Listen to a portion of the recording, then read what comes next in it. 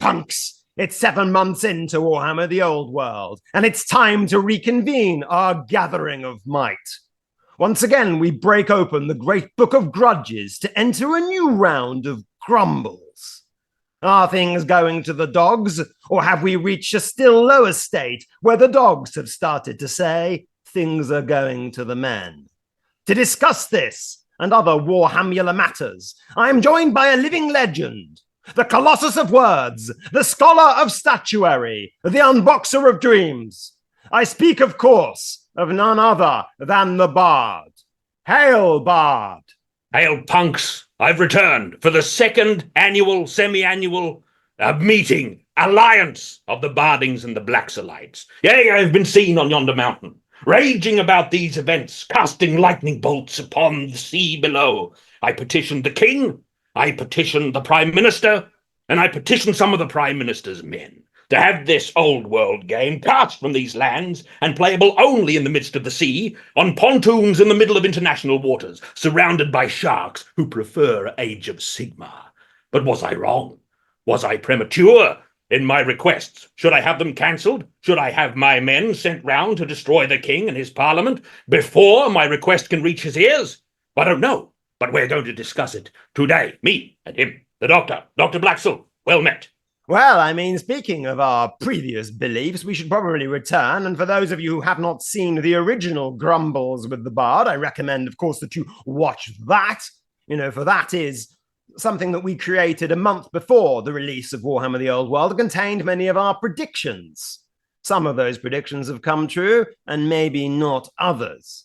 So, I suppose the question is to think about how this has kind of all gone down. So 7 months in now, and, you know, I've played a lot of games. I've played about 75 games myself, and it's not what I predicted. So I, of course, am a competitive 8th edition player. I assumed that I had possession of the last known good configuration of the rules, that it had been tested, optimized by me and other players, like in the strange cult of the Ninth Age, and had reached a point of such technical precision that it was better than anything before seen or since, and therefore that the game's designers were going to copy us. But no, we find they have not. Instead, they've gone back into a time machine to about the year 2000 and reiterated somebody else's nostalgia, and that being, I think, the nostalgia for 6th edition. Maybe the time when they thought that fantasy was at its height. Mm-hmm. The last known good configuration, that's a disputed configuration, I'd say, because the 6th edition clan would say otherwise. They love their version of the game, as they should, and you love yours as you should. There's a lot to admire about 8 that I didn't even realize before I started watching, like, battle reports, right? In contrast to you, my old world experience sits at a rotund 0 games thus far. So I've got the outsider's view out in the outside course of the racetrack. So I'm actually very interested to see how it plays out from that perspective, as I suspect you are. That's why I'm here, you know. And what transpires, what ultimately triumphs as the game continues to evolve. Will it be the once and future game promised in legend? Who knows? Because it's going to change. It has to, otherwise it's in big trouble. From what I've seen and from what I've heard, certainly what you've expressed, it has to change and evolve, but in which direction, and whose ideal of Warhammer is it ultimately going to serve, or will it make a new ideal, a new model that will in later eras be lauded as perhaps the true version? Who knows? I think one thing that actually probably sort of cramps its style in that regard and makes it more difficult for those who've created the game in the now to really make it their game, to make it in the way that 6th Ed, was the work of Thomas Purinen, the way that previous editions were the work of Rick Priestley, the way that 8th edition was the work of Jervis Johnson, was that while there are some new old world rules, of course, what they're not being accompanied by is much in the way of artwork and much in the way of models. And so when it comes to aesthetics, which of course are incredibly powerful, incredibly resonant, because sometimes, of course, you can portray the kind of version of Warhammer you want to portray by the models you create. So it's no coincidence that in 6th edition, while they were coming out a bit before this, 6th Ed had the beginning of, the mass regiment boxed set for all the races, because 6th edition was meant to be, getting back to basic Warhammer, getting away from heroes and getting back to basics. So the models were able to support their vision of the game. In Old World, I suppose there are a few hero models, and it is a Hero Hammer edition, so I suppose you could say there is a bit there. But because there aren't many new models and there's very little new artwork, it's really the rules mainly. That is their main canvas to express what kind of Warhammer they want to create and the mark that they want to make on this fabulous storybook. Mm. Well, I'll tell you this, not having a lot of new models and not having a lot of new art as well as a secret advantage for people like me who appreciate the older stuff, because it's being regurgitated. Once upon a time, not that long ago, a new army book for a faction would feature mostly new art for good or ill, and the old art would be long forgotten. Like in only a few iterations, probably a lot of the old art would be registered into the old nostalgia file of many Warhammer fans. But now I look at some of the, what do they call, arcane journals and what have not that they're publishing now. Well, the lion's share is old art, and beautiful art it quite often is as well. So secret advantage there, and of course they're recasting a lot of old models instead of making new ones, which secretly an advantage potentially, depending on your values, especially if you enjoy the ancient aesthetic of some of the old models that are coming in. So, but I quite agree with you that in spite of this old art resurging, the old rules of either 8th or 6th mainly are returning mainly in some sort of spiritual or ghost form, where the form is there, but perhaps the substance has been corrupted by something else, like an ectoplasmic reconfiguration or modernization of the rules, perhaps. But that's your department. The rules are really more your wheelhouse. I think the point you make about the art, though, Bard, I think that's true. Certainly looking at previous editions, it depended slightly, I suppose. When there was like a real hard refresh, like in 6th edition, there wasn't really much in the way of 5th Ed sort of artwork or stuff in those books. There is, I think, some you can kind of pull it out, but there's definitely a strong, and I think in 6th Ed, when there was that shift towards kind of grimdark, it enabled them, I think, to make that more sort of oppressive by taking out a lot of the kind of newer art. And so given that they wanted to really change course at that point, in a sense, there was this hard break point. I aesthetically, I think, agree with you much more, Bard, is that I like to see Warhammer as being a kind of a journey where reminders of where we've come from, and some steers towards the new are kind of there together.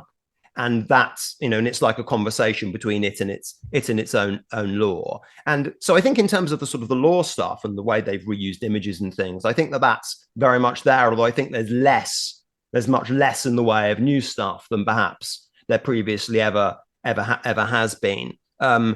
Regarding the rules, I think that there are definitely ghosts there. If you can go in it from 6th, mostly 6th, I think. There's some from 8th. There's pre-measuring, for example. That's the obvious one. That didn't used to exist before 8th. But there are some funny little ghost rules in there that I thought had been basically destroyed by the March of Modernity. I can tell you very easily what they are. So one of them, for example, is having to pay for your wheel during charge. Now, to wheel a unit, like this, you're going to have to use, to be technically accurate, a protractor or a compass to be able to do that. No one does, of course, but you can. And they put that back in, whereas in 8th, you just measured closest to closest distance, rolled the dice, and then you got all your free wheels and you aligned. Now in Old World, there's a long kind of, if you do it properly, an argument of whether it's an inch in or inch out because you've got to wheel the thing. And so some of those strange ghosts that were what I would call kind of clunk hammer and when you have to say you lose some guys from combat and then they don't step up, so you have to deduct a certain number from them. You have a break test where you have to take, for example, it on 2 leadership values, your modified leadership value that you lost combat by, and your unmodified leadership value. If you pass both of them, then you only have to give ground.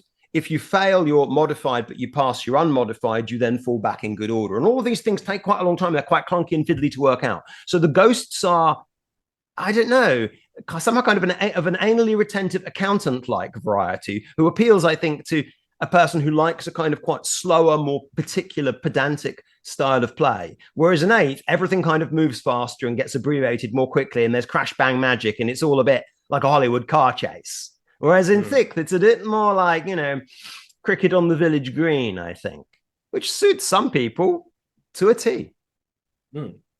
I thought there's something to be said for slower pace, but there's a real pitfall that I've seen games fall into, not just tabletop games either, but a little games. Complexity just to have complexity's sake. And I wonder if it's, there's a couple of different ways you can think about it. Are they trying to further shackle infantry specifically with this kind of thing? Maybe, I don't know. Yeah. Are they just trying to give the game more rules, more precision, so when you play it, maybe you can feel good about being very precise and having to do more calculations or something like that? Maybe it's a psychological thing.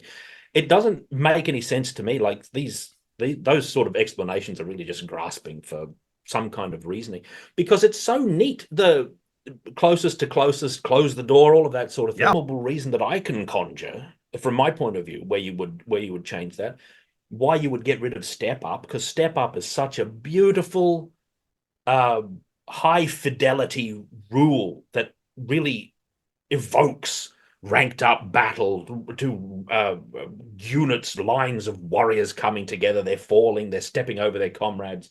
If you read really well-written battle scenes in historical stories and that sort of thing, they're like that. They're striding over their fallen companions and they're being fueled by their grief. You read something like Spears of Clontarf by Robert E. Howard. Yeah. Some of the best battle scene there's only one battle scene. It just happens to take up most of the thing just by itself. And there's a lot of that really passionate, emotion-driven, stepping over you're picking up the fallen banners and all of that sort of thing.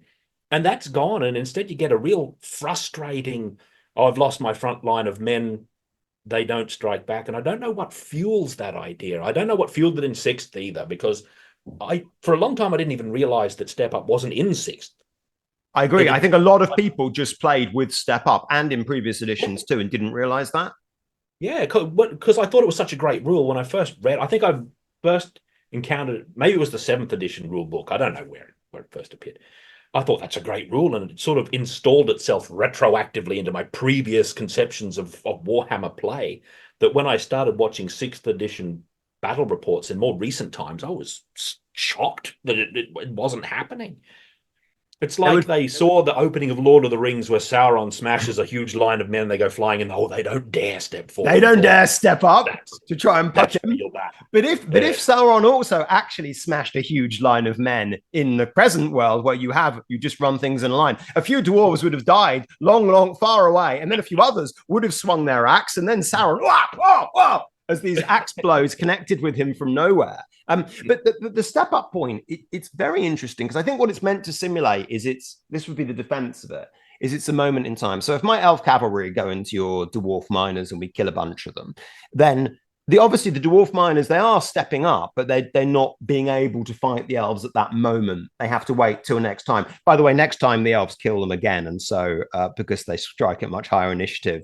So only a few tough guys that have got left continue. But I completely agree. The thing is, you get a really depressing gameplay experience without step up, which is that if you're a slow infantry player, you get charged by something, cav, chariot, monster. He kills all your front rank, and if he forgets to fight your champion, you might just have your champion there and he can swing 2 crappy attacks. Or you have just nothing and you end up with, well, I've killed 10 of your guys, you killed 0 of mine.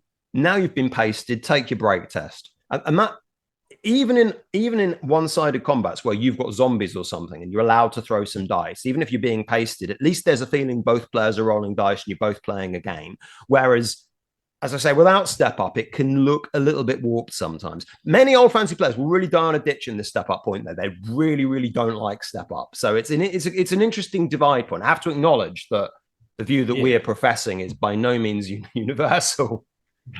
No. What if it's like step up? What if step up wasn't universal? What if cavalry and chariots, if they did so well, maybe step up wasn't allowed to represent the shock of being struck? But you still got absurdity where chariots hit a unit and then they just sit there at the unit and it's just stand there and fight, because it's abstract. Obviously, it's abstract, right? But how long is a moment in time supposed to be in these battles, because battles probably take all day to fight in like the diegetic world of Warhammer. So right, so your game of 2.5 hours is faster than the real battle. That's why I like, to me, another rule you don't like, or you don't seem to like, is heroes and monsters with their 360-degree. No, I definitely don't like that. But I watched your battle reports, the most recent ones, and you're complaining about it, and I'm sitting there going, yeah, 360 makes perfect sense. Why wouldn't a lone horse master on his steed, the grand hero, why wouldn't he be able to go and gallop off in a completely opposite direction? Why would it take him the half hour that it takes to wheel a troop to, so that makes sense to me. I'm not worried about how good it is as a rule to play with. But I'm like, yeah, of course, I think it makes sense that, and also with skirmishers as well. I mean, it makes complete sense that you'd have more visibility rather than the pseudo ranked formation they had in 8. I think the issue is with the skirmishy guys.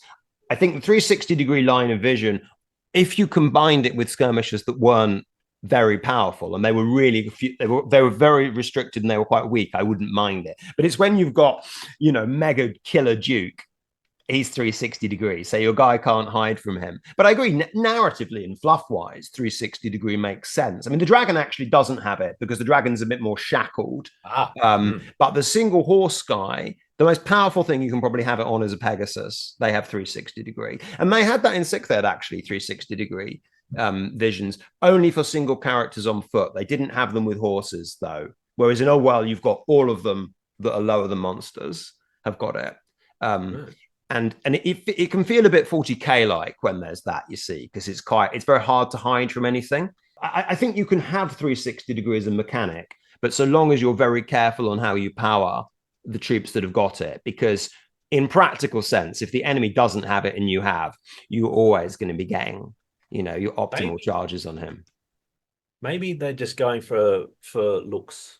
Maybe it's just there to look appealing to outsiders, because if they watch a game being played, and your winged Duke, the young Duke in your army is unavoidable, and that guy's dragon is unavoidable, or his hero, the inevitable clash of heroes will come, like the main event will happen. What's more disappointing than the main event not happening? Like, you got these great heroes, what do you mean they don't fight? What do you mean they avoid each other? Where's the drama, romance and passion? Well, they realise, as in one of my reports, that they're exactly the same. As I say, they've got the same armor, same weapon, same horse, kiss the same girl in the orchard, they have all this. And therefore they think, look, it's mutually assured destruction, guys, or at least person's going to win and the other's not. So we're not going to press the button, which is a bit lame stereos. But I think, though, and this actually intersects maybe onto a more interesting point, is that I think some of the things in Old World, like the way that the heroes are going to duel because they've got such big vision arcs, and because you are not going to allow the other hero to go killing all your other units if you've got a hero that's going to face him. There's a strong incentive on both sides for that to want to happen in most cases, and that's quite an immersive sort of mechanic. It's pushing you towards something that feels a bit more narratively satisfying. There are other things like that as well. Like there's this whole kind of combat's move in Old World. You were mentioning chariots just sitting there. In Old World, doesn't really happen. The chariot might get pushed backwards. It might, even if the enemy doesn't flee, it might fall back in good order, the enemy, which is not quite a flee move, but at the same time, more of a step backwards than giving ground. The chariot will move as well. And so there's that fluidity, which is very immersive. Now, occasions where you get that fall back in good order in competitive play, quite a lot of weird stuff can happen, and you can get the falling back in good order unit bouncing over other enemies and then being able to reform at the end. Then it can charge if it's its next turn next. And so there are issues with it. In terms of immersion, some of the mechanics that are immersive, those are 2 more. Another one is armor penetration and armor bane. So in Warhammer before, if I'm strength 5, I modify your armor by 2. That's it. Whereas in Warhammer the Old World, you have some low strength weapons which modify it by quite a lot. Some high strength weapons like a big, bludgeoning mace where your armor might stay okay, and even a critical hit mechanic where if you roll a 6 to wound, then I might break through your armor a little bit more than if I don't roll a 6. These are all fiddly to work out when you're rolling 20 dice, but they're immersive. Definitely. I think that's the best thing that can be said about them, I think.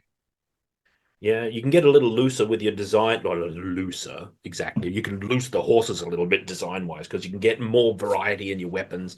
Because sometimes you get variety just variety's sake, and there's no difference between like a flail and a poleaxe or whatever. When you do that, you run into that complexity risk where you're adding complexity for just for complexity's sake, and the ultimate true weapon will eventually be discovered or emerge where it's the only thing anyone does because it's the best one. And most of the time, situations notwithstanding, and that sort of thing. I think I really like that the motion you mentioned. I'd almost forgotten about this actually, but I really Oh, like that's my favorite thing in the rules. yeah. I remember reading, I think like a Rick Priestley article where he's paragraphs and paragraphs moaning about how chariots just sit in front of after they charge. If they don't blow the enemy away, they just sit there like they're immobile battle platforms or something. I forget the exact content. I don't even know where it was. It's Actually, from it an might have earlier set of rules, though, you see, that you have. yeah. Priestley might have been complaining about that in fourth and fifth, because in third ed, they did have rules like this. They did have pushback. This was Yeah. the real surprise to me, and you, when we discussed this last time, that they actually added complexity from previous editions. If they're not the same as the third ed fallback and pushback rules, but nonetheless, they did that. And I didn't think they were ever going to take like third ed seriously. I thought, oh yeah, they might go back to fourth ed and have crazy heroes. I'm sure they'll do that. But they're really going to go back to third ed and have pushbacks. And yeah, actually, they did have that. And it's as I say, that it's fiddly, it's nostalgic. But if you're going to play primarily for a kind of story and in narrative settings, I think Old World is one of the better. It may even be maybe not better than third ed, but it may be one of the very best for narrative play. I think I would say that. I think those gains have been had at the expense of competitive play without question. But I'm able to appreciate different kinds of cuisine. Even though I might be more of a master of one. And I think that they have done that. And I see a lot of, having seen players play Old World like at my club who are new players, and the degree of fun they're getting, their games and whoops and cheers and key moments and everything. I'm not saying that didn't exist in 8th ed. I think it did. But in 8th ed, there was much more of a kind of an unpacking of, well, look, there's a comp system. Do you know that's -2, that's +1, this, that? There was this whole language of how we balance things. And just so you know, newbie, I brought like a list that's garbage to your filthy one. So if you beat me, don't get tingy. Oh, well, no. It's all gone. There are sometimes also discussions between players. Well, how do we think we should resolve this? Shall we having a discussion about what happens? And it's often kind of wrong. And it's very beautiful. It's like I don't know, two men who have like allotments next to each other. Working out how to put like a sort of a fence between them or against a common enemy like slugs or something. There's just a nice level of discourse. It's not lawyer hammer or kind of this is like a vicious competitive market here, guys. What's going to race up? What's good? Are those dragon ogres good? Okay, 3D print, add to order. No, they're kind of more. There is this gentleman thing with it, and this was the thing we were going to talk about. Most of the players playing Old World, except at competitive events, they're not going and saying ranked up infantry are crap in Old World. Everyone knows that, but they're still bringing them. They're still putting them on their tray. They're still putting them in ranks. They're not putting them in a great long line on a piece of wood. They're playing proper gentleman's Warhammer. And so in a way, weirdly, some of the horrible things that I know exist and exist in the horrible Underhive sump, where we do all sorts of terrible things in the kind of Dr. Blacksall gaming laboratory. And I have a group of people who are trying to break the game through whatever means necessary, the real evil kind of scientific brain control center. This doesn't happen in this world. You rock up at an Old World event, and it's not 200 players in a big city. It's 12 guys in a village hall. They're usually a higher age profile, and they said, oh, I've got my army under the bed. One of them, a young player might be, oh, I brought my son. It's very nice. But, the real kind of sort of rebel kind of, punk biker in me goes and says, I don't like the look of this vegan buffet. Come on. Where's the red meat? Come on, guys. That's the real thing. I'll say this for the rules. I think the reason that people generally, even if they know about the line, they don't go for the line is simply because it doesn't feel good. Like the movement stuff, the pushback, and they're like, feels good. Like probably when you play it and you do it, you get a tactile result from nice. your play and your decisions. Whereas the line probably doesn't feel good. It doesn't have that aesthetic connection to the world. It doesn't have that fidelity to like the idea of a fantasy battle scene, because it's a purely mechanical game move that you're doing to win. And even if you do win, unless you're completely just fueled by winning, you know, it's not going to give you the pleasure of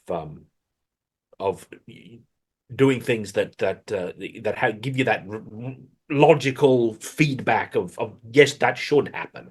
You know, you're delving into absurdities of the game rules like that. Yeah, and those feedback points can also encourage you to, if they're the right ones, encourage you to go on kind of cool modeling projects. Like, for example, you're in a game and you feel you've been a bit outmaneuvered, but your army has access to some cavalry, and you think, oh, maybe I'll paint a unit of light cavalry. Whereas, like a perverse formation, that doesn't, and also often the perverse formations, you've got like lots of guys who look as though they're meant to be tightly ranked behind each other, all in a line. They don't look as though they should be in a line. Well, and so that doesn't give you that feedback loop. So you don't think, oh, yeah, I'm going to go and do this nice thing. Makes your game into clown shoes. That's the term. Clown shoe. You're in a nice suit, but you've got the clown shoes. It ruins everything. This is where my Blood Bowl. Did I tell this story last time? No, we've not talked about Blood Bowl last time. I'm sure my viewers will be delighted to hear. My first experiences with Blood Bowl, right, and I'm sure, I don't know if this is still customary. I don't see how it couldn't be when playing physical Blood Bowl and not the computer games, was to whenever you've got your team all ready, and the enemy are facing them, they're all nicely painted, and you've modeled probably a nice pitch and everything. It looks great, but to indicate that these players, I don't forget if it's either they have or haven't had their turn yet, you turn them around so that they're facing the other way. Yeah. So it's ruined. It's like, how do you explain this when someone walks in and they see this beautifully painted teams of Blood Bowl players, this beautifully modeled pitch, but they're all facing the wrong way? It's all wrong. You know, how do you explain this nonsense? Like, it's the same, but that's a practical concern. Like, I'm not saying everyone does that in Blood Bowl virtually. Yeah, it's shocked me when I first started playing Blood Bowl physically. Like the physical, that's what I mean. I don't mean actually on a pitch somewhere, me flying into some ogres. I was like, what are you doing? Like, it's ruining the game. I can't play this. I flipped the table. I stormed out and raged up the street. I got my long axe and I took it down the pub and I moaned into a bottle of beer. Back when this prescription was valid, I can't wear the.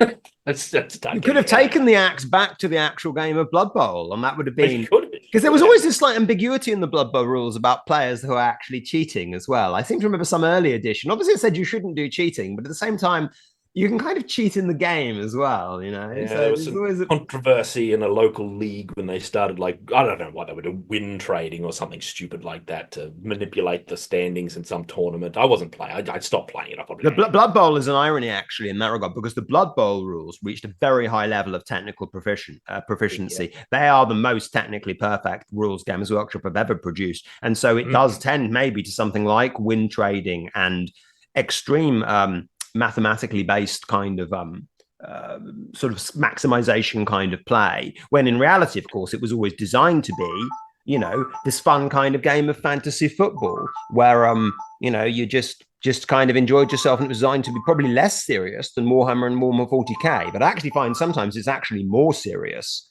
and people get emotional playing it, but it's normally rage that doesn't turn into laughter quickly. And the first thing is good, the second is not good, just rage. Yeah. It's a very exciting game. The thing about Blood Bowl, why it's like, it is, I'd argue maybe it's the world champion of Games Workshop games. And it's because every rule feels good. Every rule is such a high fidelity, fully associative rule that feels like the thing it represents.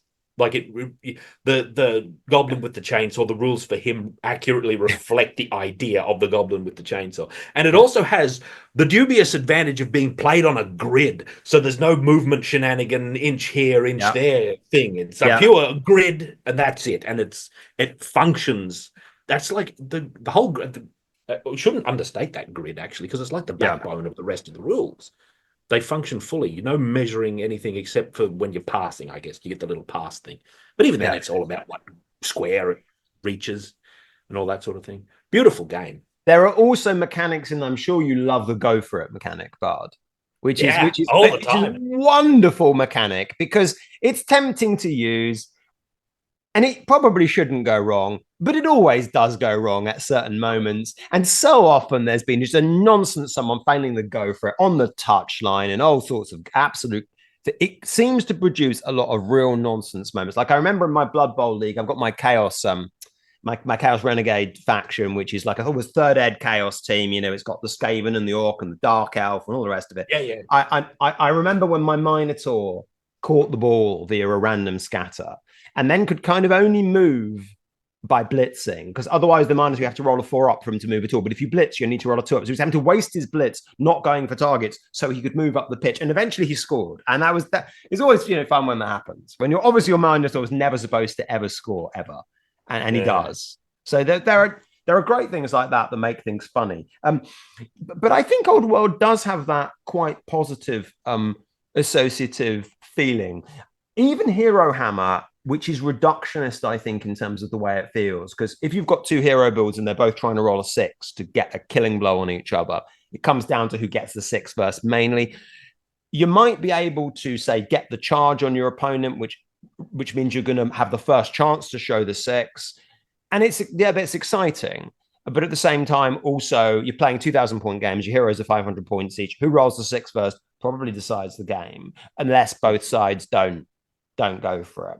And I think if you're self-comping and, you know, and you were kind of agreeing not to bring these things and stuff, or if you bring it, you're saying, hey, you know, we're going to have a spot of Hero Hammer today, you know, 6 guns out at dawn, you know, don't you blink first? Because that's exciting in its own way, obviously.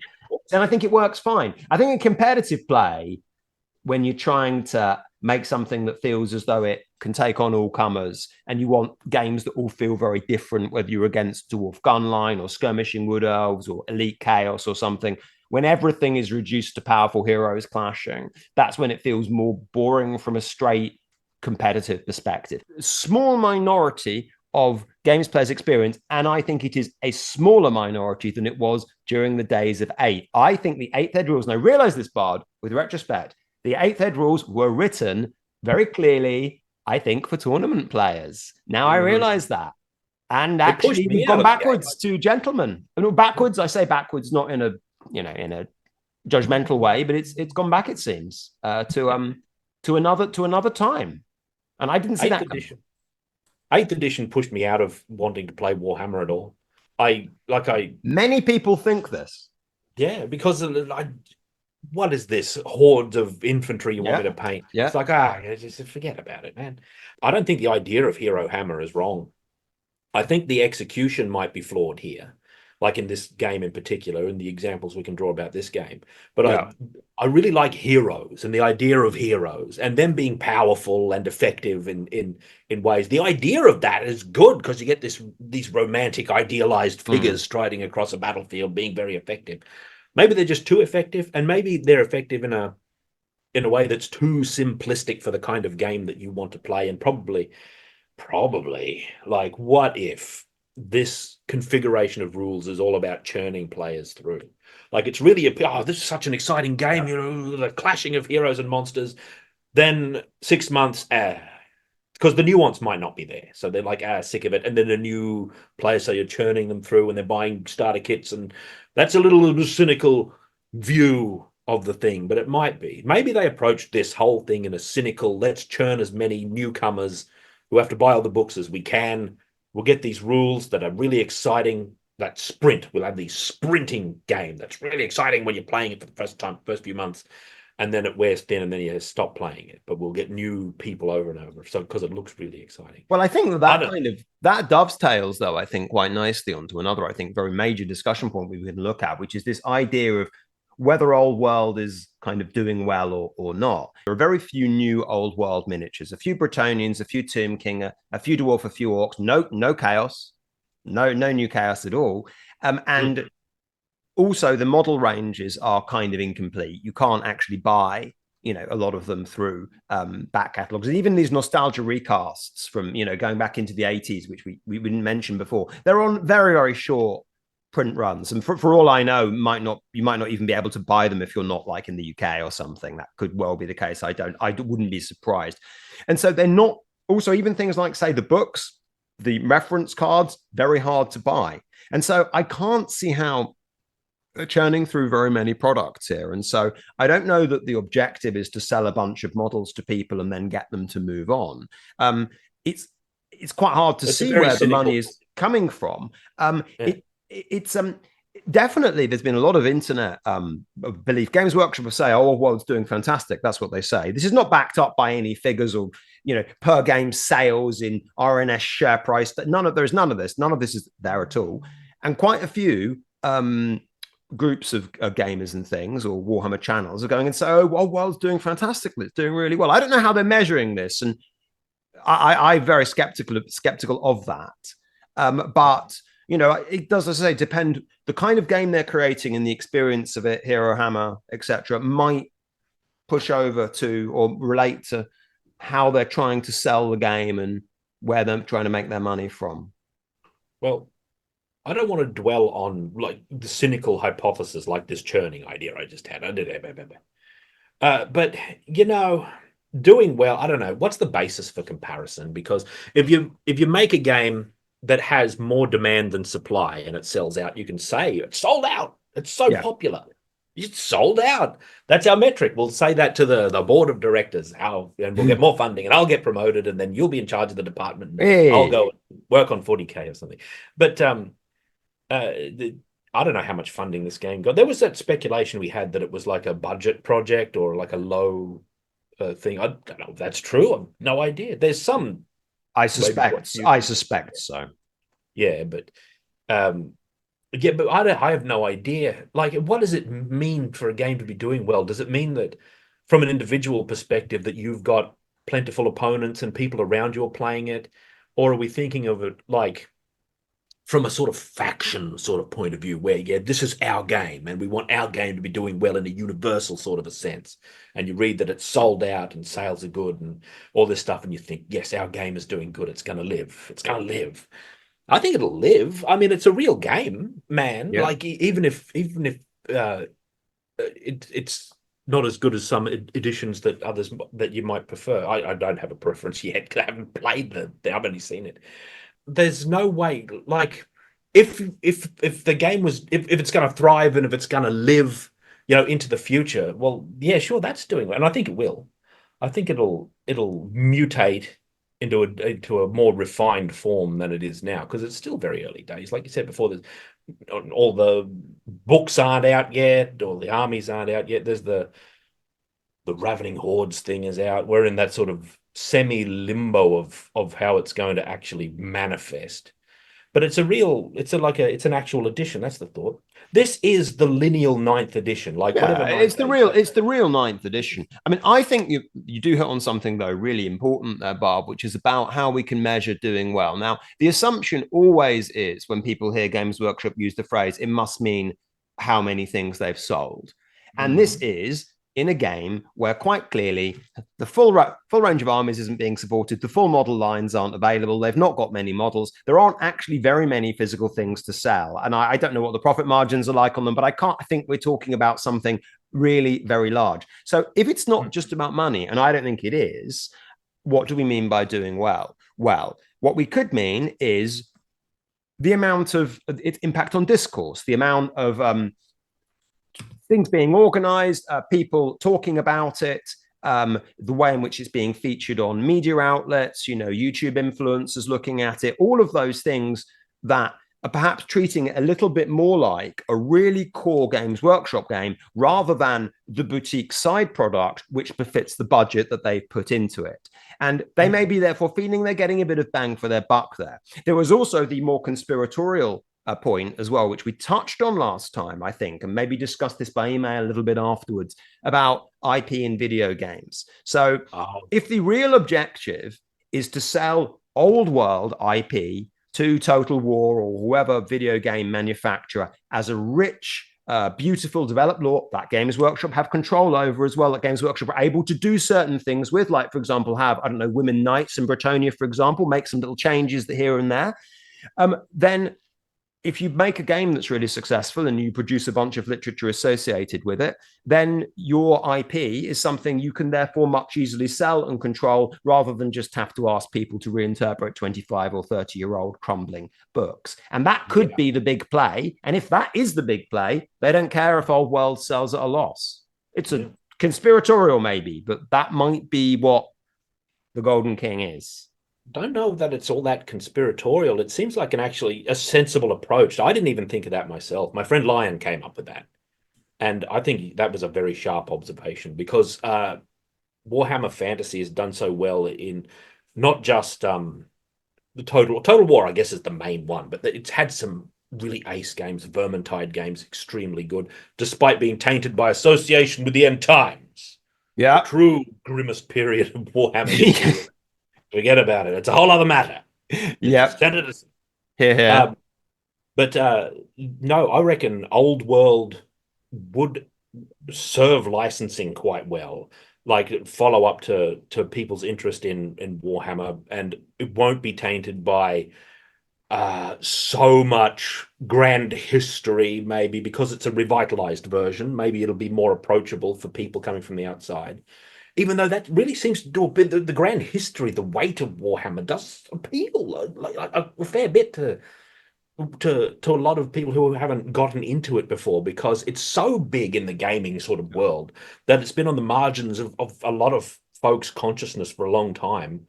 And they're just wanting something that's easy to engage with, that they can look at it and say, oh, this is Warhammer finally, looking it in the face. And they can kind of do that with Total War to a pretty high degree. Total War is drawing on, though, a much larger corpus of volume for the end times, because, of course, the thing is, a critical thing, and this relates to the point about it doing well as well, is in its 8th edition, which was, of course, the edition that, is sort of wrongly, in my opinion, hung with the millstone of killing the game.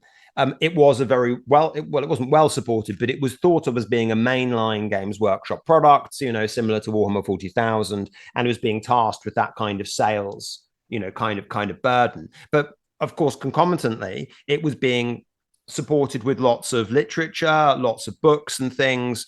The information was very, very rich, and so therefore, if you want to reconstruct, when Archaon is on the brink of victory, where there are, not the end times itself, but the pre-end times, like Karl Franz on the throne, there's a huge amount of information you can draw on. With this now, we've gone back 250 years prior to this, and the stories are a little bit vaguer, and so there is some capacity to express the new canvas or new material. But at the same time, most of the fundamental things about the old world are the same. They've been very, very, very clear in saying almost all of what you're familiar with is there. Magic changed. That was something we spoke of.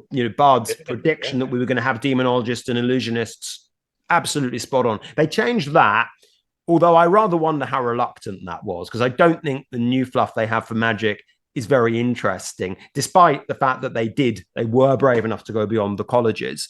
So I think they've got this half old, half new, I think, in that regard. They've still got most of the rampants they were manning before, but they do have some capacity to be a bit newer with some of the stuff. How much opportunity they've made to create new stuff, I'm not sure, because as we might say later, most of the lore in all their published stuff is pretty thin. Very thin. Very thin. I don't think they've yet taken full advantage of the mists of the past so far. But with regard to the magic, I think going to this new, or I won't say the new system, but going away from the colleges was virtually a compulsory move, because it freed the game from the imperial-centric view of magic, where you've got dark elf sorceresses running around, but they're still in the boxes that Teclis established in the colleges of magic. They're still using those, plus like the Dark Lore or whatever they had. And so you're still getting these imperial flavored lists of magic, and it didn't quite fit to me. So it's a little loose. It's a little loosey goosey at the moment.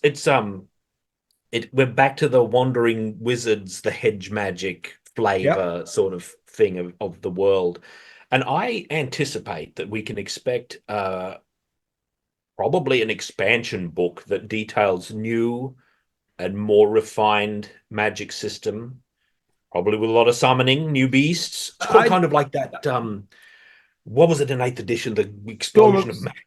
Storm of Chaos. Storm of Magic. Not Storm of Magic. Chaos. Yeah. Yeah. With all the summon monsters and all that. Yeah, so the little wheel that you spun in the back to see which was ascendant. Very exciting. Yeah.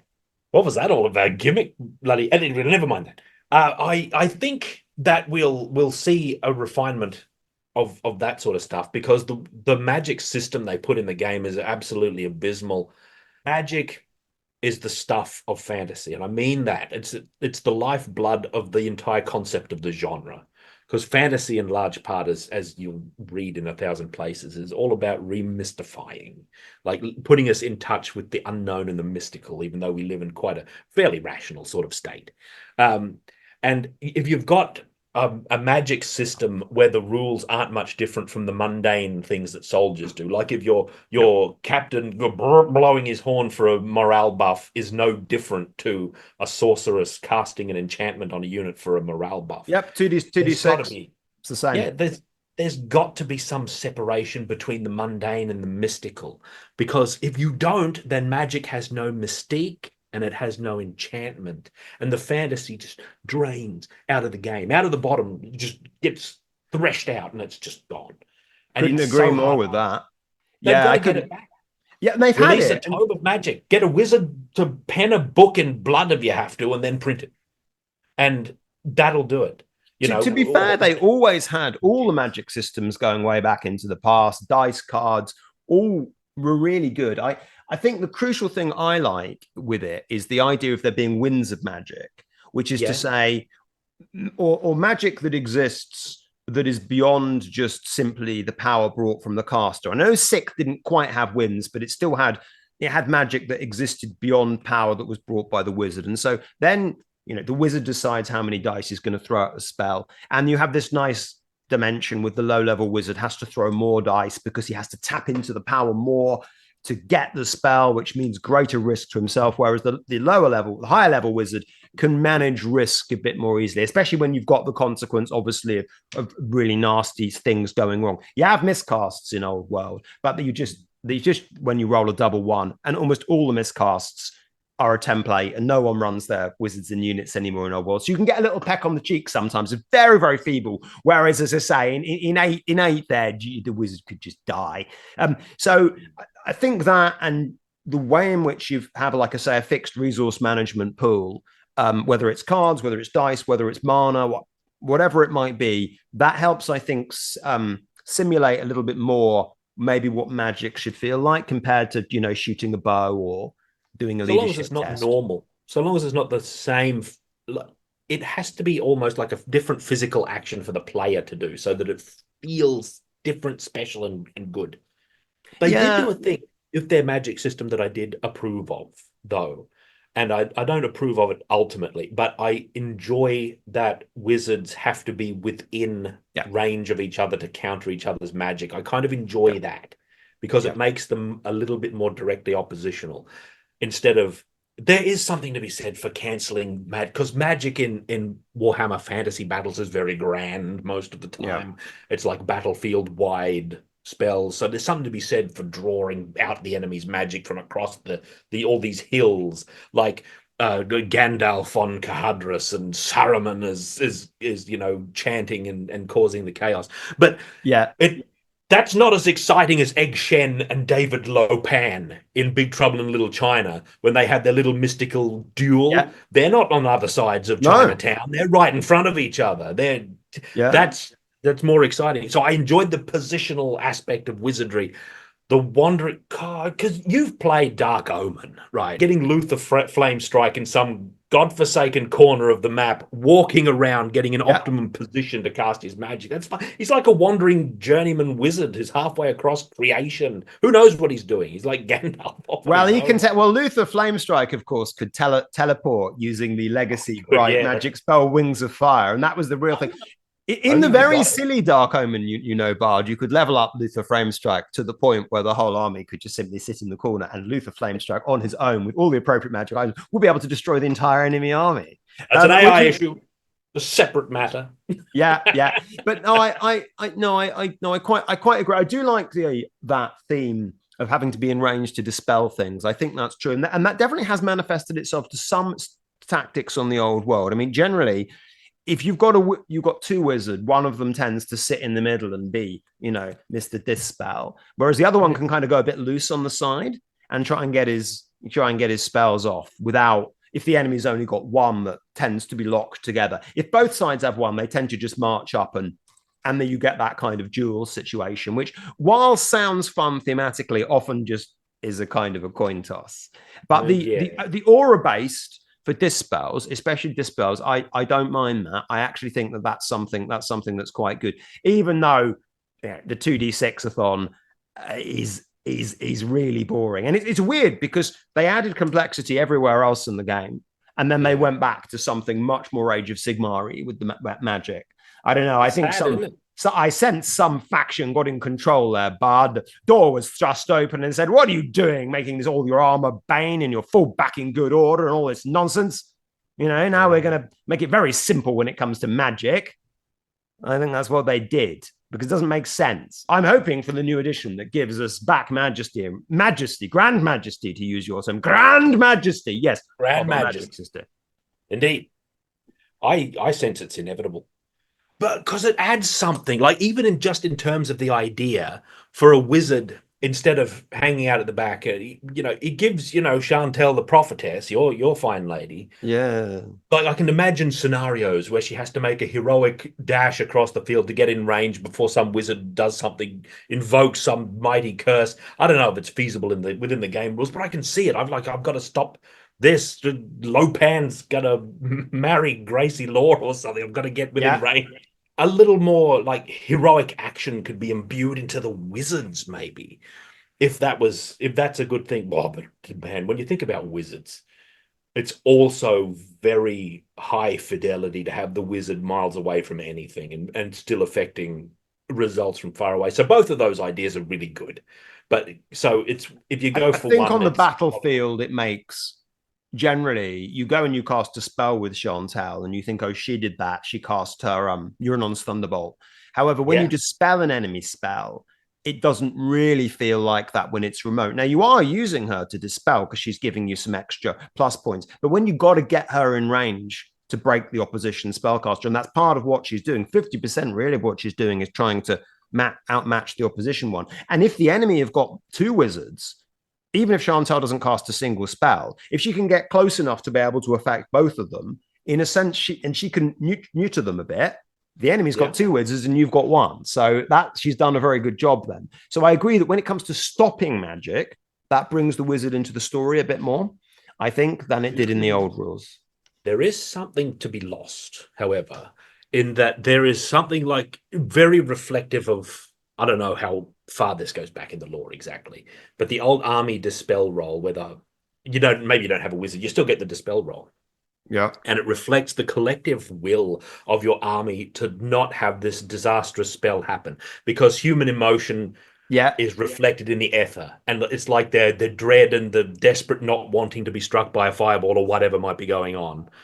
That itself disrupts the magic, and that's how the dwarfs work. Because that does exist in Old World. It's called a fated dispel, but it's much more. I mean, in competitive, the theme is there. In the competitive way, it manifests is a joke, but the way dwarves have mostly got their magic defense now is, first of all, you have runesmiths who they can dispel more like a normal wizard. That's the first thing. The second thing is all dwarves have got sort of innate magic resistance, so it's a little bit harder for me to cast a spell at a dwarf than it would be another target.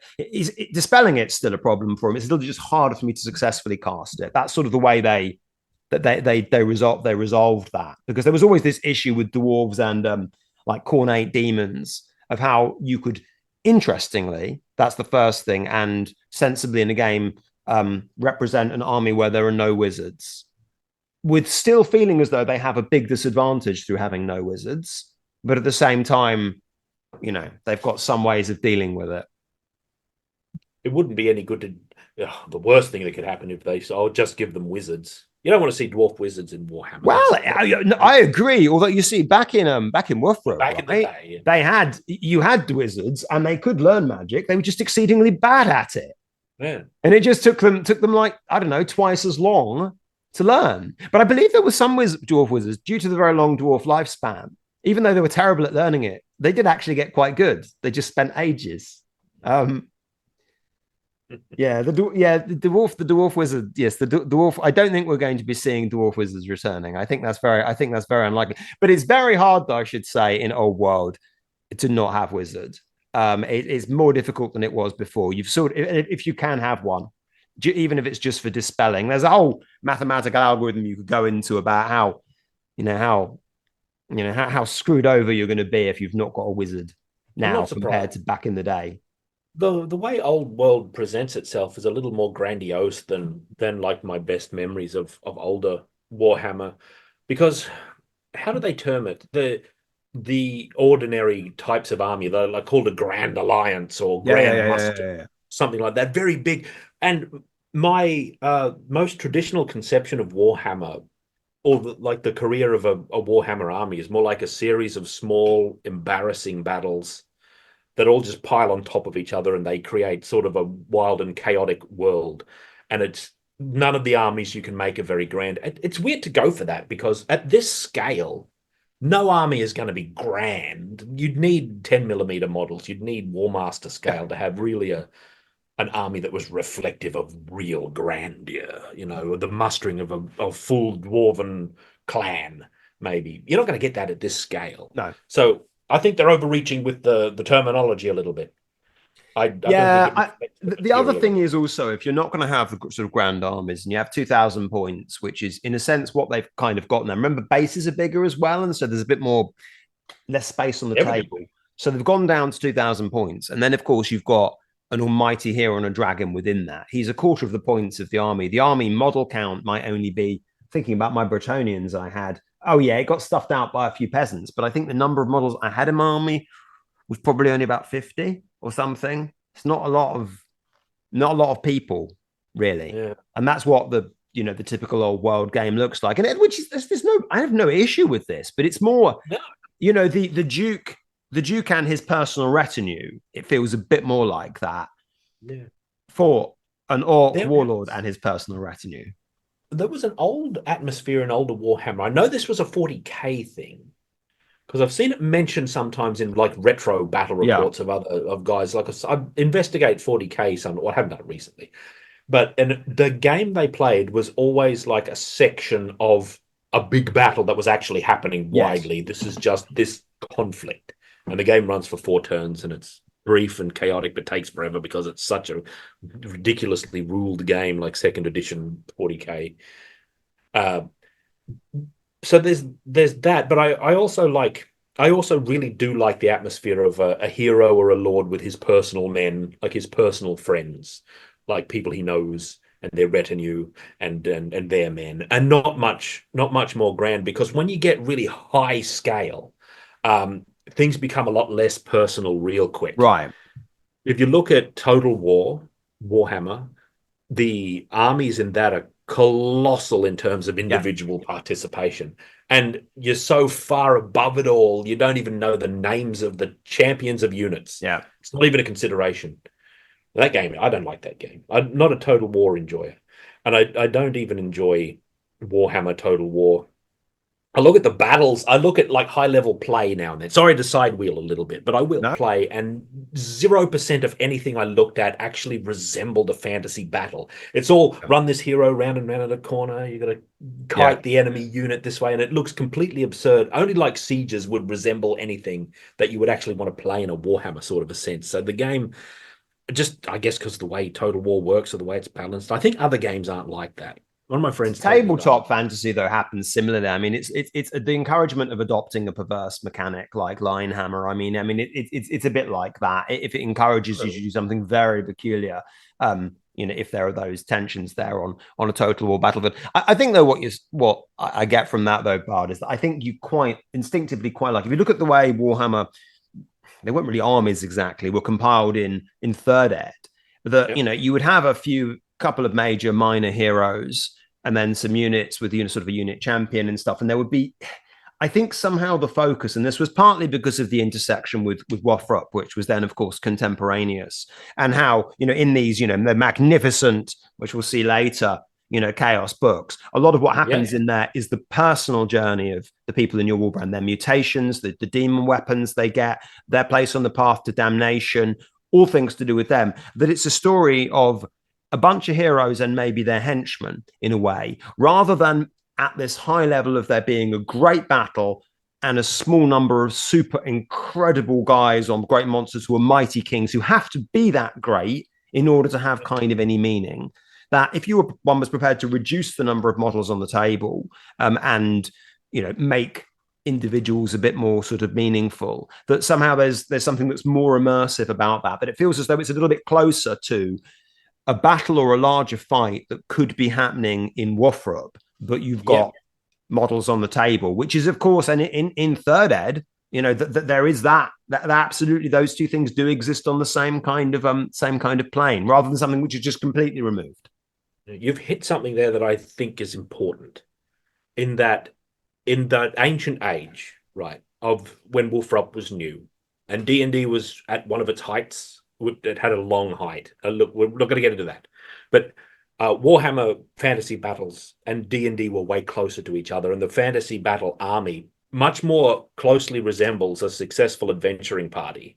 Because if you play the older D&D edition, second edition, whatever, first edition AD&D or whatever, at a certain point, your party becomes the heroes and then their men and then their hirelings. Because if you're a fighter, for example, and you make it to 9th level, one of the big appeals of being a fighter is that you get guys. They just show up. They hear of the tales of you being a great warrior, and you'll roll on the table and 190 horsemen will join you, and then some more guys will join you, some more guys will join you. And they don't really go on adventures with you because that's your job. Like, if you need them, they're on the adventures. If you have to take them down the dungeon, they're not going to follow you. That's the hero work. We want to see how good you are. But in terms of having, you become a lord. It's name level, 9th level, right? You become a lord, and you get a castle, and you get all these retainers and men. And it's like the adventuring party. The Warhammer army is like the adventuring party, where the warrior is there, the wizard will be there, the thief will be there, and all of their collective men, all of their collective men will be there. So it's like one of those climactic times in a D&D campaign where there's a reason to have a battle and make use of those mass battle rules that occasionally would get published, and have a climactic thing where you actually make use of all of these troops that are usually just on your land and in your household. So it can look like that, and I think that's good, because it shows the closeness of fantasy gaming back then. Like, it was more bonded together in terms of ideas and themes. Because if a fantasy D&D party was like that, and a Warhammer fantasy army also touched a little on the same kind of feel, then I think that's an important point. Maybe it doesn't relate to Old World that strongly.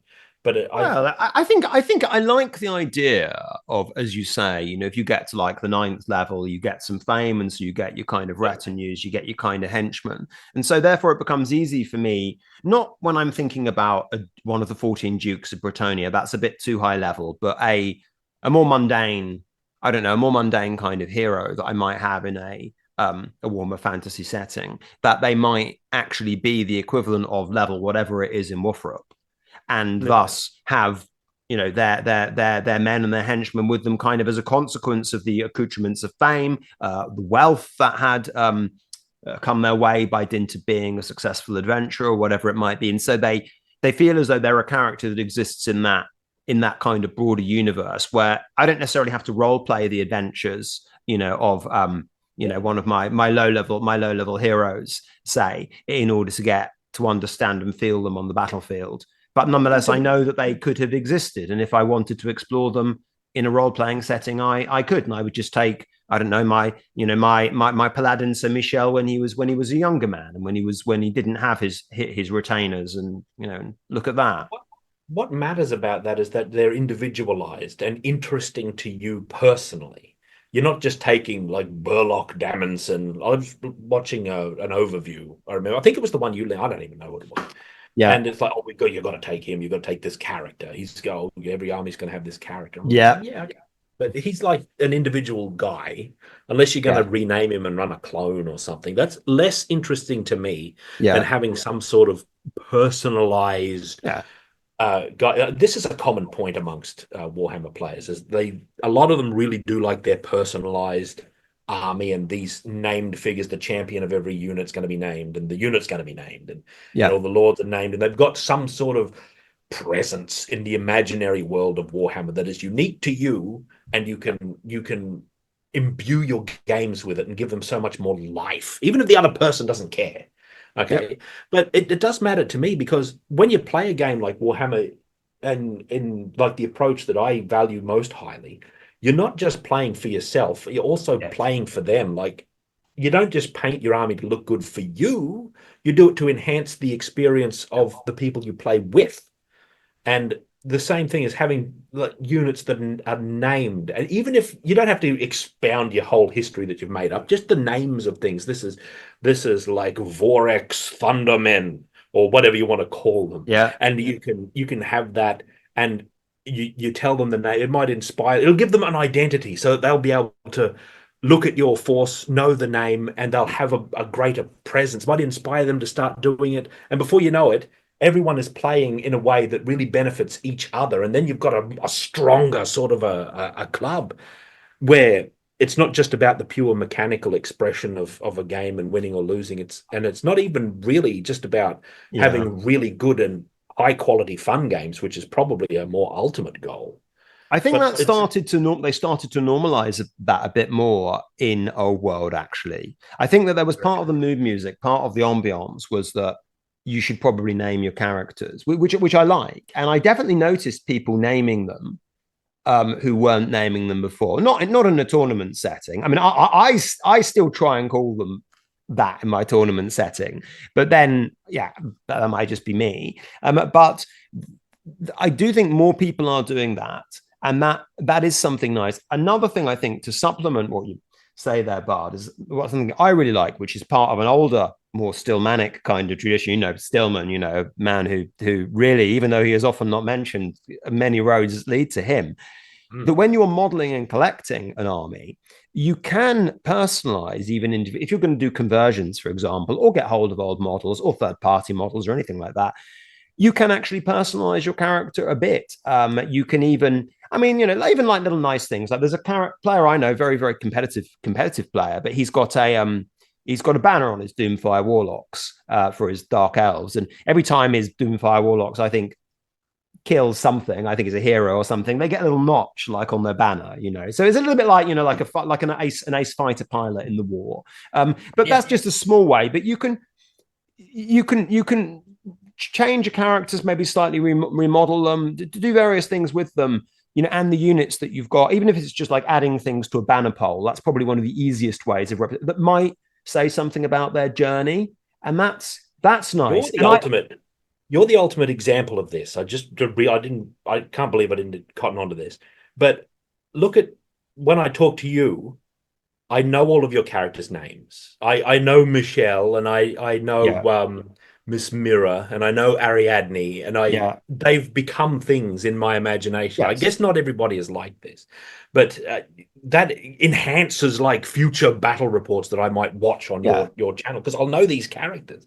And if I was in like the same club as you, I'd get to know them on on kind of a personal basis, because here they come again, these clowns from across the other side. Even though you're very competitive, your army isn't without this flavor, this sort of this appeal. Sorry, I didn't mean to interrupt you. I've actually, on that point, interestingly, Bard, I actually have run a number of my characters actually in Blood Bowl, because in that you get personification as well. So Miss Mira, who you mentioned, she's my dark elf on the Renegades team. Probably Miss Mira is kind of more of a dark elf. And I like to imagine that, because the dark elf player is the competent player in the Chaos Renegades. It's a whole bunch of guys that have animosity, and they're not a very good team. But the dark elf is very competent, and I like the idea of this. This very sophisticated dark elf lady, with this bunch of just kind of goons, and being the sort of this competent kind of person trying to kind of herd them together. So I quite like that. So I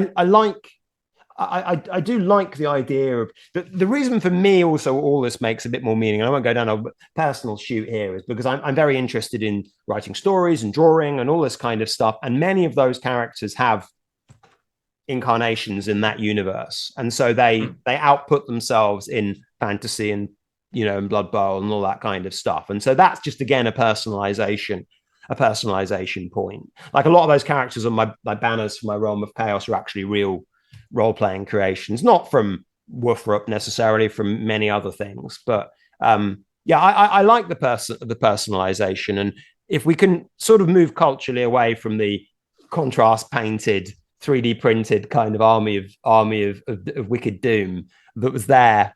And I don't speak as being innocent on this score, but I've got 72 3D printed dwarves there in a box to put them in the horrible line. I haven't managed to paint. I haven't brought myself to paint them because I painted a few and I hated them because they meant nothing. Yeah, really. Other than something perverse, which has a certain appeal, but it's not enough to sustain that much. It's different. Doing the perverse move is different when it's also your guys doing it. It'll be more satisfying. Yes.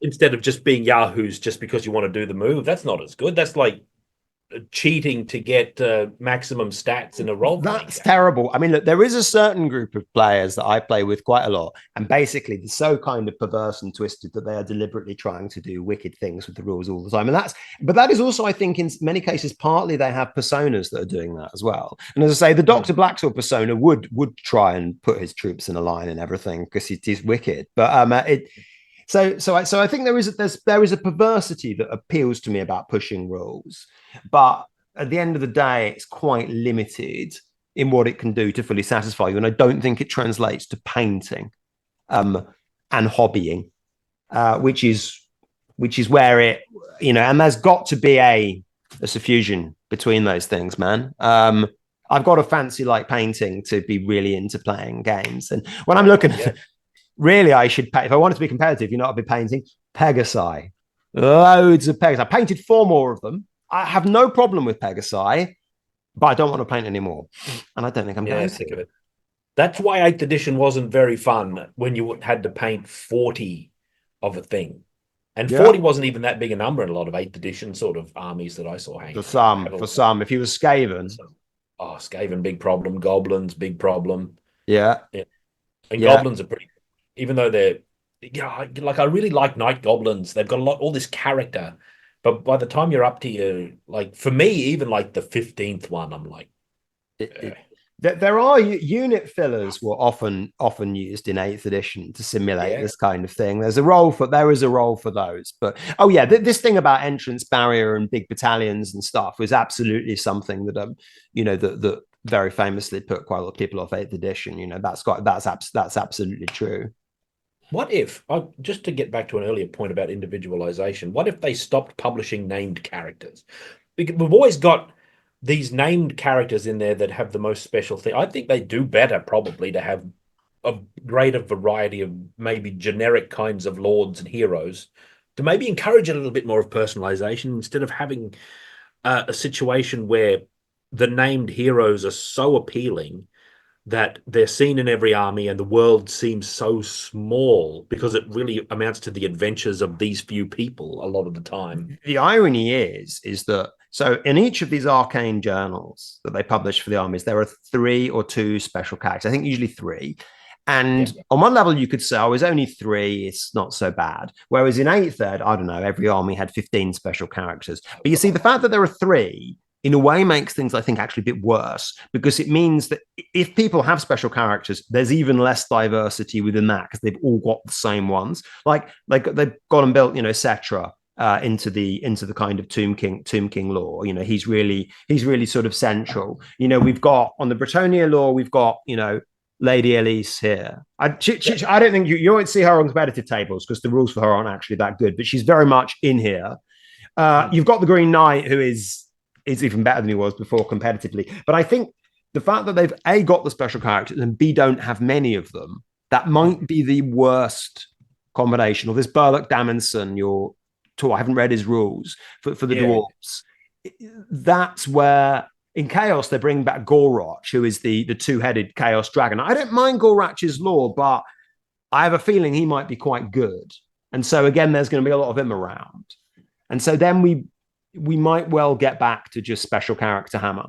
all over again. And that is not that is not a generator of creativity, I think, especially because they've got specific models that you're not really supposed to fiddle with that much, I guess.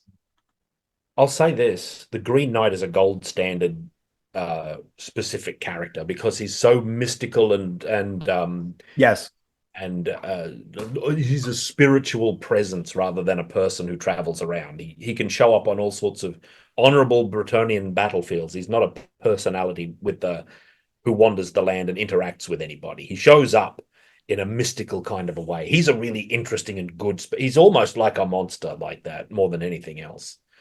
I think so. And I would never rename the Green Knight. Why? Of course you wouldn't, because he's the Green Knight. But that's, of course, as you made a point before in our last Moan Bar, because that's well, he's coming out of real culture, not pop culture.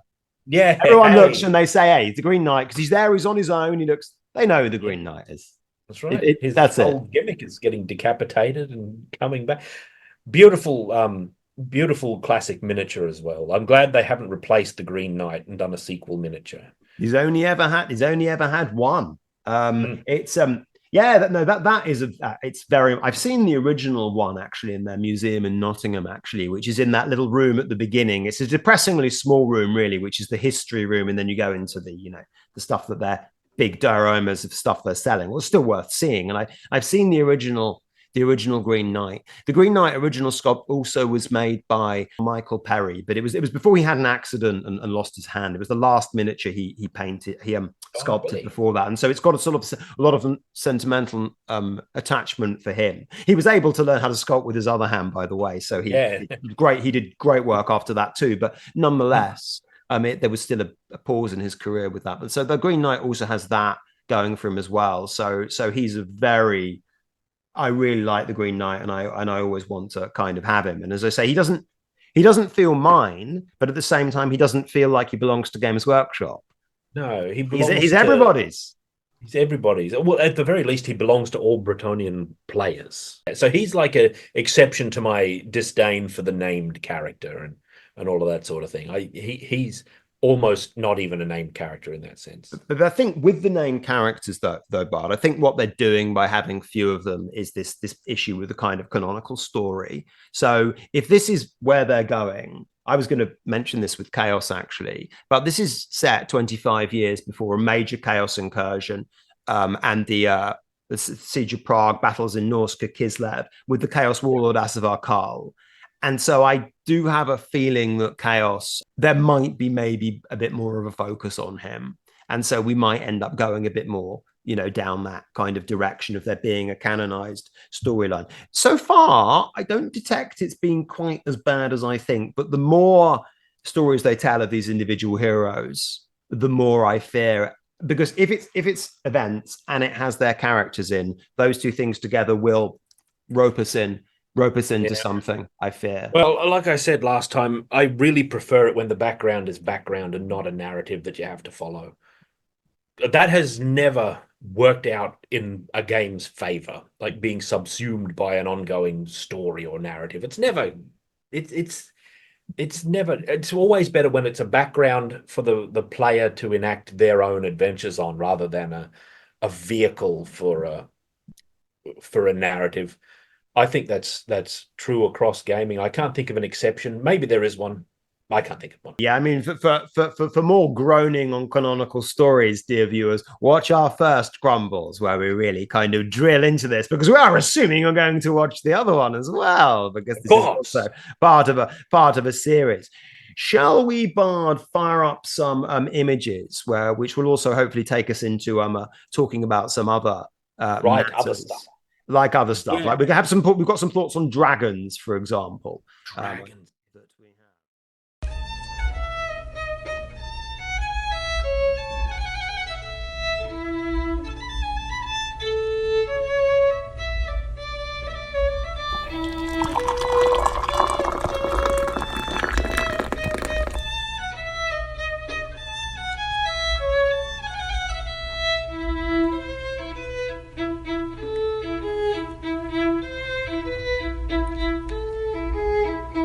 All right, okay, we've convened a nice little mid-session interval. I've got my cup of tea, And all as well, we're going to have a little look at some pictures now from some models and some art, exactly, from the old world, on which, of course, much can be seen and much can be deduced.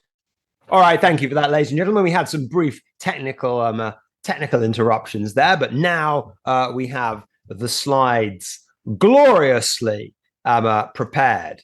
Right, so one thing I should have wanted to say though about the art, which you might have a view on, Bard, is that Games Workshop, it seems to me, especially since they stopped kind of crediting, their artists with stuff, often their new offer when they, put something out creatively is very much based upon the models and not really much based on the art. But when there are very few new models, the art kind of becomes a bit more important. And the other thing they do is when they say there's a new model, they say, oh, this is a new model. This is great. This is what you need to take a look at. Whereas they never say, oh, this is new art. They just merge it together with all the old stuff and aren't very clear about what's new and what's not. And there seems very different, contrasting claims of newness and ways of presenting. Why do you think they do that? In a few minutes, we're going to see some pictures later on where I don't know if I know they're relatively new, but I don't know when or if they're new to this edition or what. Yeah. I don't know. All right. Excuse me. Never mind. I don't know why. Look, fathoming the arcane reasons for being mysterious about who painted the artwork and whether or not it's new, I think they really just want to blur the lines between old and new artwork and have the new artwork, which arguably isn't as good, although that is arguable some of the time it's arguable, and maybe have some of that new artwork co-opt the spirit present in the old artwork. And if they're lucky, it'll work out that way. And I don't think it will exactly. But for the first time in a long time, I think I mentioned this before we started recording, we're seeing old artwork resurge into pages of new printed material, which is so rare in Warhammer history. Normally a new army book or arcane journal, as they call them now, which is a more evocative and romantic name, a new army book would be a complete visual regeneration. You'd be lucky if you saw anything that was of the previous edition, right? Or of the previous iteration of that army or whatever the case may be. Now we're seeing the past emerge. Excuse me, there was a voluminous noise. We're seeing the images of the past re-emerge in tandem with new material. And I also think it's just because they don't want to pay for too much new artwork. Because artwork can be expensive. Depends who you hire. I don't know, but it can be time intensive, and maybe they just don't want to have too much on the docket on a medium budget release like that. Who knows? Yeah, it's a mystery. It is a mystery, but I almost think that they might, because some of the new models that they've released for some of the factions, especially some of the chaos, were quite sort of limited release ones. And so I looked at them and I thought, oh, is that a new model? And then apparently, oh no. I was then told by the article very clearly, oh no, it's not a new model, it's a returning model. And I'd have thought, well, you could have fooled me, given that a lot of people are complaining that there aren't new models.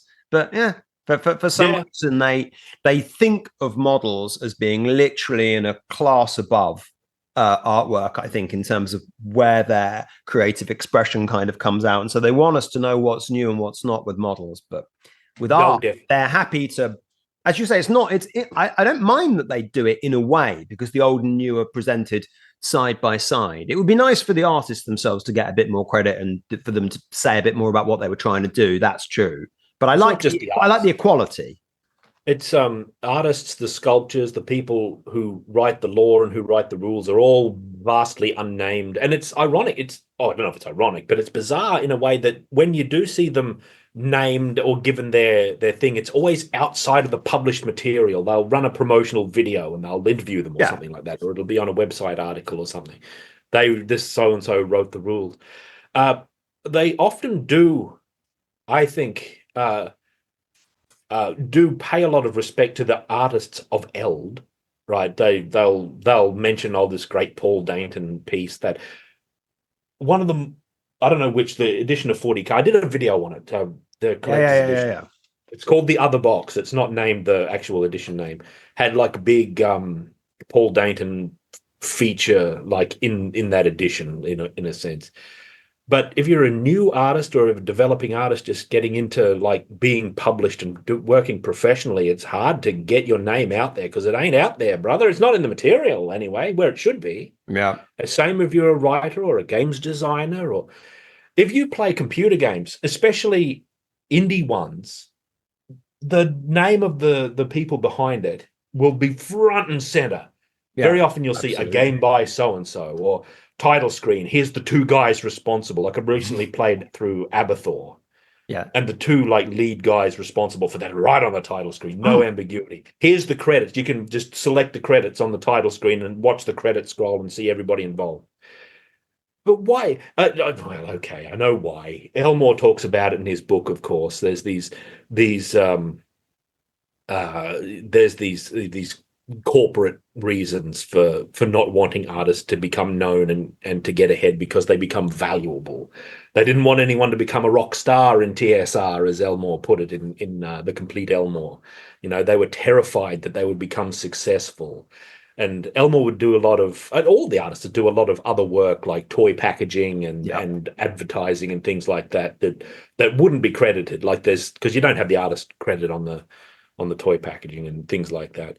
So you'd want to be credited in like this really high quality, like in the D&D where you're one of the pillars of the whole identity of the thing. Like around the time of Dragonlance coming out, Elmore, Parkinson, Caldwell, these incredible names, and their situation is mirrored at Games Workshop, where you've got these pillar artists who you've got, Paul Dainton and Jeff Taylor and Adrian Smith and these great high quality artists who put down this definitive renditions of things that are deeply enmeshed in Warhammer's identity, that's so deep that they cannot be extracted even if they wanted to.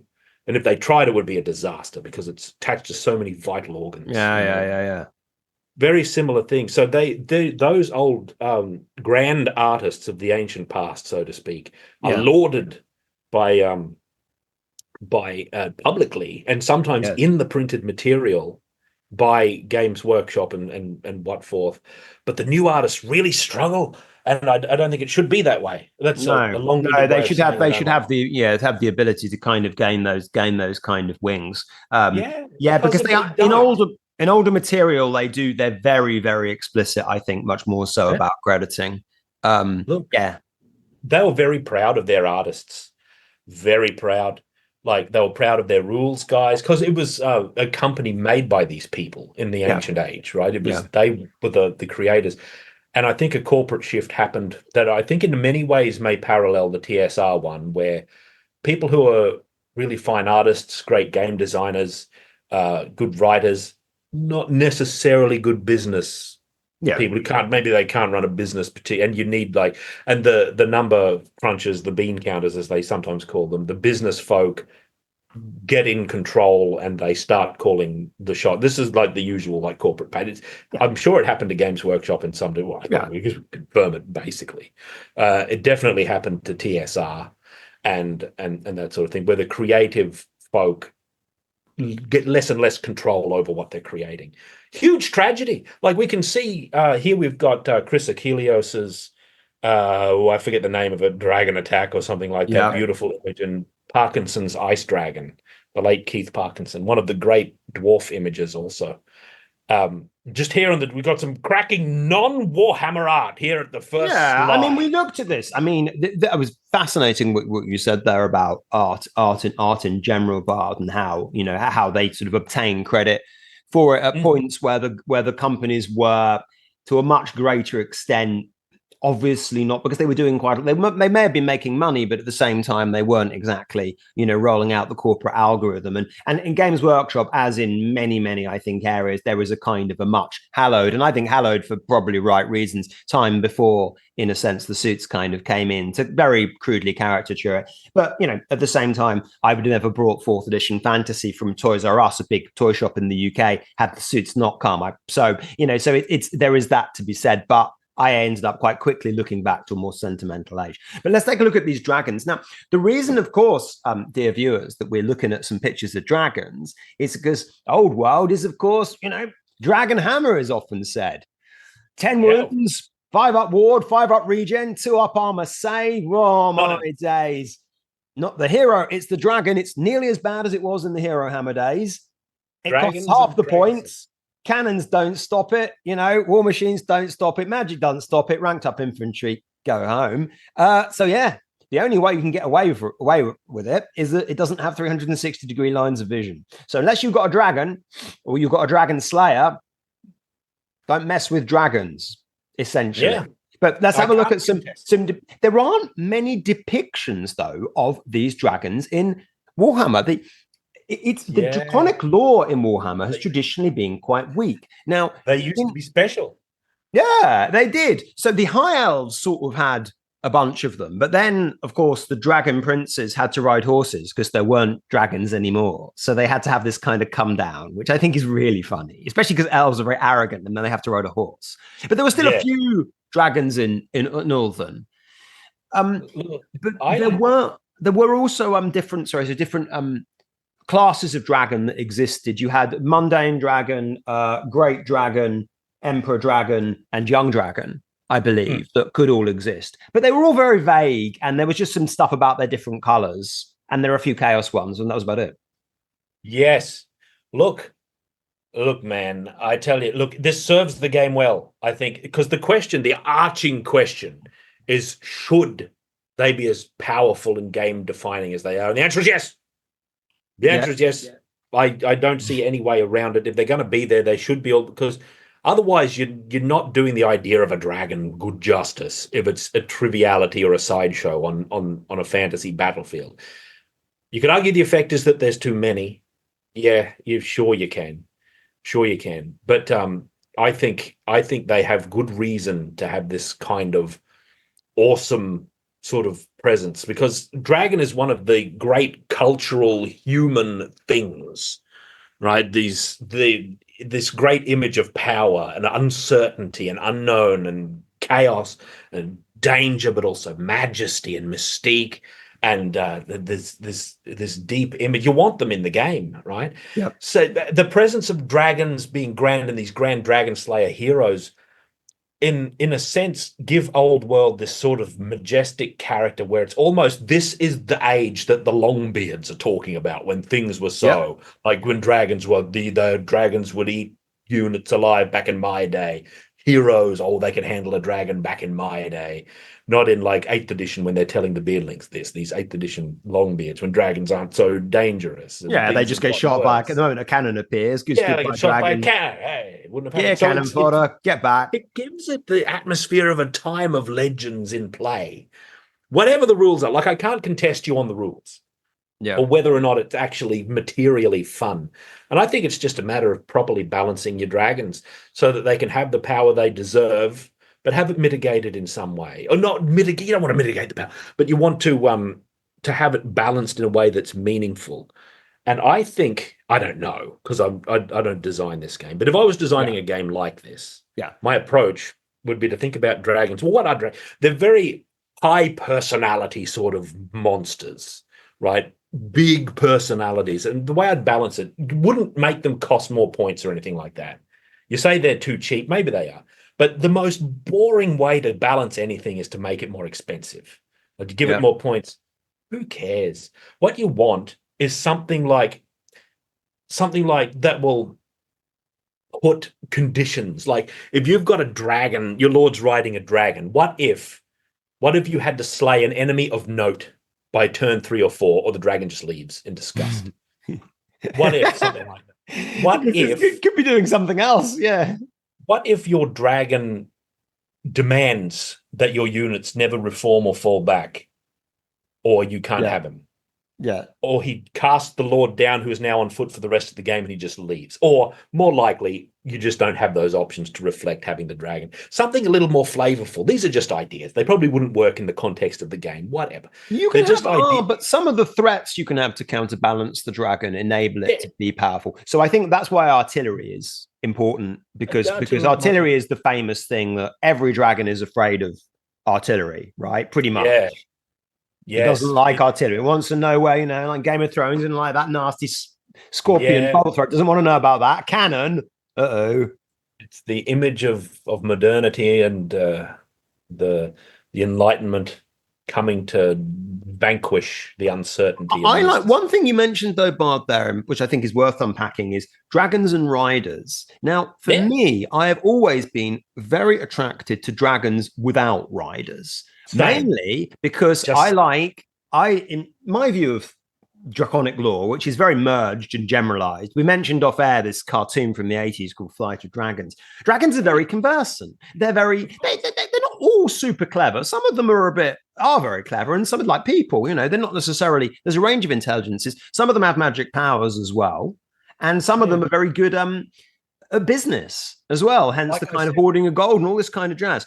I like that. Whereas when it's a big personality, whereas when it's a beast of burden, and okay, it has been maybe broken by a great lord who is the person riding it. It's not being, you know, ridden by some zookeeper or something. It's being ridden by a great lord who also has a lot of charisma. But I've never seen in Warhammer lore very much, I don't know, to do with the relationship between a dragon and like Prince Imric and his dragon, because presumably they talk to each other, right? And they have a relationship that's kind of interesting. But I've never seen this. But to be honest, I quite like it when there's just dragon on its own and it's got a personality. I don't like it when there's a lord involved. I just want the dragon. Yeah, there's a great appeal to that. That's something I really enjoyed, actually, watching battle reports of 8th edition with the Storm of Magic, and there was just manticores. Nobody was riding these things. There was just a manticore on the thing summoned by a wizard, and these monsters were individualized and a little bit rampant and a little bit uncertain in a certain way. I don't know if they were rules-wise, but they looked it on the field. Oh, there were definitely. 8th ed was good for that, actually, because again, we're not getting into the rules shoot. Rider and Monster in 8th wasn't very good because the cannon hit both of them, but Monster on its own was all right. And so you did get these individual dragons. You could have the warp fire dragon. That was the chaos dragon that just sort of killed things by being near to them. That was interesting. Various other kinds of super big dragons you could have through that expansion, which were really, really, really, you know, super strong. So anyway, there was there, yeah. I think dragons being almighty or very powerful, perfectly acceptable if they're correctly balanced. And the way I would like to do it would be there's some sort of price you pay that isn't just points. There's you've got to deal with the dragon. What do the Shadowrunners say? Never deal with a dragon. Yeah. Never deal with a dragon. But you've got to deal with it. You want the dragon, you've got to deal with the dragon. You pay the points, that's one thing. Then you pay something else. Could work for other things as well, like any like big powerful thing, like a major demon. You can come up with good flavorful things. Like, what if you had this great demon who demanded sacrifices every turn? You must sacrifice this many souls to me. Turn 1, 4, maybe you give up 4 men. Turn 2, 16 men, or I go. He vanishes, right? He doesn't. That's what if there was some penalty, and maybe you're hesitant about paying it sometimes. Maybe if you can get him to do what you want, you're okay with letting him go, something like that. So you might be able to keep the points reasonable and encourage their inclusion in like armies that maybe are smaller, but there's some flavorful thing, some tactical thing. You could work on it. You can come up with ideas. I think demon is more portentous there because you've got all sorts of random instability that could occur when the demon occurs, and it's animosity and all sorts of things. But the dragon is, I don't know. I think there is potential with dragons as well. Or they tend to be a little bit more kind of mercenary in their demands and expectations, whereas demons are all sorts of levels of perversity and also have gods in control of them often, whereas a dragon often is kind of just his own master. Yeah, I would for dragons in particular, because they have such cultural depth, I'd almost put them in a category of their own that is separate from monsters as a general thing. Yeah, I'd almost be tempted to do that.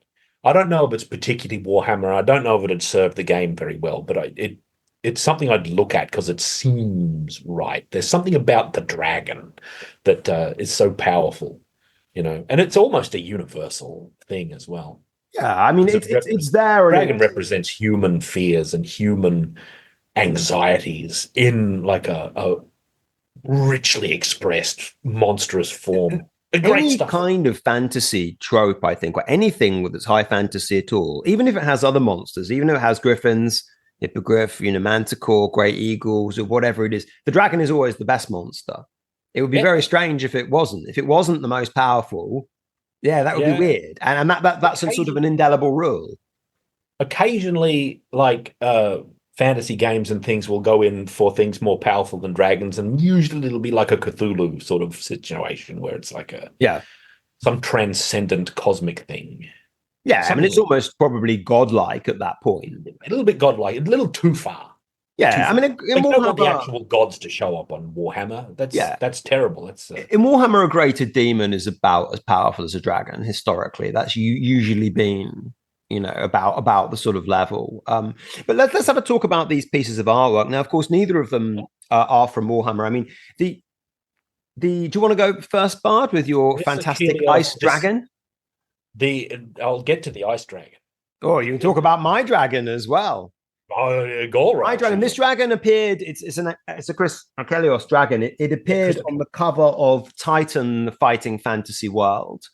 Fighting Fantasy, of course, we've not mentioned in these discussions, but that was, of course, a whole other shoot that Steve Jackson and Livingston, they were developing them in the very early years of Games Workshop.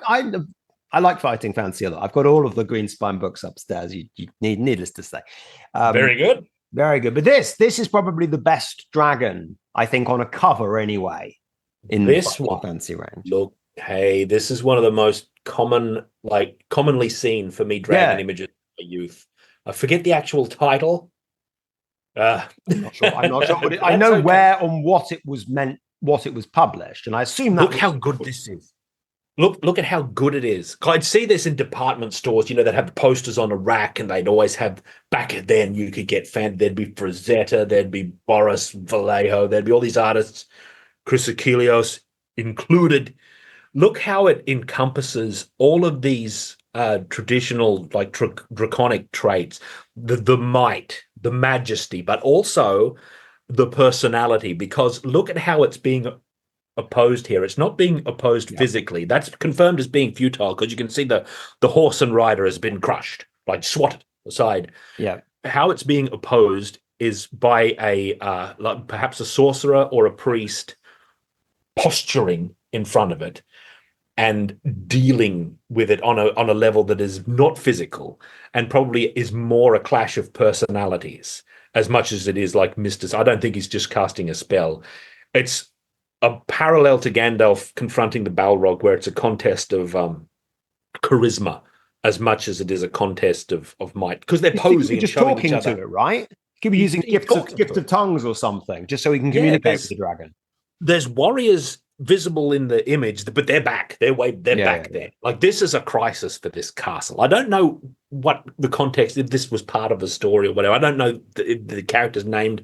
I never got that far into like I never saw what this was originally published in. I only know the image itself, and so just like Gandalf confronting the Balrog, where he shows the Balrog that he is not just a powerful figure but wise, which is way more important in the Tolkienian context. This is a similar sort of thing, where it's an ancient being that represents these feelings that are almost on the fringes of the human heart, the dread of the unknown, the existential terrors.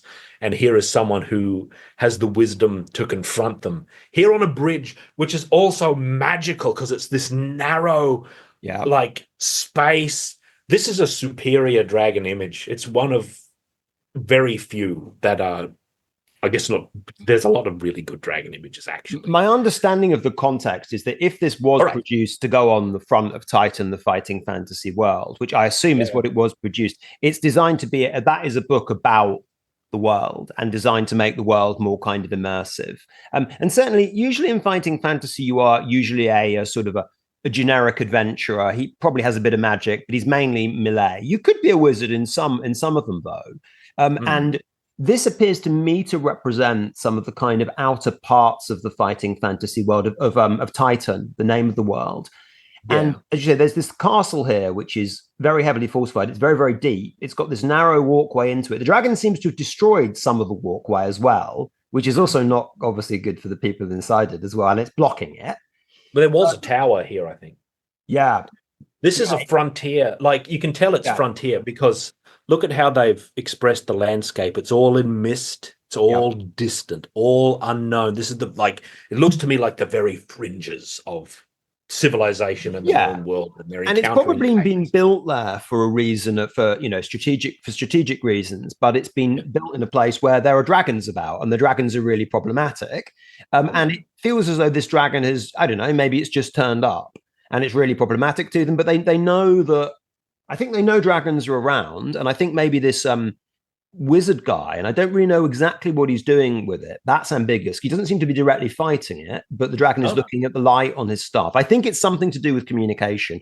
My imagination tends to think that this is a dragon who appears and they pay some money to, and then he goes away and then he comes back for a bit more. That's my my interpretation of what this kind of dragon actually would be. Which would be actually in keeping for the fighting fantasy setting. There are super mighty dragons in that setting, but then there are also others. This dragon, in terms of size, I don't know, he's pretty big, but perhaps not beyond bargaining with some men, maybe. Well, dragons tend to be very vain in a lot of things, so it wouldn't matter if he was a colossal dragon. He'd probably like being flattered, that sort of thing. They enjoy their might and they enjoy their ancient wisdom. See, the dragons traditionally in a lot of fantasy will have knowledge of the deep arcane, the lost things that never came to the reckoning of men, so they're very mysterious sort of figures, which makes them extremely intriguing and appealing. Yeah, but I think in Old World, though, I haven't really ever seen any images of a dragon interacting with people, unless it's being ridden. There's never, like, for example, a wizard. I mean, there are stories in the Old World about how heroes go and try and, maybe not with dragons, but they go and try and like tame a hippogriff or something, or reach some bargain with a dragon where the dragon permits it to itself to be ridden in certain contexts,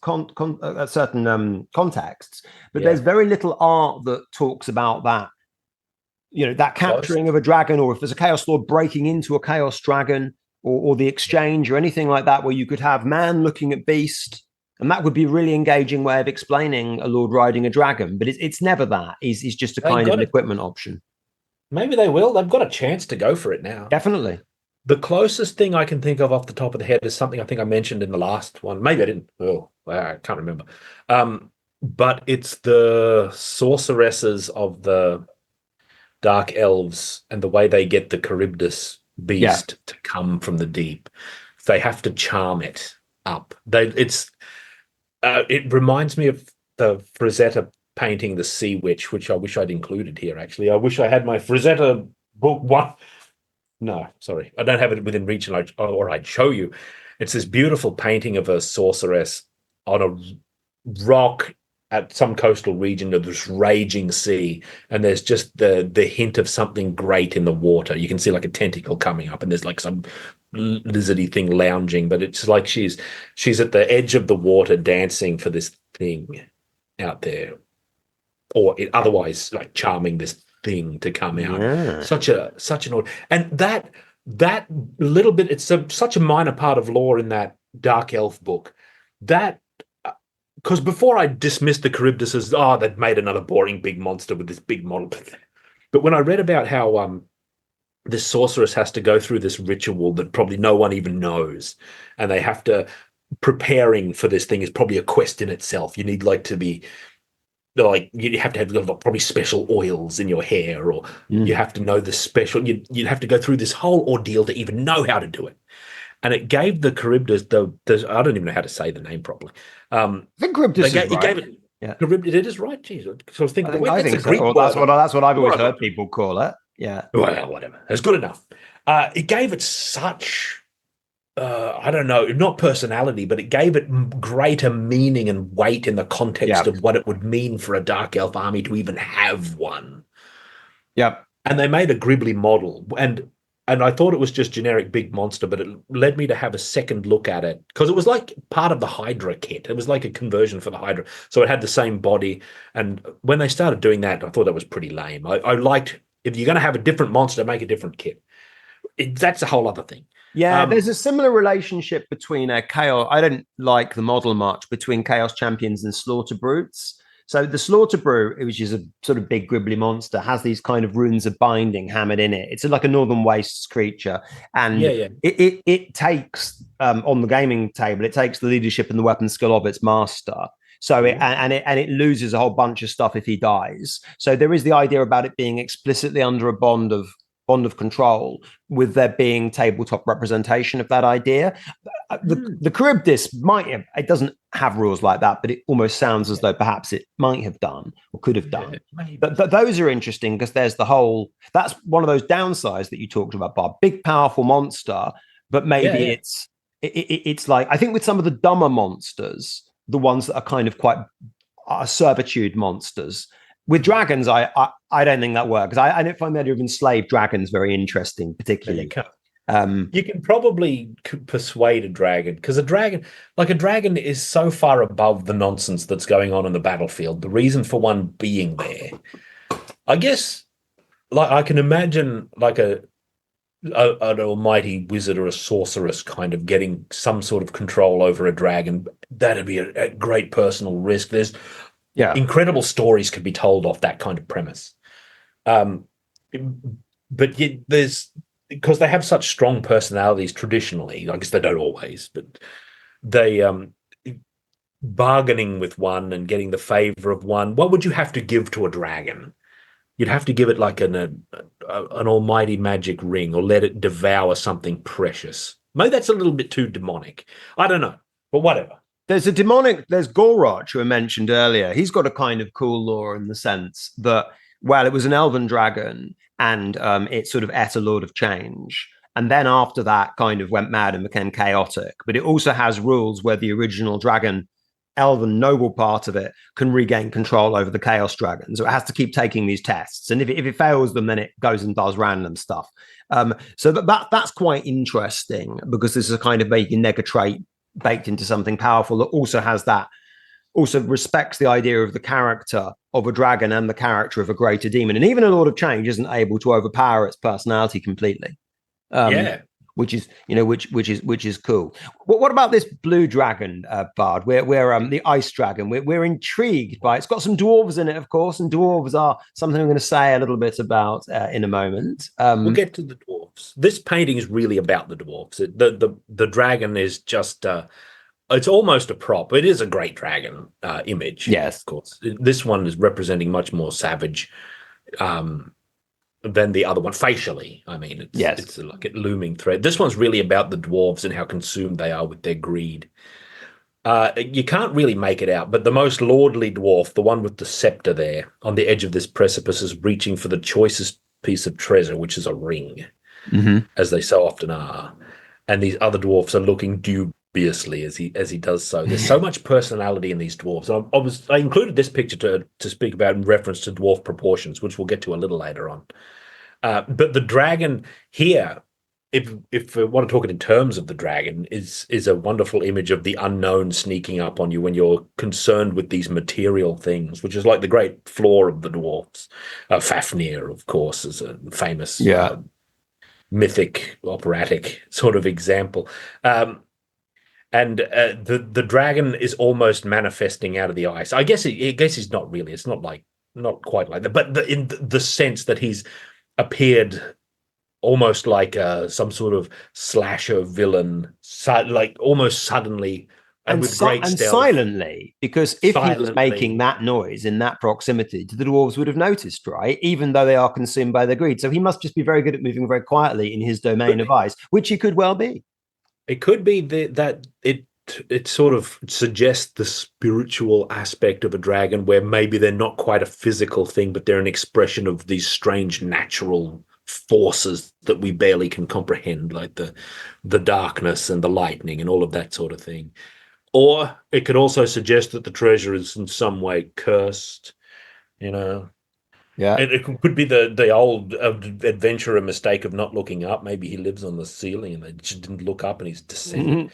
It's a great image. It's one of the great dwarf images. I think this was painted for the cover of Dragon magazine. I forget which issue. I Yeah. don't think it was for the cover of something else. It was definitely on Dragon magazine at some point. Yeah. No, I like the menace of the sudden discovery that something very, very big is right next to you.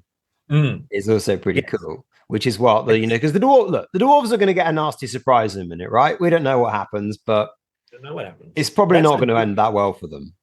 It's the beauty of this kind of art is that you don't know what happens, but your imagination almost automatically just starts going in that direction. But both of them have that. Both of them have got a very violent resolution that's potential to them, and potentially a peaceful resolution as well. Maybe less likely with the blue dragon. Although not impossible necessarily. Yeah, maybe yonder dwarf lord there with his scepter as some sort of grandmaster of dragons whose ancestors made a bargain with this one. Maybe in the ancient age. Maybe. And, it spurs you to imagine scenarios anyway. Maybe there are some possibilities. Yeah, you don't know. Like it's you can pull it in any direction. It's like the classic Pulp Fiction era where they come up with some art and they'd show it to the writers. Sometimes this wouldn't always happen, I guess, but you'd look at the art and you'd think, oh yeah, I can make a story based on this, no problem. Yeah. That's apocryphal. I don't know if that actually happened very often. I'd have to look that up. That's ancient age stuff. All right, let's move on to this. Was something I included here, and it's just so we have Ravening Hordes, which is the army list on the right for Warhammer the Old World, which has got the 4 sort of evil armies, and good and evil, and whether they should sort them into that is a whole nother debate, but that's what they did. Whereas these 2 others are more from the 6th edition Ravening Hordes, the one that has the Night Goblin, and then the older Ravening Hordes, which I think is from I think this one might be. I think this is 85. Although I might be wrong on that, and I am not entirely sure who the creatures depicted on that are. They might be hobgoblins. They might be half orcs.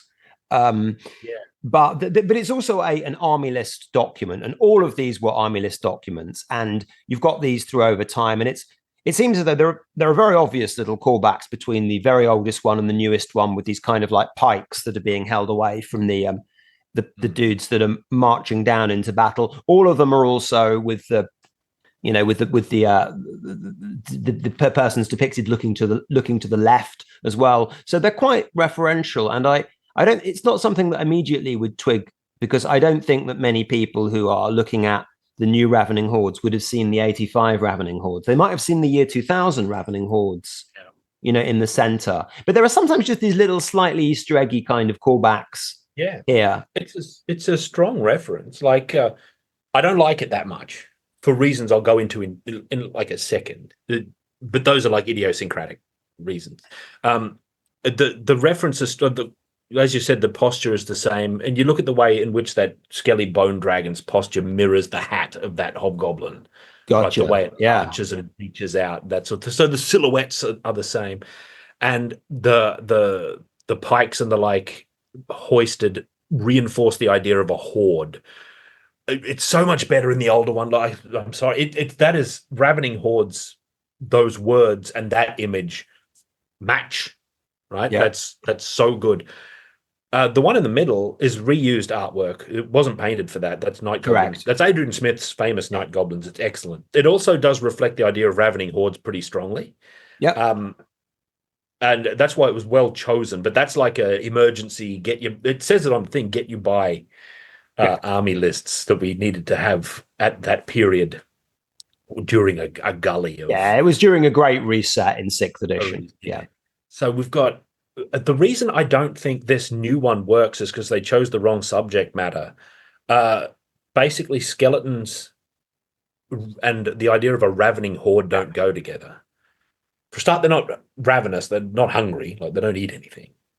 And as it's often remarked in a lot of material, I don't know if this applies direct to current law, but undead armies do the minimum of infrastructural damage to the land, right? Yeah. These look like a chaotic threat who are going to destroy all of the crops and destroy all of the infrastructure and villages and everything like Yeah, that. they're going to pillage, right? They're going to go on all The sorts of individual crusades of greed and excess and, pleasures of the flesh and goodness knows how much else. skeletons don't carry that. They No. don't carry the title Ravening Horde so much.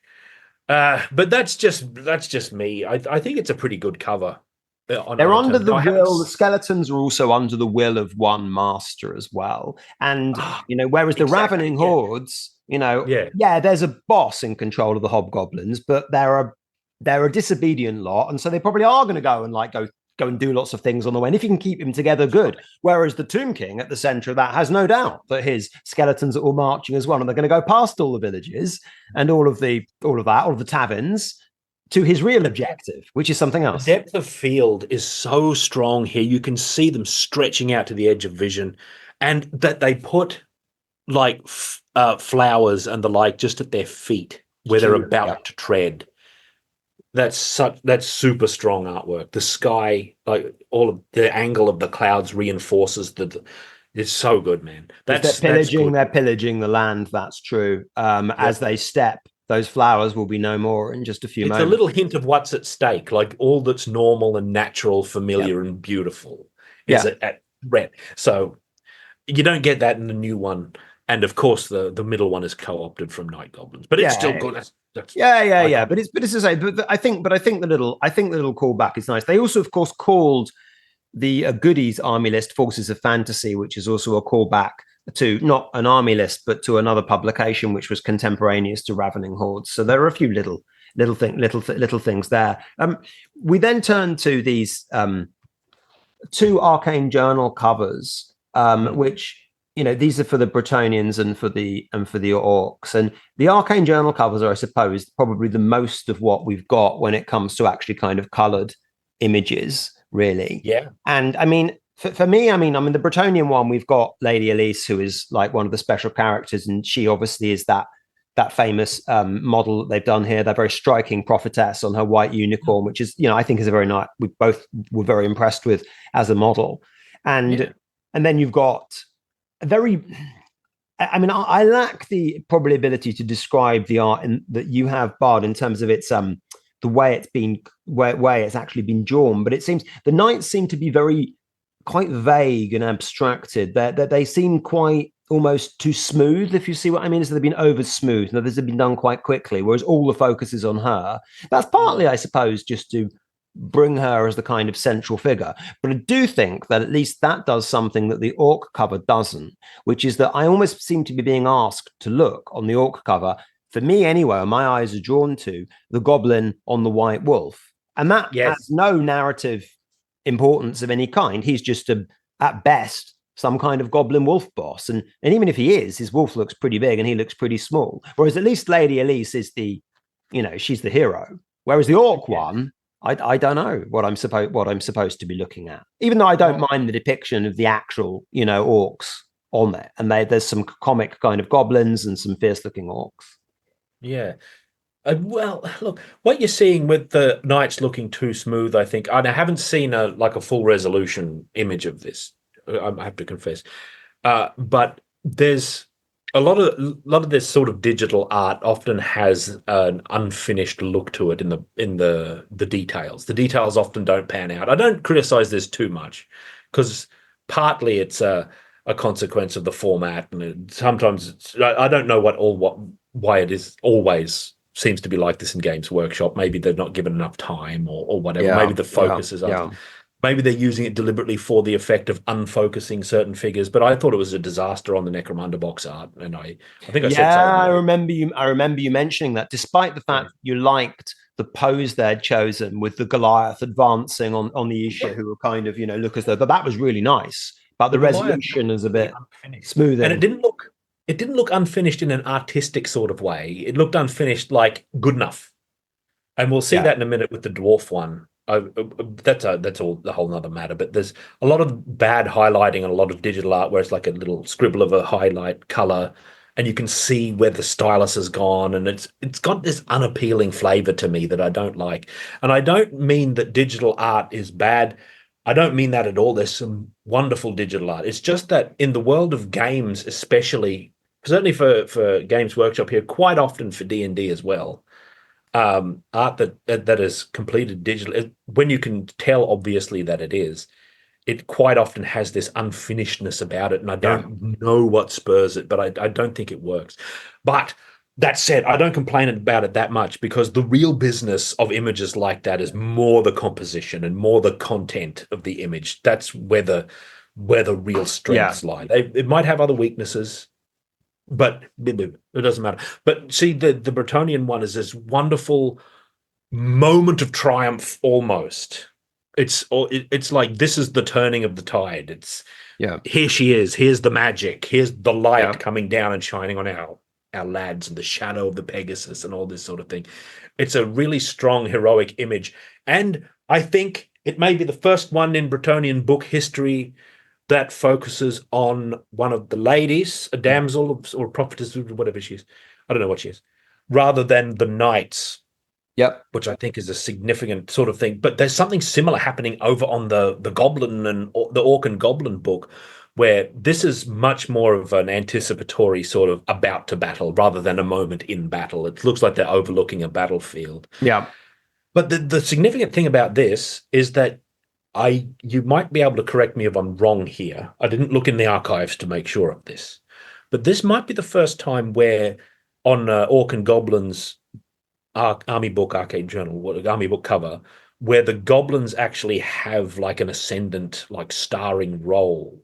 Usually it's a powerful orc master, if I remember, and the goblins are at the periphery if they're there at all. As far as I'm aware, all of them. Yeah. Well, this one, goblins not only present, they've got one in a command position. Yeah. With a much more striking mount than the orc lord next to him, this banner-bearing orc master. Yeah. Here. There's quite a bit of character in that goblin from what I can see. But like the Bretonnian one, I haven't seen this at full resolution, so there's probably more to discover. Quite often with art that's quite good, it develops over time as you see it more often, and it comes to life under your eyes, so to speak. I think that's a pretty good... I think these are both pretty good covers for various reasons, whether or not they match the grand covers of the past, which have the advantage of being definitive images, a lot of them. Remains to be seen. I think they're good. Yeah, I think it's interesting that, as you say, it's a pre-battle image, and you've got, dudes that are clearly from different sorts of regiments. Wolf, boar, goblin, orc. That guy with the banner on his back is obviously some kind of a boss orc. He probably must be, and yet they're all there in a slightly kind of ragged manner, as though the battle hasn't been joined properly yet. I think the goblin on the wolf, he seems to me to be looking very intently. Maybe he's a lookout or something, or someone who is intelligent and strategic rather than he is a warrior, because he's the puniest person, a puniest goblinoid in the whole image. And he's next to the guy on the boar as well, which is interesting. Yeah, that's a boar. Sorry, I misread that as a giant wolf for some reason. Yeah. If it's missing something, I'd say it's just missing some mischief. Because characteristically, orcs and goblins, especially goblins, have a mischievous streak to them in Warhammer. It's missing a little bit of that. It's all savage and all serious and all threat, and it's also got the problem where it's crammed in. Like you said, there's all these different types, and they're all crammed into this vertical space. It's kind of true in Bretonnian here, where we have the footmen next to the knights who are charging, and they certainly in the way. Makes for a kind of a dramatic arrangement, but most of them are facing left to right. Or right to left. The dwarf one is exceptional in that regard, in terms of it's like a profile kind of image, as though we're watching them, kind of go by. And so presumably on a shelf, maybe they can, point at each other. So the ravening hordes and the forces of fantasy have got that as well, like, me versus, Ryu versus Ken, this kind of thing where we're looking at them, arranged. Look at the goblins, like how serious faced they are on this, and I can't fathom why. They're serious, and in the corner they're a little bit savage. Imagine if they were a little bit more mischievous, a little bit more playful. Maybe they're saving all that up for night goblins specifically, who are the most mischievous and most playful of the goblins. I don't know. Yeah. I mean, Okay, let's talk a bit. We can go on to dwarves. Let's just talk a little bit about more with Bretonnians first. Now, this is quite interesting because we've said before that the lore aspects of these Warhammer armies is really quite thin. I've looked at, say, the Arcane Journal, the Warhammer Rulebook, the Forces of Fantasy. There's not much about Bretonnia really in there. For example, wholly absent is even the description of its class system. There's not really anything about what the lordly masters think of their peasantry. And so a lot of questions are really kind of unanswered. And one of the things that I looked at when I saw the kind of knightly vows in the Arcane Journal was they had sort of rewritten them to be gender neutral. And so I thought, okay, well, does that mean, are they just future-proofing this to see whether they can, introduce something like women knights later? Or what are they trying to do? And one thing we looked at the foot knight models in our last grumble, but we didn't quite see this, that one of the foot knight models, someone else spotted this. You can see her, the banner bearer. I'm assuming this is a woman. I think the second image on the left, I think, probably confirms that. Was actually in a sense snuck in there by Games Workshop, which is a little bit cute, actually. I think that they just included one of the figures who was a woman, and of course, women knights in Bretonnia are quite, there's quite a lot of their lore in the past, has been fairly exclusively, strongly patriarchal, like only a man can go on the Grail quest, etc. That women are actually explicitly forbidden because obviously they're drawing on medieval chivalry with its kind of gendered demarcations and all the rest of it. And I'm not entirely surprised to see this, but I think it was interesting that they, first of all, slid that into a miniature that I don't think people noticed, and then in the Lords of the Lance, which is where this larger image is from on the front cover, I initially, when I saw this, I thought, oh, is that red-haired Pegasus riding knight? Could that be a woman? I can't really tell from that angle, but the answer to that actually is yes. And in the book, there are actually 4 women knights. And the book outlines this, what you might call regeneration of lore, a little bit much more explicitly than in the army books. And I think there are 2 questions that come in from that. One is the question about women knights in Bretonnia, but another is also about how you do quite major, maybe retcons in the lore, and whether you do it not mentioning it in the army books, hiding a model, and then you come out with a novel, which much more hits the audience over the head with the, women knights are a thing. And while it's true that some of their fathers grumble sometimes, that is acknowledged in the book. At the same time, there are quite a lot of characters that are women knights, and they're, and it's something that's not okay exactly, but a lot of women do it. And that's very different from the legend of Rupance the Leoness, the Warhammer Fantasy roleplay character Penelope, Mallory of Mousillon, where there were these very exceptional women who sometimes became knights. In the case of Mallory, she was possessed by dark forces. Rupance, something else. And for there to be a change of this kind that's done primarily through a novel, which I think is interesting. Well, it is interesting. Now, I'll say this about the model pictured here. I don't see it. Man, I look at that and I see a young man. Maybe. I can't just, to make it a female model, you have to give it some strong female characteristics that are more than a face. And they're very deliberately not revealed, like the hair or anything, or there's nothing feminine about the posture. You can't see like the shape of her body. I don't think that's evident there at all. No, it's not evident. I completely read that as a young man, and in heroic scale, like 28 millimeter, there's facially, because that's all you have, there's very little difference between a female model, which is fairer, and a young man, except for when there is a young man like model, it'll have the short hair, and it'll have it'll be dressed as a man, and it'll be postured like a man, and its body will clearly be a man's body. That sort of, so I can't honestly look at that and go, ha, they're sneaking in female knights, they're revealing their lore. I disagree with myself somewhat. This is it. I disagree a little bit. Not totally. I don't see a female warrior. I do kind of see a young man, but it's ambiguous. And the fact that it's ambiguous is actually really important to the image, because a knight is a certain kind of hero, a chivalric hero, in my own sort of theoretical model, which I oppose with the barbarian hero. These are like two great archetypal heroes. And the knight is a chivalric hero, which is defined by getting their heroism from a source outside themselves.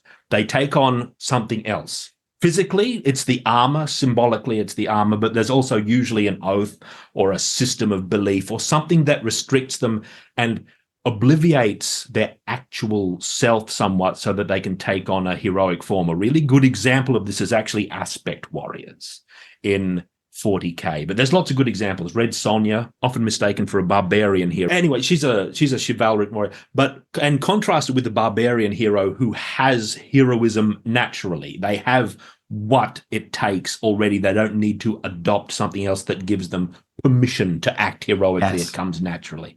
That's it, basically. So it's important with those foot knights, if you're going to have a feminine sort of a face, it's really significant that that's all that's showing, and that they didn't actually pose them in a more feminine way, and that they didn't make them smaller noticeably or anything like that, because for a start, that's hard to do on 28 millimeter sort of small scale to make it look good. But also because it obliviates the certainty of the identity of this knight, right? Even without totally covering the face. You need to show the face because then there's that hint that it might be female or it might be a very young man. But the fact that they're a knight and they've taken on this identity, this heroic being unto themselves, and you don't know who they really are underneath. They've taken the function of knighthood and the heroic function of knighthood as the primary part of their identity, but it's not the real them. Yeah. It's nice to have questions posed. I mean, also that model is, of course, the banner bearer as well. And who are we just speaking of as the the iconic the role for the iconic warrior woman in Bretonnia, Repant Selienes, Joan of Arc, is as the bearer of a banner which inspires things around her.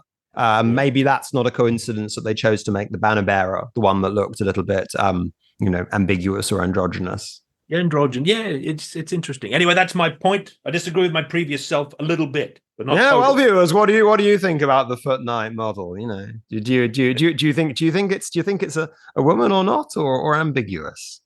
But I don't know anything much about this novel. I haven't read it, so I'm not going to criticize it. But I do think that doing your lore changes in a novel is a lesser way of doing it, rather than declaring. Look, is their Arcane Journal published yet? Bretonnia, yeah. It is. It is. Yeah. It was the first one, wasn't it? Because I haven't. Yeah, it was the first one. There's nothing about it in there apart from rewriting the code chivalric to say a knight rather than he. That's the only indication. Right. That's that would be the time to do it. And it's as far as female knights go, because I'm a great fan of women warriors in fiction, especially fantasy fiction. Me too. Like, yes, well, look, you read Sonja for a start. The other Red Sonja, which a lot of people don't even know about, and historical things, Joan of Arc, that sort of thing, are all these singular exceptions to these grand rules. So I think that if you were going to have lady knights in Bretonnia, the wrong way to do it would be just to shove them in, right? Just rewrite the laws of knighthood so that they can be lady knights, and there is, so shut up, would be the wrong way to do it. I think giving them a strong context would be a far better way of doing it, because there's no shortage of women warriors in Warhammer and on the battlefields of the old world. I'm sure that's not different. There are some. There is most significantly probably are the witch elves, and if we just the elves for a start at some point started having like female like soldiers in all of their you'd get the battalion box, and some with dark elves, that was the case going right back into third ed. The original lore says that with dark elves specifically, to some lesser extent with wood elves, not so much high elves. Yes, because it makes a little bit more sense with elves because they apocryphally or canonically, I'm not sure, have much less physical difference. Yeah, they a female elf and a male elf are both as physically capable of combat. They're both as strong and as each other. But dark elves are I was thinking about that. I couldn't remember if they went way back to the original lore, but I remember the lore was or used to be that the dark elves had the largest army in the old world. And I used to make this point. People would go, "Oh no, Skaven, blah, blah, there's more Skaven." And yeah, but what I mean is they have the largest professional standing army because their population is 100% combatants. Like they are 100% warrior class, basically, because they have a massive slave culture. They don't have to do anything trivial. A lot of them become warriors purely for cruelty or just to get the glory or arrogance. Because there's a great line in one of the more recent books where each dark elf warrior believes he is the great swordsman of his age. And I thought that was really good. Hey, the Nagaruth dream. Yeah. I thought that was interesting. But anyway, witch elves. They've got this strong context behind them to explain what they are. And the fact that they're female matters. Right, because if you just shove in female knights and sort of erase their femininity and the meaning of their sex from it, I think you're doing a disservice to the idea of a female warrior and what it would mean to be a lady warrior in a world like Warhammer. Right, I think that just shoving them in isn't the answer. If they gave them. So, like, the witch elves are the priests of Cain. They're like the major priesthood of Cain. And they have certain functions. And there's a reason they go onto the battlefields. And there's a reason that they act the way they are and why they use this poison and why they use these weapons.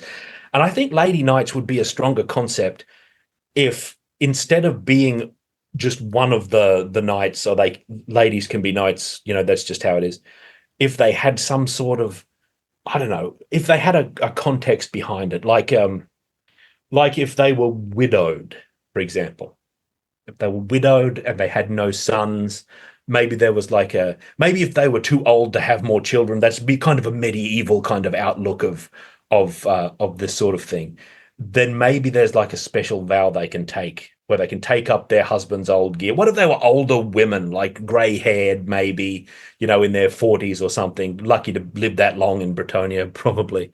Well, maybe not as a noble woman, but if they had a really strong context, you could really make something of it. And I don't know if that's what they've done at all. I think you can sort of have, because Repants has the Knight's Vow. I mean, what you're not allowed to do with the existing Bretonnian law is go on a Grail quest. But of course, you can be a very great warrior and not have a Grail vow. You can have the Knight's Vow. That's not the thing. And I don't know if it may have been gender specific as well, the Knight's Vow, but I'm not so sure about that. But I completely agree with what you say, Bard. I also find that the Lady Knight interesting, though, for I think the following reason, because if you're centering from your point of view on essentially a woman warrior character in what is inevitably going to be a patriarchal kind of world of warriors, then she's going to have to confront lots of doubters and lots of naysayers. Are going to have to prove herself superior, probably at every juncture. And to me, that would have the effect of not only, if you focus on more stories like Repants, having being able to potentially have a very small number of women knights, maybe, but who were nonetheless the focus of some lore. So it wasn't a question of there just being a certain number in a regiment, but they were a focus of it. That would be a great place to explore not just them as characters, but also their struggle with, the overarching patriarchal paradigms of the society they were in, which would also actually weirdly probably also kind of, benefit general kind of Bretonnian law. So I like the idea of the focus on exceptional individuals, but maybe this is where there's a tabletop war game stroke individuals kind of dichotomy here. Obviously, this Lord of the Lance, there are some exceptional individuals in this, and from my understanding of the book, which I said read summaries from, haven't read cover to cover, this isn't it. That it is slightly discussed that some of their fathers disapprove of it, but it's not really a focus of the book. And there are 4 different knights that are all women, and and are just part of just part of this. It couldn't possibly be very common, no matter how you wrote it, because it's a society can't afford to just lose its women like in battle. You can't afford that. The society, unless you're set up like the Dark Elves are, and not set up as Bretonnians are. But I think that when you have an individual focused lore, you can entertain those exceptional stories. You can have Brienne of Tarth. You can have Alana of Trebond. You can have Repants the Leoness. You can have that. But when you're trying to write a game that's about units of soldiers, then it becomes more of a quotary kind of thing, which I think for some of the elves and stuff makes complete sense because there are, they're women that are built into their whole warrior code. Whereas with Bretonnia, the women are obviously acting as an exception to that warrior code. So perhaps focusing on the individual exceptions would be the most interesting way of dealing with some of those kind of things, which, as I'd love to read more tales of. But it's curious the way it's, to say the way it's been done. The context is really important. If you want to have them, then you've got to give them some sort of what you don't have to do is create a new kind of unit. Okay, Bretonnia doesn't need another kind of knight running around. The unicorn knights, for example, who are just. But if you want to sell female knight models, hey, write some context for them. Just to give them a little bit of flavor, because shoving them in, it doesn't do them justice. It doesn't respect the idea of a warrior woman, which is one of the most long and storied concepts in fantasy and mythology. Because if you do that, you run into the possibility of contracting Warcraft disease, where the controllers of that franchise seem to think that including something is the same as doing it justice. And it's not true. Context is very important, or the same as respecting it in the exactly. It's not just a question of hat tip. You can do it through exiles as well, I think, Bard. I mean, exiles is a thing in the new Bretonnia. Look, you could be like Mallory of Mousillon. She's essentially a kind of an exiled knight. So maybe in the exiled knight, maybe if you're a woman and you want to fight in Bretonnia and you can't get, them to take you seriously, maybe that might be a reason why you become an exiled knight. And that doesn't render your story of heroism less valid. It probably actually makes the viewer empathize a bit more with the struggle that you've undergone, which I think is more interesting, to be honest. Yeah, no, I quite agree. It's quite similar to the Red Sonja sort of scenario, where she's an exceptional figure in her world and all of. In barbarian culture, though, I don't know as much about anything as much as this with you, Bard. Isn't the warrior woman slightly more accepted, do you think, than she would be in the chivalric Arthurian Camelot society? She would be. Like, if you read Slain, which is heavily based on the Celtic lore, all of the wives are extremely savage warriors, but they don't really go to battle because that's in Celtic tribal society, where you wouldn't want to risk your women folk in battle, because then your population won't ever regenerate, right? Your culture will be destroyed. But they expect their men to fight well. And if they don't, then they get fought in turn if they come home with wounds on their back. There's a rule in the Slain role-playing game, or at least one of them, the Celtic wife strike, where if you're a female character, it's like a special extra attack, because they always find a way of getting the boot in, the rule says. It's so strange. It's a wild, chaotic, sort of very Slain-like rule. Yeah.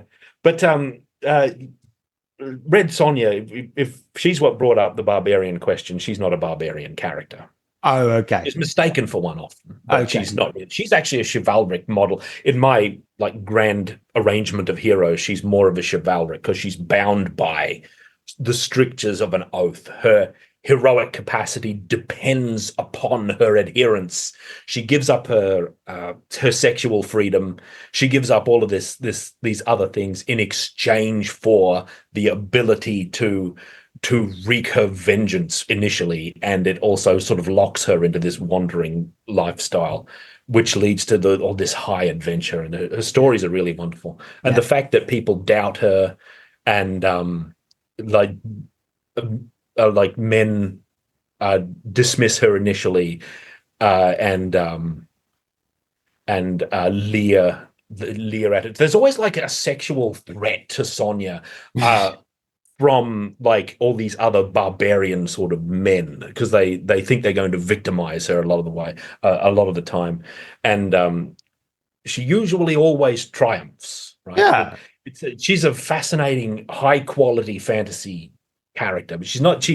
She isn't a barbarian character, despite revealing her body typically in the artwork, where she wears this harem sort of outfit that she wears for spite. Okay, I need to find out more about Red Sonja. It's a whole other thing. It's an additional thought. about those lady knights. See, this is set in the past, old world. So there's a lot of things that may have existed in the past that no longer exist in the future. So the lady knights might be a thing that die out over time. They have to be for the lore to be consistent. Yeah, to have any consistency. Yeah. And I think that's true of some other things as well. So it's kind of an interesting glimpse to like a part of like potentially a part of society that has been lost.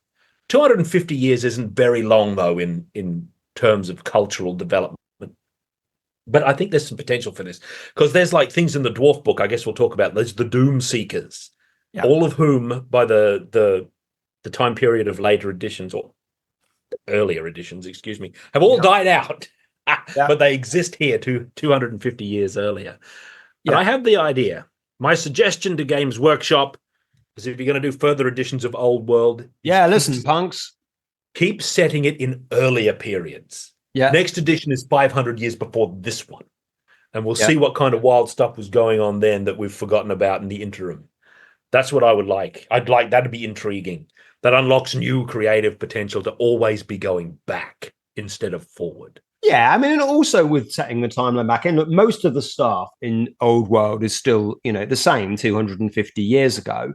It does seem odd that, in most senses, everything's similar, but yet there might have been a sort of a social norm change. Like maybe, in the reign of Lewin Leoncoeur or whoever monarch preceded him, there was a moment where he said, right, I've heard about all these lady knights. I don't like the sound of that. We're going to go and rewrite the code chivalric and say that there was a turn, towards the conservative or towards the more exclusive. That could very plausibly have happened in the Warhammer timeline. I mean, there are many, this is a wig idea that there's, sort of liberalism and progress over time. I mean, is a load of nonsense. I mean, there was lots of liberalism in the ancient world and all the rest of it. Maybe in this period of time, they were a bit less exclusive about stuff and they just became much more, exclusive. Well, by the later period, like the Lady Knight is a secret thing, remember? I've discussed it already. In the Wolfrup book, it talks about how at least like 2 or 3 times a year, one of the dead knights in battle is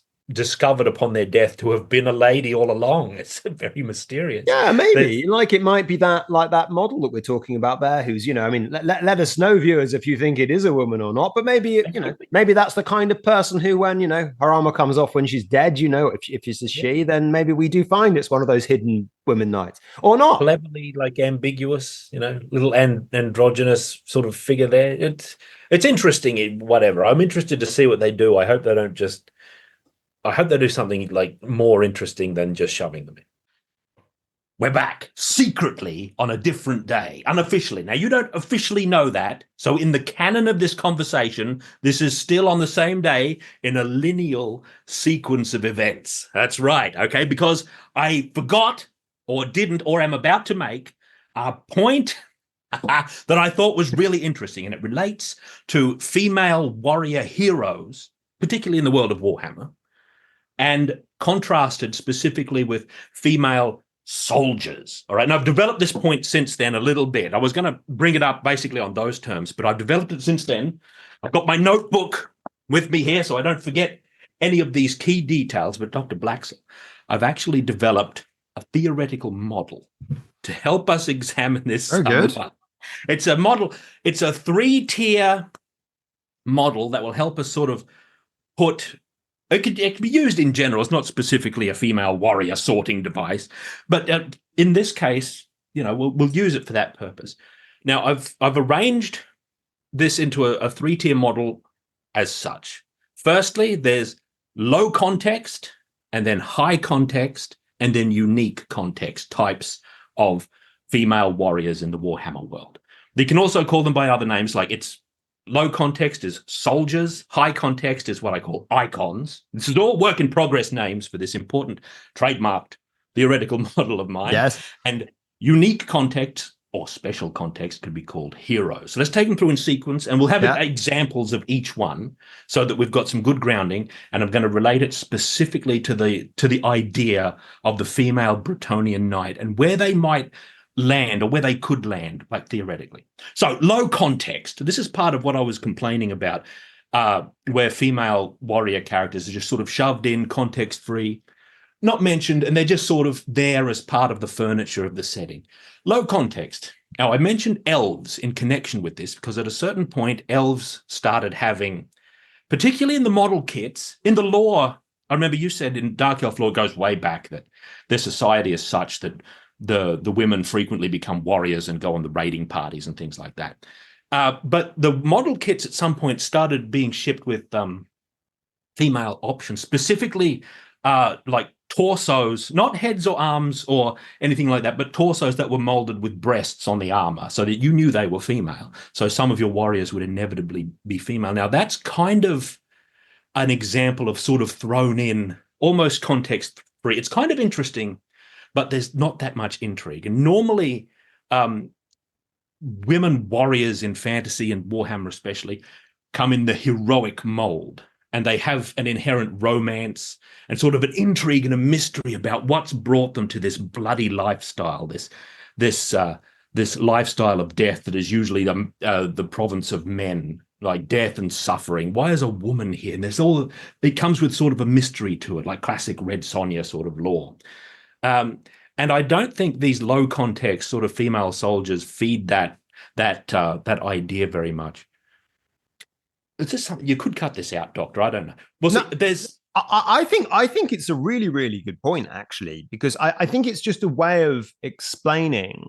I think, as I'll go on to mention in just a moment, there is, I think the issue with the sort of low context thing is that if you just have it with, I suppose, soldiers, which, as you say, like there are certain multi-poses or something which, show that there's a certain proportion of women in your regiment, and, whatever that proportion is, there might to some extent be up to the player to decide based on multiple kit kind of options. But I think one of the issues with the low context stuff is I think that might be more understandable in, I suppose, races where there is, I guess, a kind of a female warrior code and where you might have women as part of the rank and file.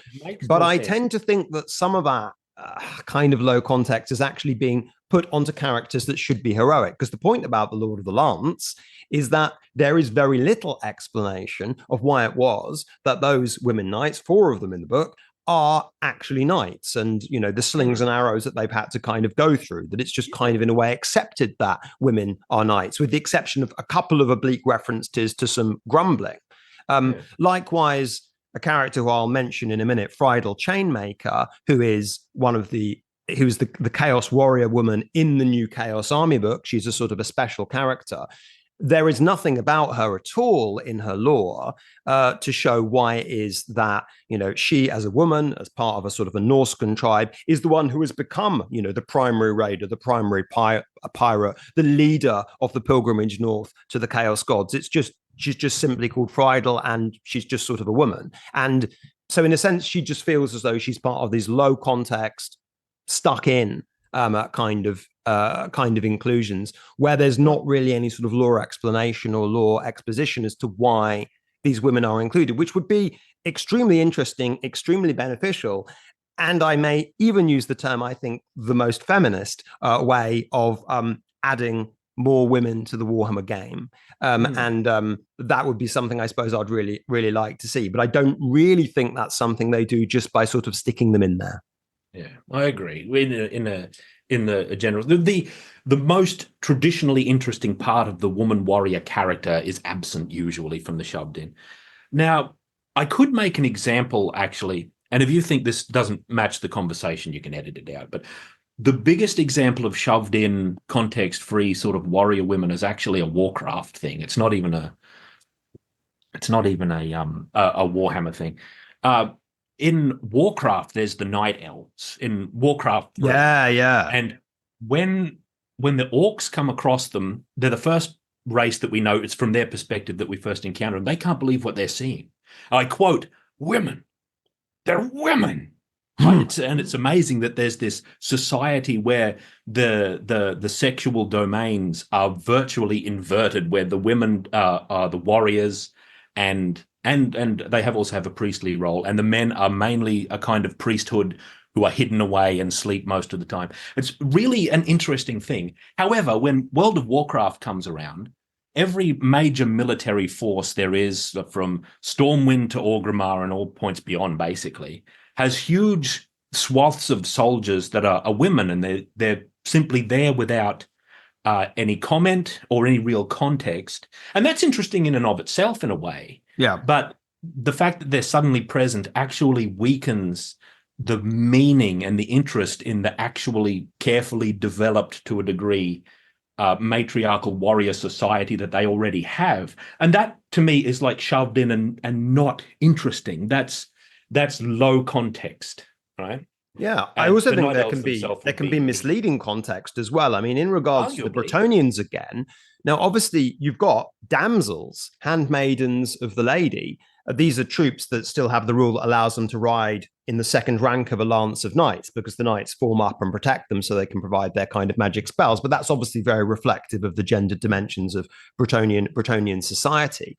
And so I suppose the thing is, if you have a society like that, where you've made that very clear distinction of the role of these very notable women on the battlefield, these aristocratic handmaidens, then if you also have women knights alongside that, that seems to me to increase the questions that are obviously asked about the nature of the women knights, which I think makes context-free placing of women knights into units perhaps less interesting, because there are clear signals in the law that goes against their general way of fighting quite directly. So poses the question. Hello, punks. Dr. Blacksoul from the future again here. We wanted to complete our discussion about women in Warhammer by talking about some of those unique context female warriors, in other words, special characters. This was inspired by reading the lore from Friedel Chainmaker from the New Warriors of Chaos Arcane journal.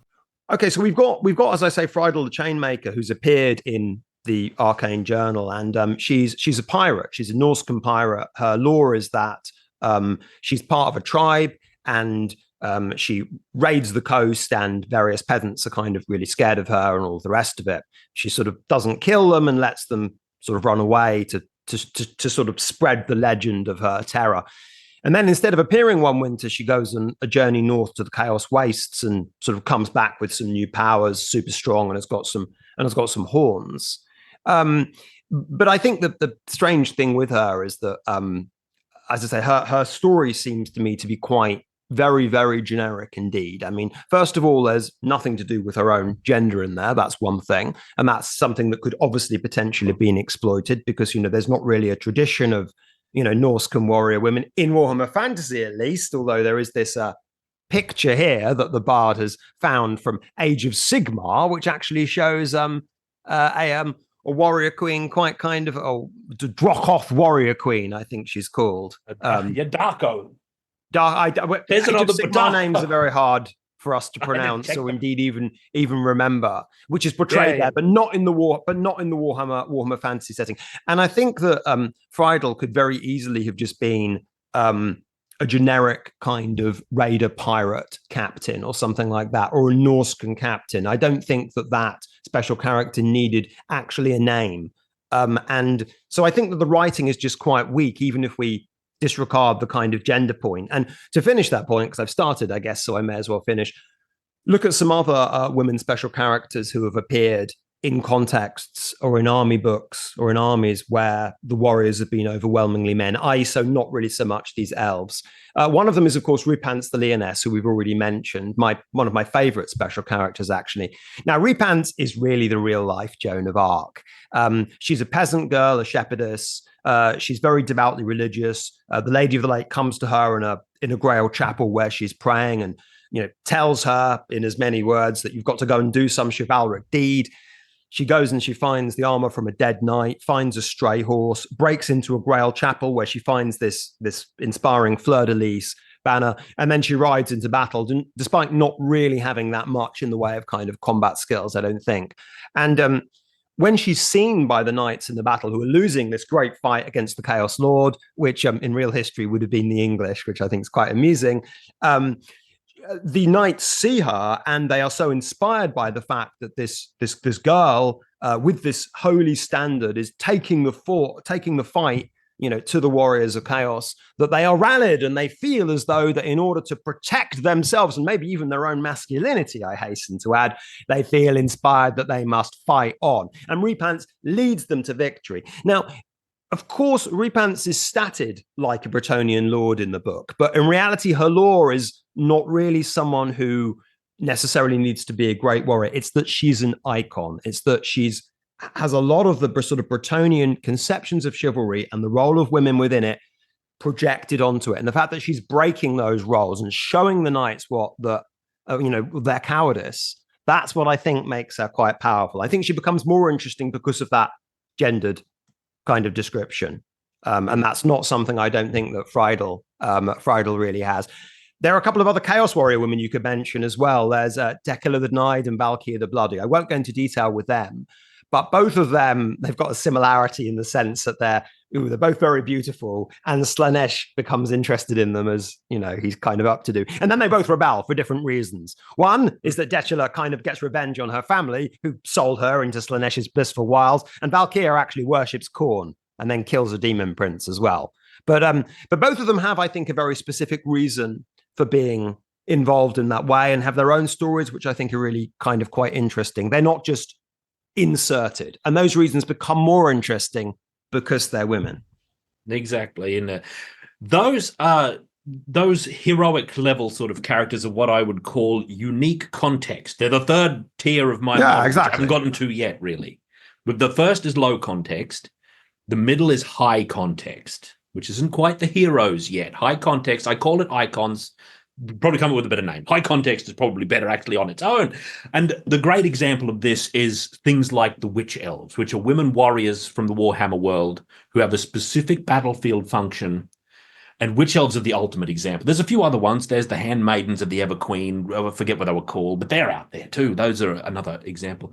But the Witch Elves have a specific cultural function. It's important that they are women. They're the brides of Cain. Yep. And on the battlefield especially, and elsewhere, but on the battlefield especially, they have a ritual function as well.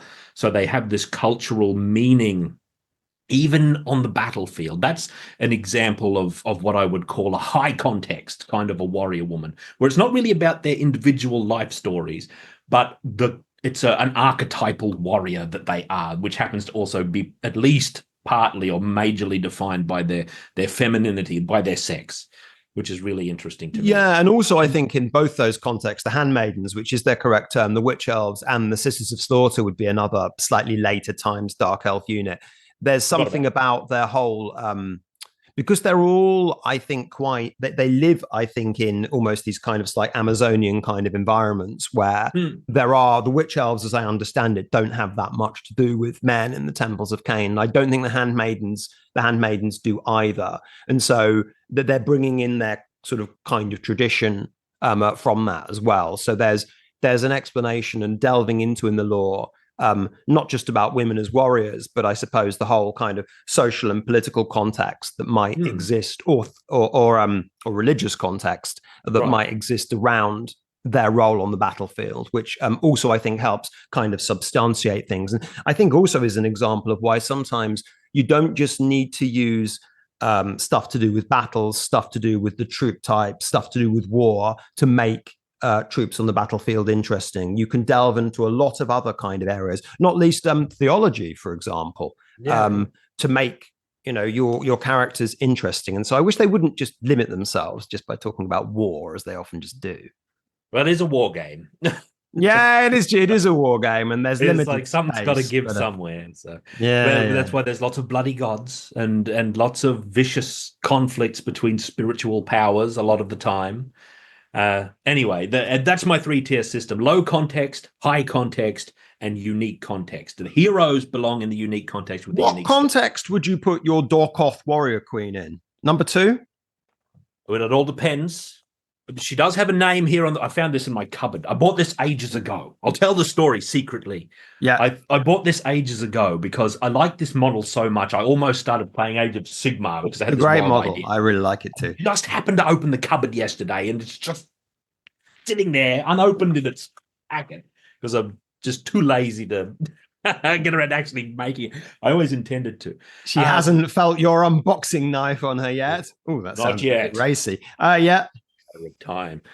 She is a named character. I don't know anything about her in that context. So probably like heroic. And the heroic context is also where you'd put characters you make up yourself.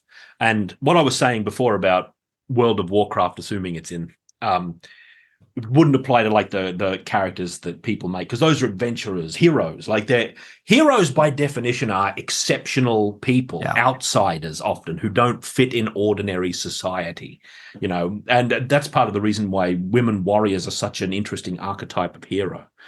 But I'd like to ask you, where you think these Bretonnian female soldiers might fit in this kind of model, because I think they had, like I said, they've got kind of a lance in 2, potentially 3 fields here. In 2 from the Bretonnian point of view, and I'll set it like this: they're knights. Okay, so a knight is a powerful, heroic archetype with a lot of symbolic and cultural meaning. A lot of like a knight, people will generally automatically understand the heroic meaning of a knight on balance, but from a Bretonnian point of view, specifically a player's point of view, knights suddenly start, through no fault of anyone's, except for the unconscious perspective, they suddenly start becoming common. And when you were talking to them, you referred to them as rank and file knights. Yeah. And that is almost in direct opposition to the idea of a heroic character being rank and file. So these lady knights are almost in 2 worlds. One, they're heroic because they're knights, and in Bretonnian lore, of course, a knight is a heroic figure. But from the player's point of view, it's quite a common rank and file thing, even more so than peasants. They're like the most normal and expected troop, especially in the old world where peasants aren't that attractive to take. You want to take those knights, right? They're good. Yeah. Or so they seem to be to me. But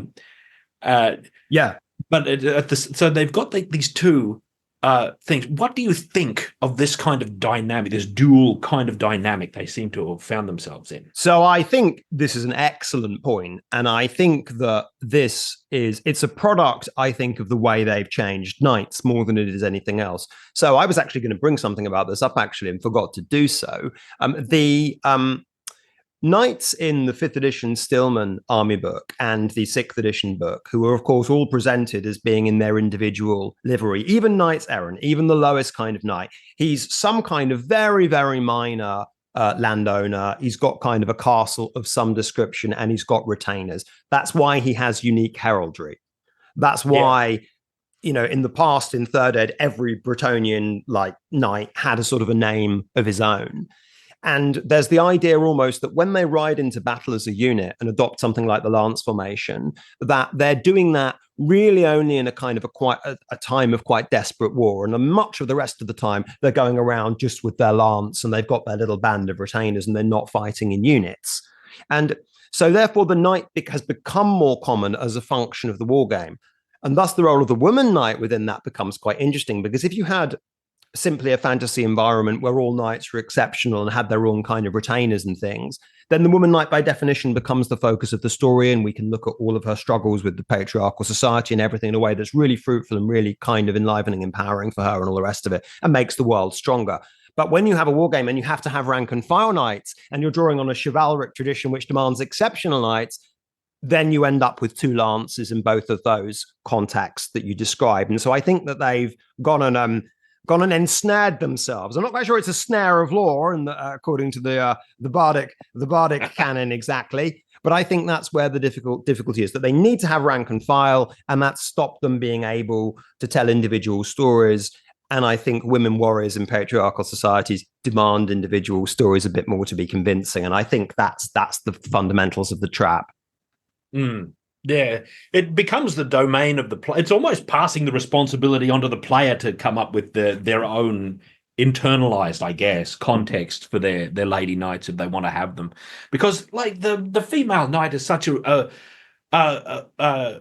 romantic, idealized hero that's distinct from other knights simply because of that. And I think it's a fascinatingly interesting thing. I would want to, in having them myself, and I'm a very big fan of warrior women, as you are, Bard. I would want each one to be a unit champion or above, really. So then I could focus on her. She'd have a name, and you can have. I don't mind. I use Repants as a paladin in my Bretonnian army. I wouldn't use a duke, I don't think, even though in the Legend of Rhiannon, apparently of the Legend of Repans, at the end, it just goes and says she was given a dukedom and then doesn't explain anything else. And I thought, whoa, because that's very different from what happened to Joan of Arc, obviously. But I would want to place them in context where I could tell their individual stories a bit more. So unit champion is generally the level at which you can have a name. I mean, look, some people name every soldier in their army, okay? And that, which is okay, I guess, if you've got Bretonnians, because you've only got 25 dudes. I think if you're a skeleton or a Skaven player, it probably becomes a bit more unfeasible. But that's where I like to see them. And that I think is a little bit different from perhaps the way in which it looks as though they might go with it. Although, of course, because they haven't released any new plastics, they haven't got the opportunity to put in, like one boob plate in 3, for example, as they had with the Dark Elves. So in a sense, the discussion can't really be had because they've been too lazy with their model production or too low budget. I guess so, but the idea is there. But what's like? It's so strange that they introduced the idea in such a cowardly way, not doing it in the book, not making a declaration of law change, or that things were a bit different 250 years before what we're used to.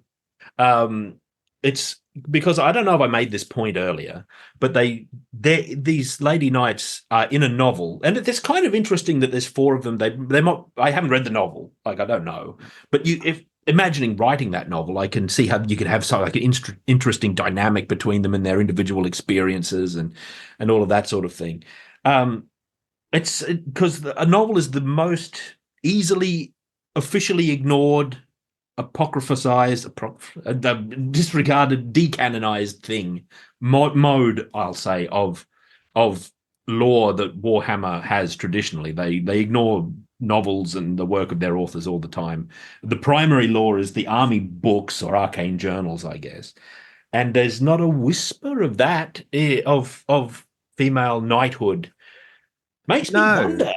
There's almost nothing in there at all. There's no reference to it apart from the gender neutral code chivalric. I mean, this generally comes back actually, and probably maybe pushes us onto another slightly kind of other topic, which is that the whole thinness of these arcane journals really makes it very difficult to explore very much at all. I mean, the Bretonnian arcane journal has got, I think, about 8 pages of lore, 6 pages of lore, something like that. There's a little bit more in the main rulebook and a little bit more in the Forces of Fantasy, and certainly there's nothing about women knights in there, but that's not because they're just omitting it or hiding it. It's because there's nothing much of anything in there. And one of the very notable omissions, almost complete omissions in there, is the peasantry.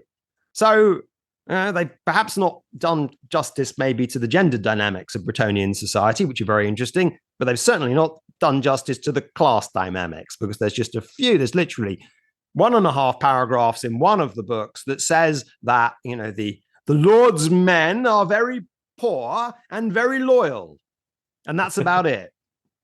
Those are very minimal. The class dynamic and the gender dynamic in Bretonnia are 2 of the most definitive things since 6th edition about the entire country of Bretonnia. And they're both important in very related ways. Now, you mentioned the Knight's Oath and the idea of chivalry. A huge part of the character of chivalry, especially in the Wolfrup books that aren't primary lore, they're supplemental, but they dwell on the attitude of a chivalric knight towards women of any class, which is really putting them all on pedestals and being completely devoted to their protection and treating them with absolute courtesy. How would that apply to these lady knights? Because that's an interesting thing to explore. If you were writing it, you'd have to think about this. I almost think if they were to... I'm doing a little switchback here secretly. If they were to introduce lady knights as a thing in the rule book with some context, you'd almost have to go, in spite of what I said in our previous attempt at this conversation, if they went in with a new type of knight, a high context equivalent of witch elves with their own lore, that might even be the best way to do it, who have their own position in society as witch elves do, and their own meaning. That would be interesting.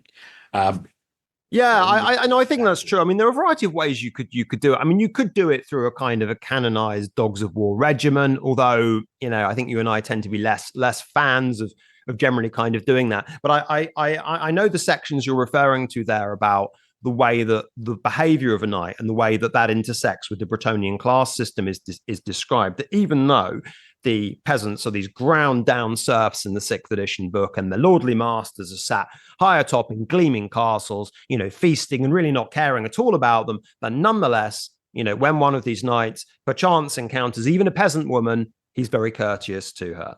And of course, that's just, again, one of the some of the richness of Bretonnian society kind of coming through there. But quite apart from the way in which that intersects with gender, I think the fact that there's almost nothing about the peasantry, you know, in the books just makes it very hard to derive any of that. And to be honest, which is another grumble of mine, you know, I think that they're relying a lot of the time on the existing players of Warhammer the Old World knowing all about the lore anyway from previous things they've read from the past. And so they know all about the peasantry, so they don't need to be reminded again. But the new player looking at Warhammer the Old World would know almost nothing about the peasantry at all, and would have nothing about the Bretonnian class system, would know about the Bretonnians only as a race of warriors rather than their politics, their society, and their class system, which I think is just very deficient.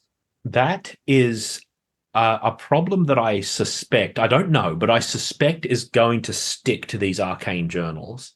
Because if you're one of these proverbial new players who have heard about Warhammer and they're trying it out, here's the new resurged edition. Excuse me. What have they got in these books to inspire them beyond battle prowess? When you take on an army, you're not just taking on an army with a certain theme, but you're taking on much of the society that army represents, at least in your imagination. They come from somewhere. They represent something. Maybe they represent some kind of philosophy of values, whatever that society is, whether they're evil or good, dark elves or skeletons or the restless dead. They've got some kind of rich context behind them, and to see that erode away and potentially be placed somewhat out of reach, even in the age of wikis and stuff, out of reach of new players. It should be somewhere near the front, ready to engage them, like ready to just get its hands on their imagination first and get them somewhat interested. Because why else would you choose Bretonnia except for the most tragic reason of, well, they've got these powers that you can run them in this certain way and I'll win lots of games, which is has a real tragic taste to my ears, that kind of thing. Well, there are also even some traditions that you can do or can explore that I think are about fighting that is semi-detached from the battlefield. The tournament is a really, really great example of that. The 5th edition books got that. They did some card buildings with White Dwarf and had some optional kind of jousting tournament rules.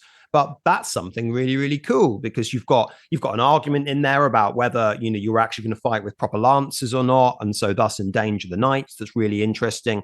You've got obviously the lances potentially being charmed, you know, by some of the women, you know, tying like various like a tress, for example, or something more intimate indeed, you know, to a lance of her favored knight.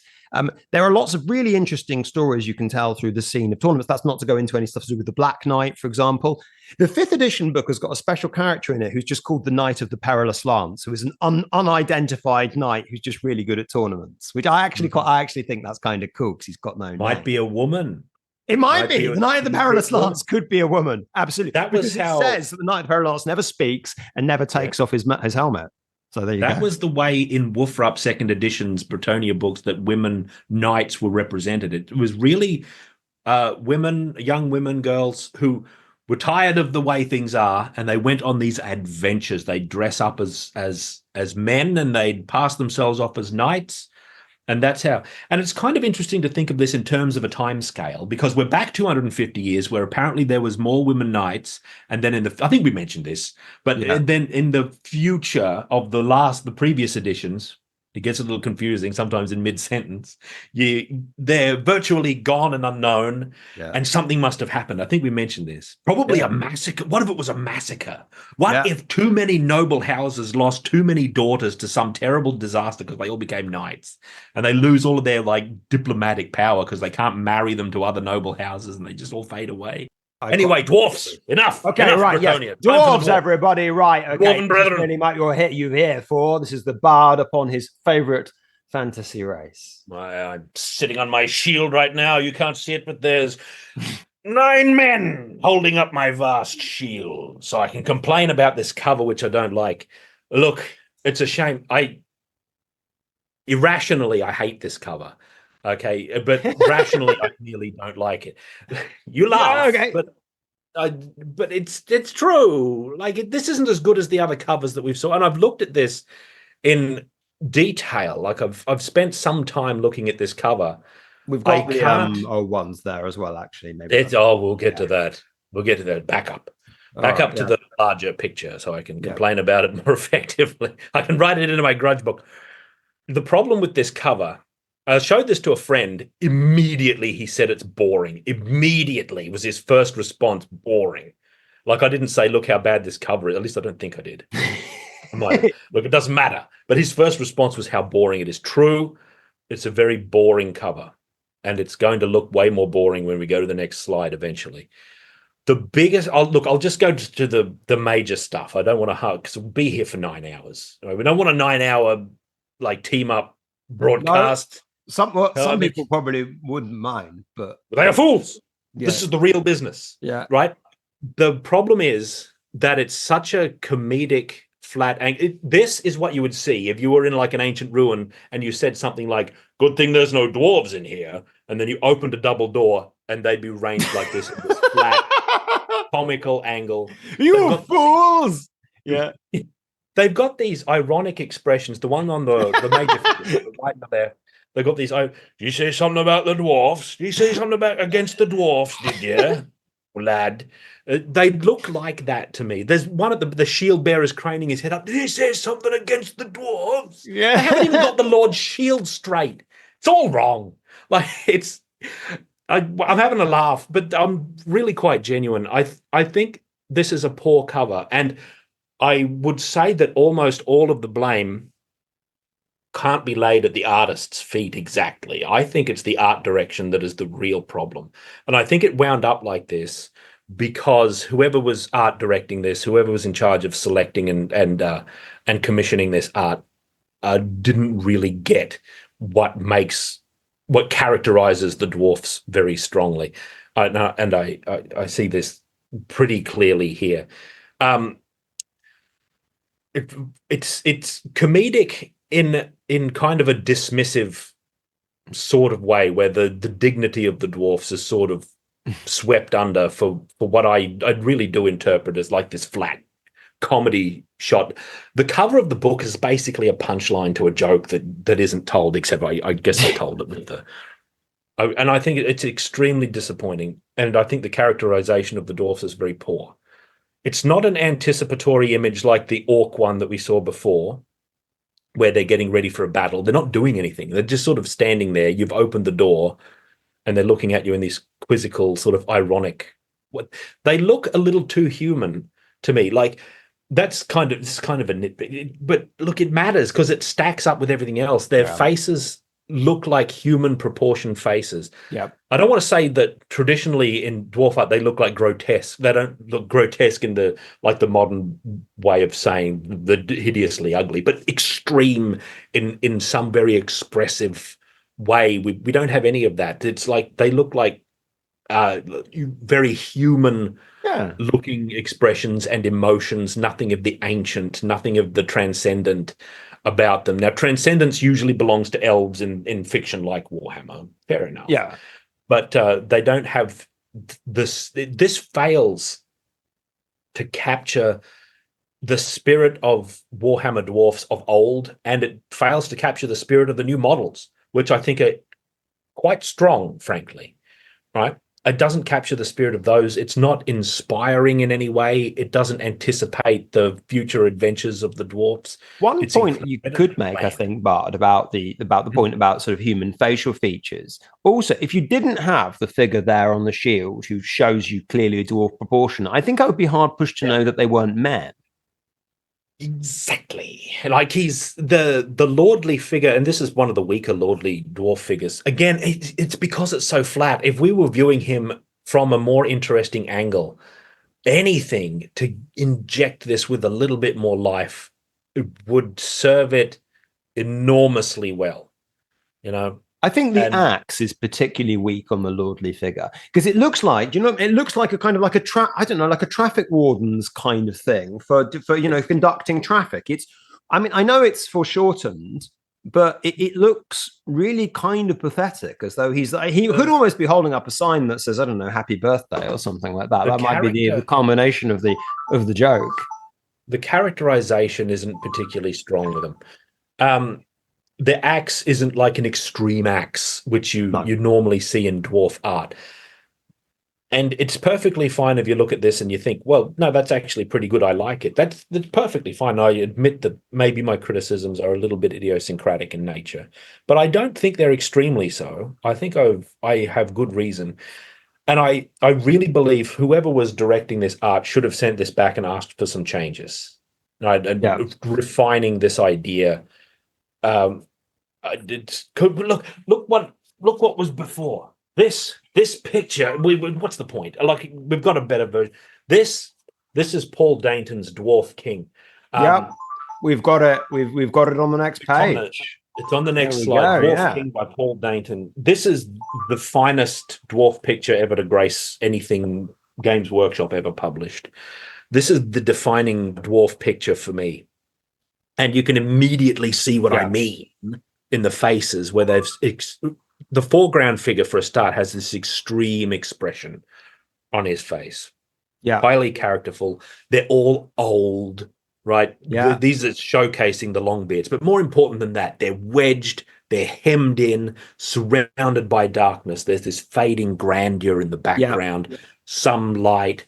It's such a beautiful image of the dwarven condition, which is to be fading, right, and about to die. But the stoicism, firstly, the fury in the foremost figure, the stoicism in the one right behind him who is smoking at this desperate hour, the beautiful way that dwarven architecture is reflected in the dwarf just behind the king, the brown bearded one. I closed my book, and right behind him, above, the price tag is right on top of it. He looks almost indistinguishable from this ancestor figure. He's like a little statue back there. This is such a great dwarf image. It can't be beaten. And this poor artist who did the Arcane Journal cover, I don't mean to be critical of them. I don't think they're a bad artist, right? I think they had a tough task.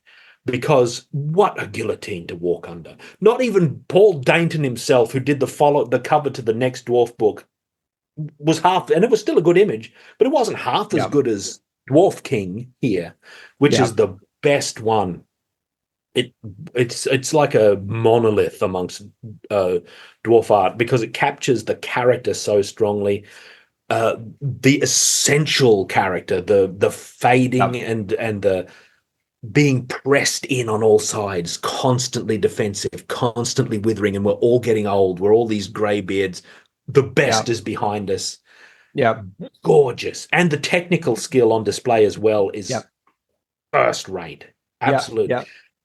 And like Les Edwards in his book, Blood and Iron, talks about illustrating Conan, right? Talks about illustrating Conan in his book. And he says it's like going... I'm paraphrasing, but he says it's like going on stage to play guitar right after Clapton, because there's this titanic figure, Frank Frazetta, who defined what barbarians even look like with his classic painting, The Barbarian. Should have put it in. I should have taken every excuse to display that painting every chance I get, because it's so great. But this artist is in a similar position, and the poor fellow who did the new Hero Quest cover, which I'll talk about in my Hero Quest video as soon as it's finished, Yeah. There are some who say it is cursed. Do not believe them. It is on its way. I'm working on it even now. It's had some trouble. That's a whole other matter. Sorry. We're going to talk about these dwarfs a little more. This poor artist, I sympathize completely with the situation they are in because they had a tough act to follow. Had to paint a model as well, right? It's not exactly the same, but yeah. So I think a variation you might be able to have the Viking horns. So yeah, he's run afoul of having to paint the model as well. Because if you look at the livery of the shield bearers, it's the same. Yeah, the two shield bearers are more similar, actually. Yeah. Are there 2 or 3 shield bearers? There's 3. There's actually 3. There's a guy there at the back as well. Yeah, there's one at the back. Beautiful actual arrangement, the 3. Like, the shield isn't even straight. He looks like vital statistics in Asterix with his shield bearers. It looks like he's about to be thrown off it. You know, that's a common joke in the Asterix comics, is that he's got... Does he have one really tall guy and one little guy and they can't quite... There's just that they're 2 oafs. I don't remember if that's an Asterix gag, but he looks like that. It looks like it's all about to go south, and not in a good way. Like things are about to go south in the Paul Dainton image, but it's like in this really characterful and quite serious. That gives the dwarf so much dignity, right, and so much weight. And the dwarfs quite often are a fairly comedic force in practice. In some lore, they're quite funny.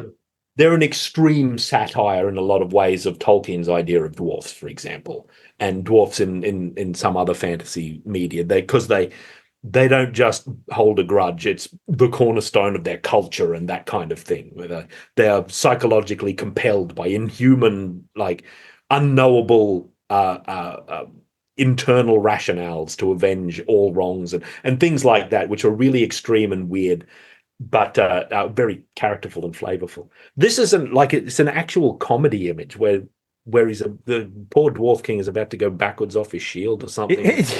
Also, I think the other thing is that, you know, obviously on the Dainton piece, you've got the king on the shield looks as though he can actually, of course, you know, stand on the shield and that give him a combat advantage. And whereas on the new image here, we've got the king just looks as though literally standing there might be the sole. I can't see how very easily he can use that little pathetic axe His axe ain't big enough. Exert much influence upon the proceedings below him. He looks like he's just there to look important, and that's it. Which is like that. Let's talk about fantasy axes.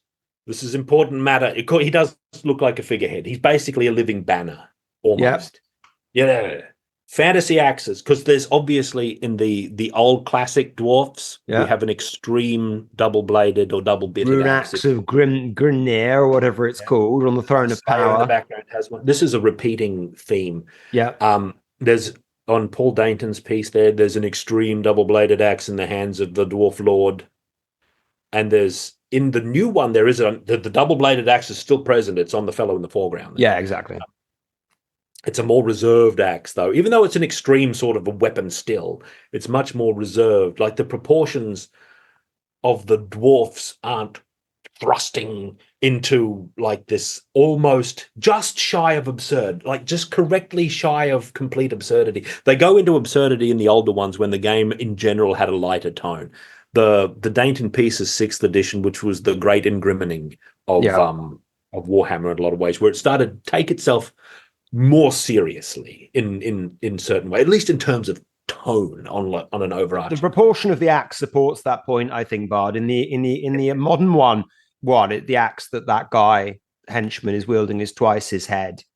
In the extreme Dwarf King of Power, it's many times his head in size. In the Dainton one, still many times his head, but not as extreme as, I think, in Thorgrim's axe on the 4th ed. Well, they're meant to, this kind of fantasy axe, you often see it. And a common criticism is, you couldn't actually wield that kind of thing in battle. And maybe, but it's not supposed to be an image of reality. It's supposed to evoke, like the giant weapon is supposed to, the outsized sort of weapon is supposed to evoke ideas of power and combat prowess and threat, and imagine getting hit by it. You might as well imagine being under a guillotine.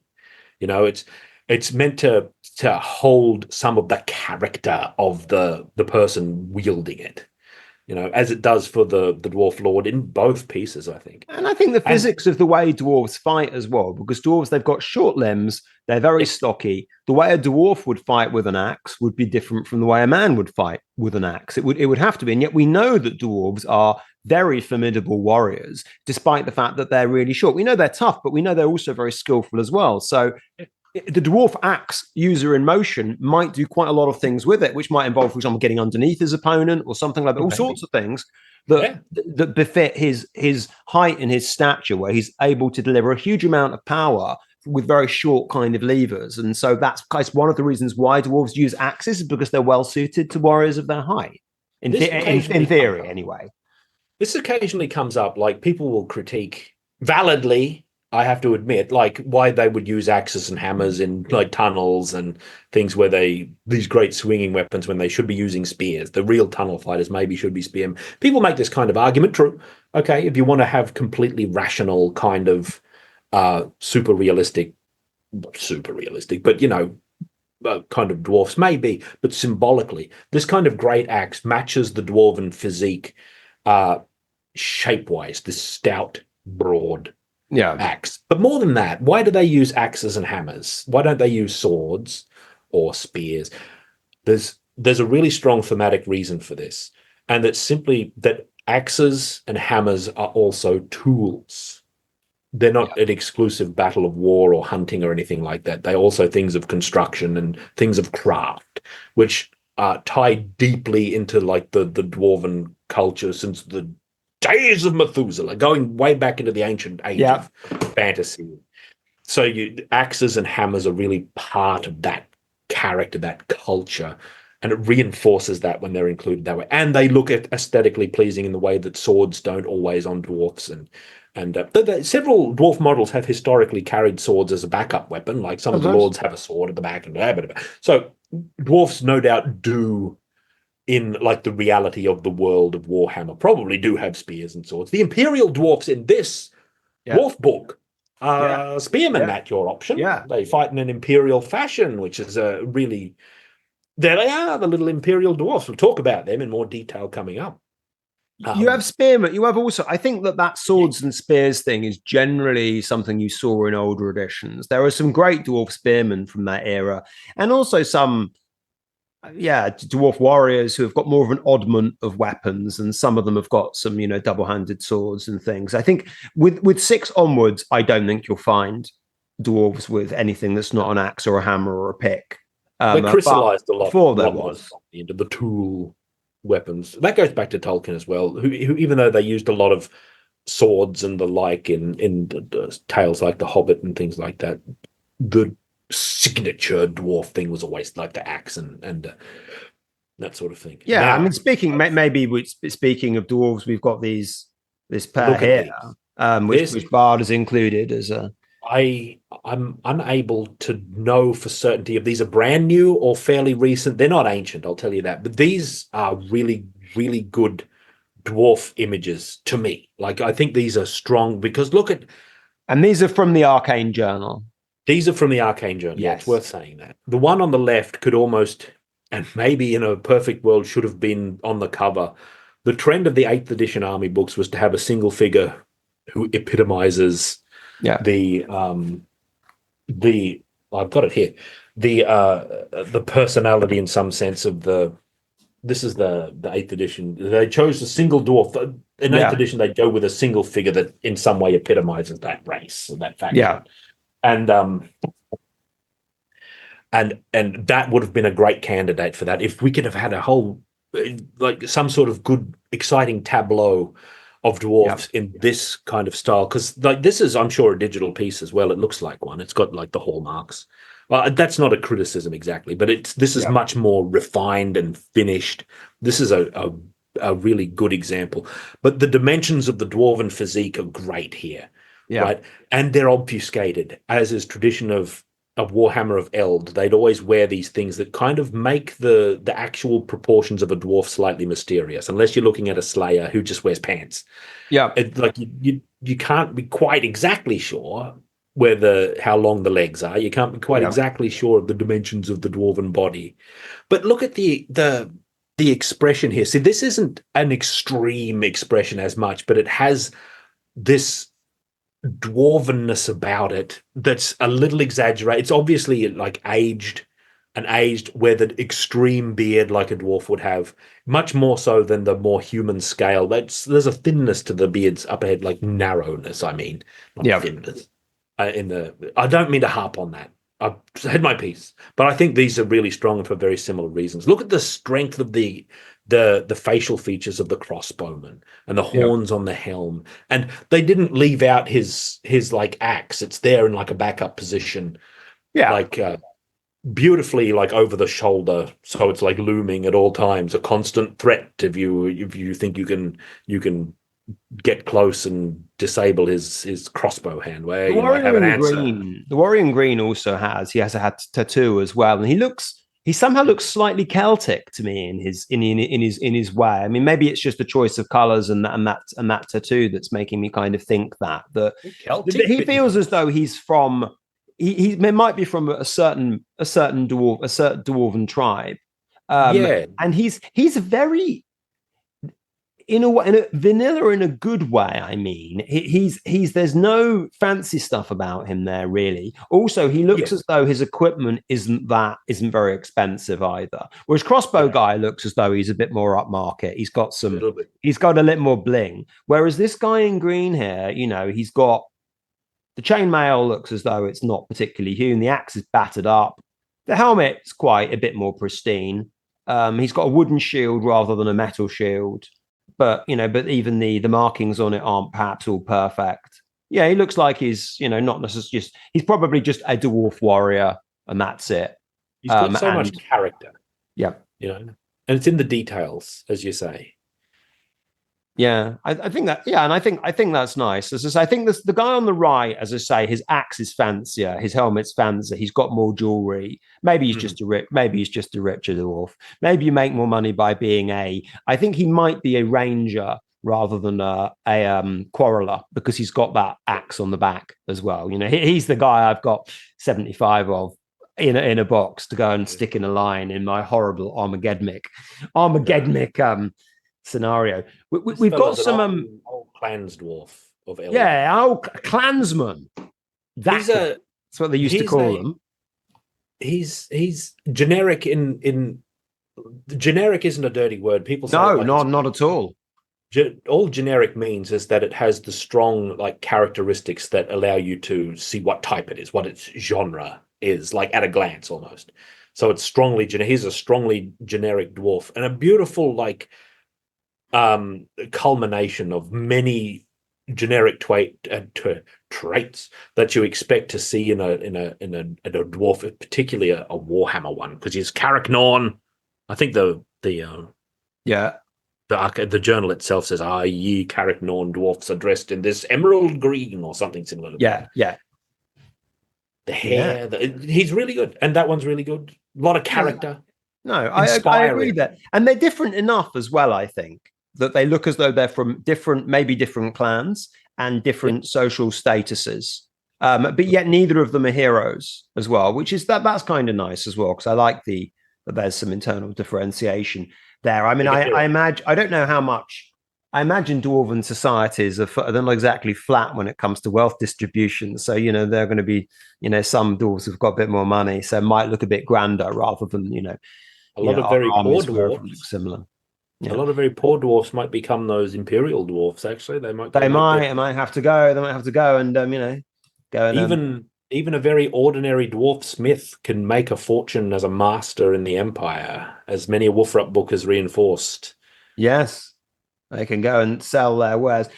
Let's talk about this slide here. Now, these, of course, are, first of all, you've got a dwarven thane armed with some kind of combi weapon on the right, but perhaps more interesting is Ungrim Iron Fist. Now, this is a dwarf special character, of course. He's got a very the Slayer King, well-known model. This depicts Ungrim younger, before he got the dragon cloak. The modern model, I mean, in the middle. But, I mean, to me, a really interesting thing with this is that I didn't put this image side by side, they put this image side by side. And the anatomical point is the real sort of standout one. It really shows you how it's very, very different anatomically. I know they're both, the new one is taller, but that's not really where the change is. It's look at the size of the face. The facial features in the new Ungrim are much smaller than in the old Ungrim. So his number of heads that are in that body, not so much vertically, but overall is much, much less in the new model. So it looks as though it's sculpted to a very different kind of scale. Yeah. I like the new model. I think it's pretty good. What's interesting about it is it's a sequel to the older model, in a sense. And we saw this actually in the Bretonnian ones. And I forgot to mention this, how I forget exactly which, it was one of the damsels. It was like a sequel to my favorite damsel, the one who's cradling the sword. Because to me, that's a really beautiful model. That's such a beautiful image. And that says a lot about like the woman's position regarding power in Bretonnian society, where she doesn't wield the sword, but she holds it, right? She maybe distributes power. She's not doing like a waving the sword around or holding it as if it's a weapon, but more for its symbolic power rather than its physical. But it was, never mind that. Ungrim is also a sequel image in a sense to the older one, and I think it's pretty good because all of the key elements are still there, minus the cloak, obviously. And this is 250 years younger. Failed Slayer, still king, same crown. Look at that. It looks good. One thing that stands out to me about the old Ungrim, and I think it might be a key thing as to why they phased out that style, maybe, is that he's very cute. Like a lot of the old dwarf models are quite cute. And I actually think like the modern lord over there on his Oathstone with his combi weapon has kind of like a cuteness about him because he's got these big wings. He's very squat and dwarfy, and he looks good. He looks like there's sort of an adorableness about, like especially Ungrim there, where he's almost like as heroic scale models always are, they have a caricature element to them. And they probably wanted to not have that so much after 6th edition when the influence of Mordheim really took off, because Mordheim was the big influence product that had the grimness and the darkness, and that really got its hooks in Warhammer for good or ill, and I think mostly good, maybe. And maybe they didn't want to keep manufacturing maybe these cute little gizmo like maybe that's an extreme comparison, but like adorable dwarfs, and wanted them to have more serious. So on modern dwarfs, you see a lot more muscle mass. You see a lot more reinforcement of physical strength rather than simply like the grandeur of their wealth and weaponry and their almost say grotesque proportion. Their limbs are longer as well, I think. I mean, it's much more feasible to think of them actually in motion, because if you don't see dwarves very popularly portrayed in motion. I mean, because we had the Lord of the Rings movies in, about the time of 6th Ed, and we saw Gimli, and, we saw how he moved and how he was done. It maybe becomes a little bit, I mean, with Ungrim, with those kind of proportions, how he really swings his axe to get any velocity behind the blow doesn't look obvious to me. Whereas with the new Ungrim, it looks quite clear that, he'd hit me with that and it would hurt. And so there might have been an influence about wanting to see dwarves in motion plausibly, which might have had the effect of making them make their anatomy a little bit more man-like, in the sense that you could imagine them in motion. I like the cuteness personally. That's something about it. It suits goblins perhaps a little more than dwarves. Cute is one way of putting it, but I don't know. Charm, fraternity. I mean, these are all other ways that can be described. And I've always, because I like 80s Warhammer and I quite like campness, I've always quite liked the comedic aspect of dwarves quite a lot. And if I ever collected dwarves, not those horrible 3D printed ones in the box I mentioned, it would be camp and comedy. Like, definitely. Not at least comedy laughing at the dwarves exactly, because I don't think that's correct, because I don't think that's what I want to laugh at. Laughing at the dwarves is closer to the cover of the Arcane Journal, which is to its detriment. I think like Ungrim, Old Ungram and this new Thane over there. Those fellows wouldn't look out of place if they popped out in the labyrinth next to Hoggle and the like. They've got that extreme fey kind of otherworldly sort of mythic creature look about them that Jim Henson could make an amazing animatronic out of. Yeah. You know? So it's a question of style, and I do like the cute dwarfs as well. Yeah. Whereas with elves, there was never that change. They've stayed more or less as is. There was not a kind of a pivot. I don't think. Elves are always sinister. Elves always have a sinisterness to them. Yeah, that there's not exactly. No elves are not really. There's no comedy. That's why I'm not as much of a fan of elves. Really, I'm not really. There's a bit of comedy with dark elves. Actually, I wouldn't say that's absent from dark elves. Mainly their perversity and just arrogance and all the rest of it. It's quite fun. We've got some more dwarves here. I mean, these are some of the more nostalgia recasts which have come back. Now, these go back a long, long way. So first of all, we've got the Bugman's Ale Cart, which was from the 80s. That's got rules in the Arcane Journal. I don't think it's rules. It can be either an ale cart and there's a mining cart as a variant, which is pretty cool. It's got a mule pulling it. It's not very fast, but faster than normal. We've got these Imperial Dwarves down here, which I'm very surprised to see them back. The Slayers here at the top are a little bit more modern, but as I'm sure you'd have noticed, Barb, what they've stopped doing, and this is the case with many of the other Slayers, if they've just made their hair ginger and they've left their beards ordinary colours. And they've also got that down there with the Goblin Hewer, which there also has Slayer Crew as well, which is also a nostalgia recast from, I don't know, 2002 or something. Had optional rules in 6th Ed. Now and then in White Dwarf, during the 6th, 7th Ed period, occasionally you'd see pictures of people's armies where they had the different colors. John Sibbick's cover for Woofrup, the original Woofrup, has a two-tone Slayer. I can see it. I can see it right now. Yeah. I think it was written. Yeah. I think it was written later, but the Gotrek short story where they go into the Dwarven hold is in that image. It's a Gotrek Felix, the knight. That's a whole other matter. But there's something to be said for the two-tone. I don't think it always works, but there's something to it because they only have the orange. I'm used to seeing fully orange beards, and I do think on balance that looks better. I think it's a stronger image. I think there's too much risk of a confusion of colors from viewing range on the tabletop, and I don't think it would hold. I think I'd rather have in total all orange beards. But I think that style is one that harkens back, and I think they're doing it deliberately, and I think it's a fine choice. Yeah. You know? I love that cart. That's a comedic sort of light-hearted dwarf choice. It's much like the Drunken Dwarf series of miniatures they made. Yeah, I mean, I was surprised when they brought the model back out, but that it has rules as well. Really, that I was surprised by. Surprised in a good way. It's got creative. What I can tell, it's not.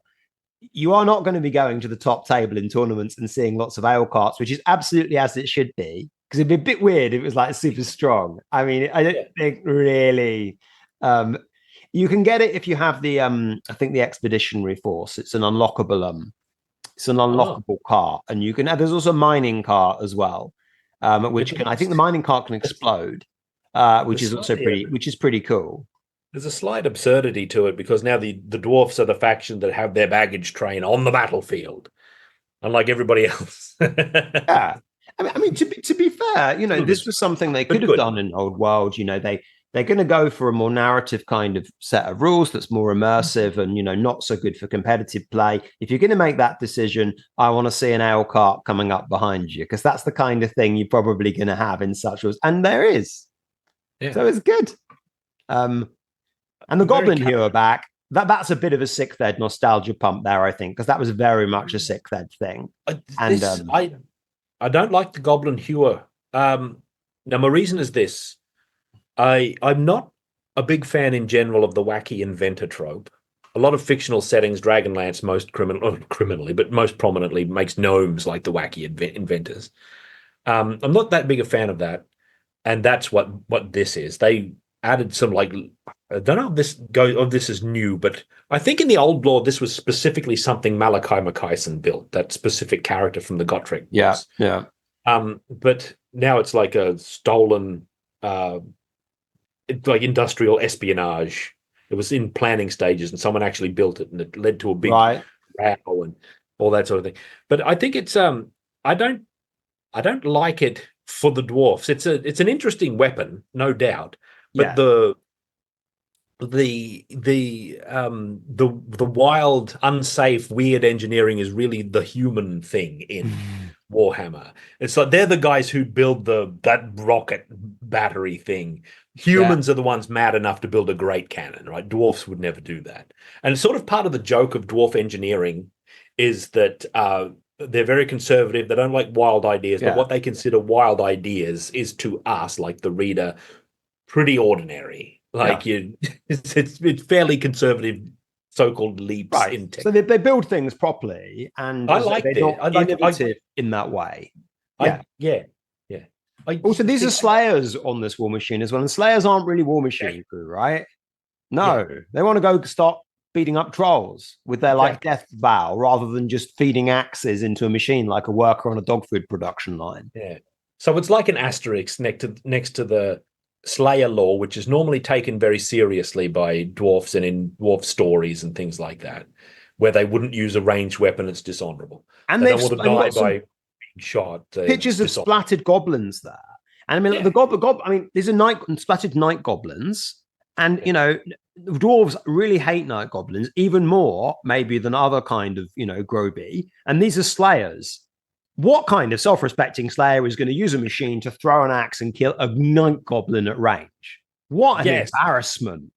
It is an embarrassment. The stain on their ancestral, shame to their ancestors. Unless they were so old that they were like literally on a stretcher. That could be the only reason why they would do it.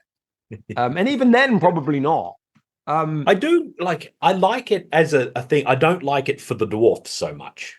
I'm in two. It's a wild and weird like weapon. Yeah, it has its appeal, but I don't think it's a fit either for Slayers, who seem like vestigial in the new lore. Like, why would Slayers, as you say, why would they be involved? Because it used to be the Malachi Makaisen special, and they were his men, and they were running it. I think it was even a unique thing. I don't actually remember that strongly.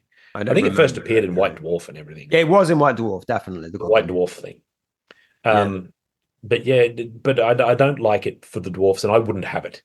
Like, even if it was the go-to thing to win battles, I don't want one. Yeah. And the Imperial dwarfs, who remind me a lot of ogre man-eaters in a sense that they've gone and adopted a different culture to a degree. Like, they dress in a mannish fashion. Complete throwbacks. I am so enthralled to see them present and that they would have these, because this is an old Warhammer thing, right? In a sense, these are old Warhammer miniatures back when you'd have wandering dwarfs and they'd have all these wild non-clan, non-dwarf army, and them being there. Like, if I was to play this, I'd be sorely tempted to actually make an Imperial army and get my dwarf enjoyment out of the Imperial dwarfs rather than having a dwarf army. Because I had you could do it on the rules. There are mercenary rules. You could have mercenary dwarves, so the rules would allow you to have that as part of an Empire army, which would be cool. That's what I mean. That's exactly what I'd be tempted. Like Dark Omen, right? And Shadow of the Horn Rat. Just so, exactly. You do it well in Shadow of the Horn Rat, as I recall. Actually, quite a lot of there. I think about one point, most of my army were dwarves in that. There were a lot of dwarves in Shadow of the Horn Rat. But dwarves to be part of an Empire army that maybe those Imperial dwarves also, like, there are some ogres next to them or something who are also, I'd like free booters. Cool. I have an old philosophy where back when I first started playing D&D, I would never play non-human characters, even though I love dwarfs and I love elves as well. I like all these mythical, fantastic things, but I always thought when you assume the perspective of them, they lose a lot of their mystique. So, and I've that's resurged a little bit in recent years, where I think if I wanted to make a dwarf army, well, I'm no longer looking at the dwarfs through this this Right. misty pane of glass where I'm wondering what I'm actually imaginatively like putting myself in, and it's too close. And I've experienced this a lot in like computer games, like MMOs especially. Like if I played World of Warcraft, for example, when I play a night elf, it's always a little disappointing. Those are my favorite like Warcraft race, who are massively disserviced over the long period of World of Warcraft. But it's always disappointing when you're actually there and you see the inside of the society. It loses that distance where they stop being these mysterious mystic Amazons that are in the forest, and you start, it becomes a little dreary. So I thought maybe I'd enjoy it more if I had like the human perspective and I had mercenary dwarfs, and I could enjoy that because they'd be away from home, but they'd also be suggestive of the dwarven experience, the dwarven character in their own way. Look at the fellow with the banner. Look at that beautiful beard, man. Yeah. What is really remarkable about these Imperial dwarfs in particular is that they hearken to the old style of illustrating dwarfs, which we've seen. Yeah. I guess it's not an old, so the usual, used to be usual. Yeah. Around the year 2000, this was turn of the millennium. Burly, muscular dwarfs really came in fashion. Yeah. And you see it in World of Warcraft, but before that, you see it in the third edition of Dungeons and Dragons. D&D third edition had like dwarfs be medium sized instead of small, and they were always illustrated as being broad of shoulder, short but very muscular. They were like a race of strong men almost, And that has become the predominant image of the dwarf. But these miniatures harken back to when it was more common for dwarfs to be considered small-sized, and they had more extreme physical depiction with the larger heads and the smaller bodies, and the dimensions of these dwarfs is clearly different. And purely as an indulgence, I included an extra piece of art. It's on the next slide. That includes dwarfs. Now, this is just like Keith Parkinson's dragon. This is the old style of dwarfs. And I look, this image, this is by Jun Suemi, who was a Japanese artist, and is one that I got turned on to relatively recently. I looked at their work much more seriously. This, to me, is a superior image. If we'd started this whole conversation and this was the first thing that we talked about, I'd still be talking about it. That's what this is. This is one of those paintings that, like Dragon Slayers and Proud of It, of which it's a wonderful comparison. Over time, you see it and you think, yeah, well, what is it? Well, that's fine. And then you see it again, and then you see it again, and you look a little longer, and slowly it starts opening up to you, and you start to see more. And I won't dwell on it, all right? I've included it for the dwarfs, but I honestly just wanted to share this image that I love with people who might be watching, and encourage them to look at it deeply. I'll say this about it. It's one of the only images in fantasy, especially gaming fantasy, that captures the abject misery of adventuring. Mm-hmm. It's an incredibly sad, powerful image. So this is for Wizardry, the computer game series Wizardry, one of the Japanese releases. I'm not actually sure which, right? And adventuring in that is miserable. It's an exercise. See, it looks like they've lost one of their party members here. They've got a treasure chest, but look at how sad everybody is. Yeah. Right? And typical Wizardry, the chest is trapped. That's what this magic is, by the way. This is like a spell to remove the trap or detect the trap, one of the two. And inside the chest is just going to be junk. So it's all been basically for nothing. And it's actually a good comparison with the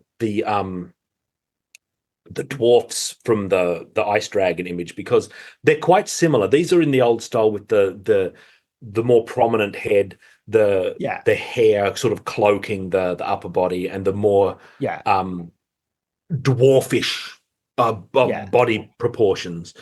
And the way they're treating the treasure is so different, because they're just it feels this abject disappointment and bitterness, and there's that faceless knight in the background, and of course next to him is the halfling, which is the most emotional character. It's a wonderful image, and I just wanted to share it with everybody. And the dwarfs are really just an excuse to do that. So, Yeah, I mean, no, I agree. I agree. It's interesting also, though, I suppose, to depict the depiction of certain moments, I guess, within, I suppose role-playing art. I mean, Bard has made this excellent video about Dragon Slayers and Proud of It, this foundational piece of D&D art, which, shows a low-level party achieving their first major win against a very, very low-level kind of dragon.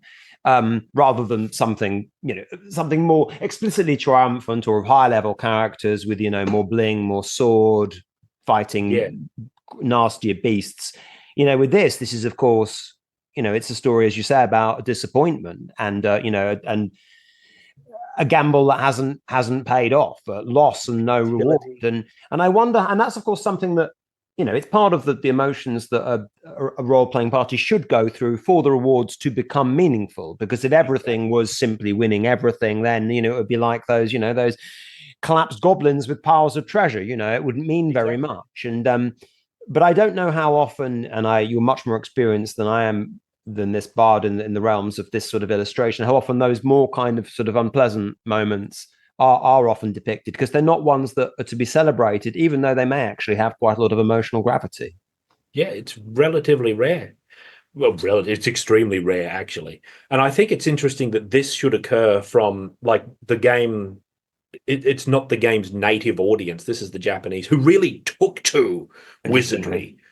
The game Wizardry, I would think you could make an excellent case that it is even more important to the fabric of fantasy gaming in general than Warhammer and maybe even D&D. Probably not D&D exactly, but Warhammer probably, because the influence of wizardry is still felt to this day, mainly through the veins of the JRPG, and through them, all of the other sort of RPGs that are influenced by them or take their cues, the configuration of parties, the classes, and how and why, all of these things, all have their roots back in wizardry, which struck a chord with Japanese audiences in particular.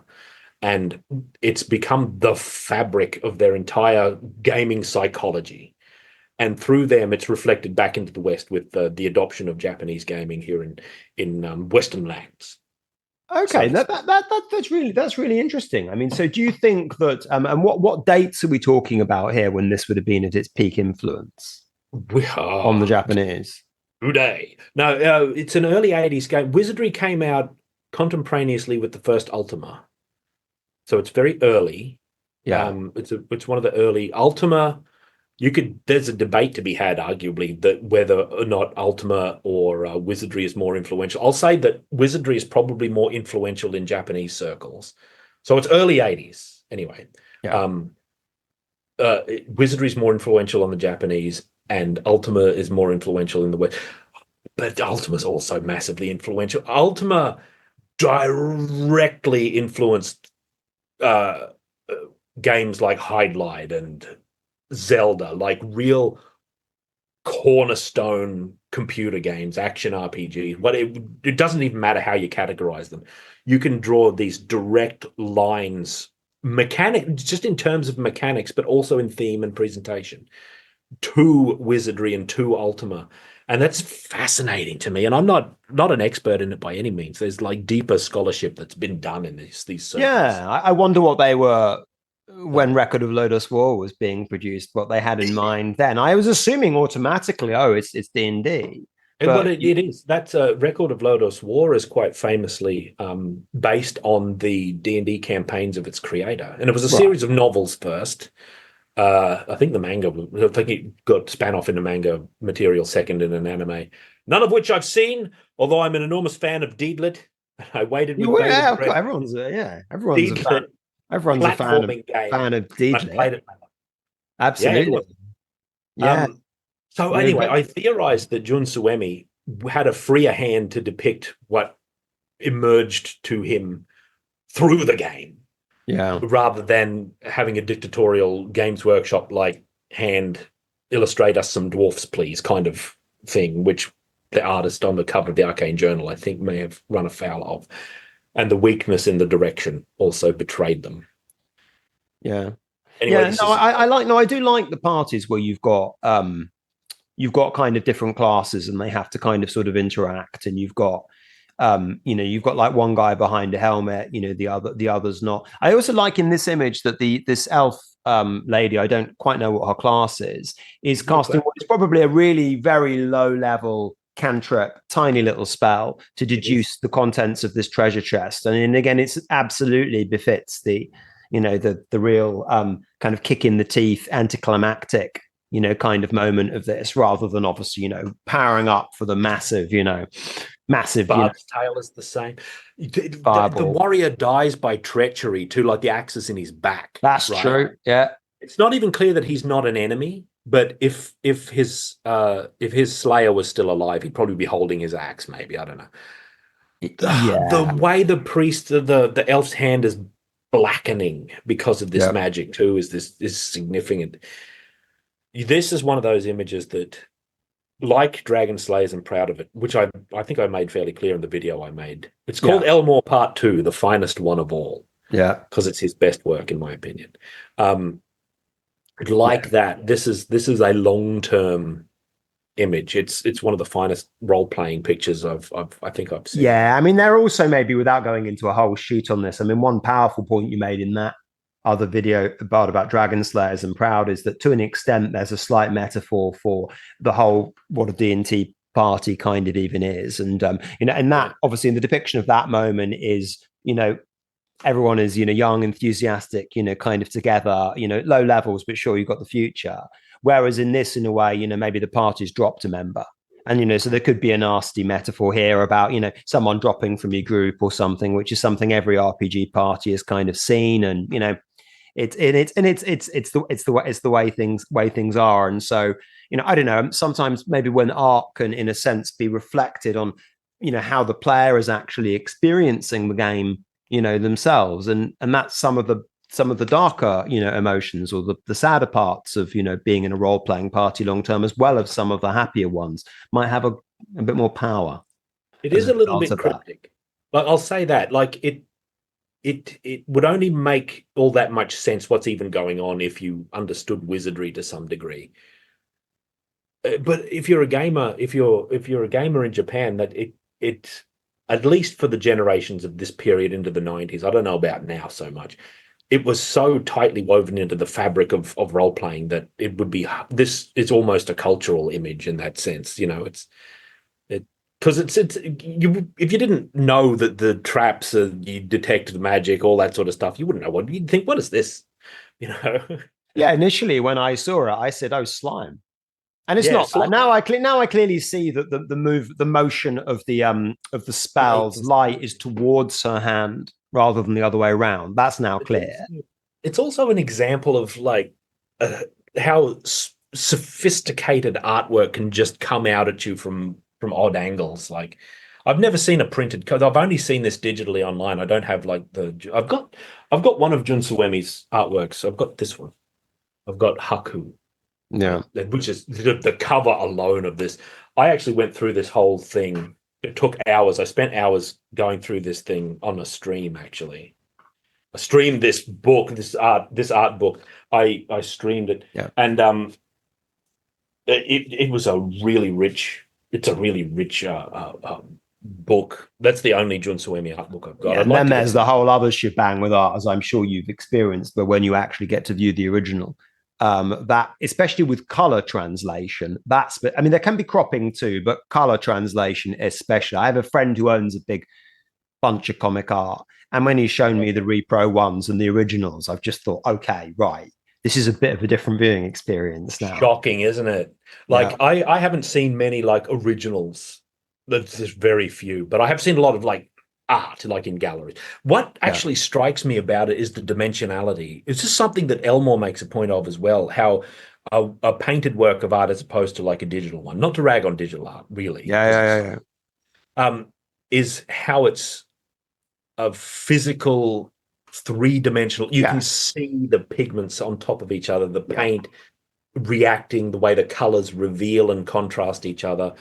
And with an actual painting, it's a unique, definite object. It is a definite article, singular thing that was crafted by human hands that exists somewhere in the world, right? Yeah. And when I think about like looking at Frazetta's Barbarian, for example, or the Sea Witch, all I've ever seen are images of a crafted object. Whereas digital art, like Elmore puts it, I'm sort of paraphrasing Elmore, each copy is as good as the other. The original one that was published is basically it's as good as all other published ones, whereas like the traditional mediums create an artifact, for lack of a better term, a real thing that exists. I've got a couple of paintings and I'm looking at one right now. The dimensionality often is a factor. The way the strokes, and when you look very closely, you can see the way the artist's hand has crafted this thing, and it opens up whole new dimensions of appreciation for a lot of work. Yeah. And it's quite sad. There's a lot of artwork that we'll never see the actual work of because it's just vanished in I mean, I have some. I've got From Realm of the Lost and the Damned and Slaves to the Darkness, which we'll just go on to in just a moment. I've got some a few original bits and pieces from that, including a couple of really good color inserts, which I acquired God knows how long ago for a silly sum, a small sum, I mean, and they. To start with, there's a small. Well, I may as well given we're on the topic of art, we might as well mention. There are some banners in the middle that were created by an artist called Gary Chalk. And Chalk, I mean, he wasn't one of the. He did a lot of little extra images. He illustrated a lot of the talisman cards from from back in the day. And there's one particular page. Yeah, so these ones here, I mean, this one especially, this figure here that's chained to the sort of Slaneshi sign. These are sort of cover banner ideas. I have the original of this one, which is incredible. And I've seen that image recreated a lot of times. People have tried to do themselves. There's another in here that are on another page, another corn one, where I got the original of that, and someone had one of these things tattooed on his leg. Boy, Bloomin' heck. This is the corn one. That was on his leg. There you go. Yes, I have the original of this as well. But the point is that rather than posting out what I've got, is that the originals of this are these are A4 in reproduction, and the original ones are what? A1. And so they are enormously larger. And also because these are reproduced on kind of glossy paper, and man, I think that the image reproduction of this book is quite good, but even though this is done in quite, these are, I don't know what paint he used exactly, but there's not layering up or anything like this that you described, but the original still just looks infinitely better. To a lesser, I agree with like oil paints, and something is maybe the most extreme, and there will be maybe a hierarchy of those things where you get more from looking at the original. But even with that, even with a quite simple banner-based image like that, the original is still completely different. But that's the paradox of it, really. Unfortunately, with a lot of GWR, most of it's, I mean, Brian Ansell had a lot of it, but most of it is in the hands of private collectors like me, which is okay in a way, because it means at least you've got a few pieces, which I'm very grateful for. It would be good to have it in a museum, but yes, that's not a feasible thing all the time. No, not feasible. The artists themselves are the ones usually selling this sort of thing. Yeah, like I had a chance years ago to buy the Warhammer Quest box art, original, but I couldn't afford that at that time. That was going back a long time, and I always rude that it. But it's probably gone somewhere worthy. Probably, probably. There's also the question of like the intended experience of viewing it. Like with Dragon Slayers, I'm proud of it. I've never seen the original physical thing. It's in the collection. My favorite depiction of it is still the color temperature, the particular cropping, the particular position in the player's handbook. I think it's important to the experience of that painting that you turn to it first. It comes upon you. It's past the cover. You go past the cover, and there it is. its position in that book and the way it's featured and the way it looks really, to me at least, is a part of the image in a way that maybe the original painting couldn't touch, in a sense. It's become something. It's become something else, obviously, because of the ubiquity with which it was viewed in that context, and probably the original is probably relatively seldom viewed. So, in a sense, the facsimile where it's now been put has become the definitive image, which can obviously happen with published work. But so I think it's more that when you see the original, it just things strike you about it, and you see lots of alternative possibilities, rather than it obscuring the real true thing, which in a sense is the published one, because that's what most, the vast majority of its influence has been. Dragon Slayers and Proud is their, first image you hit, and that's in a sense, where its resonance came from. Yeah. All right, okay, guys. So after we've spoken about dwarves in quite a bit of detail, let's have a chat about chaos. Now, chaos. We say chaos in my faction, they are. But I mean chaos in a united sense. I mean warriors, beastmen, and demons. I was never a fan of when they split all this up. Beastmen, I can understand a bit more doing that with, because I think it enabled them to develop beastmen culture and lore a lot more. Warriors and demons, though, I like the relationship between the two of them a lot. And so this didn't always sit well with me, especially because, they still had demon princes being mortal generals of mortal chaos armies. And this happened in 5th ed. They split them up. Then they brought them back together in 6th ed. You could have demons and warriors together.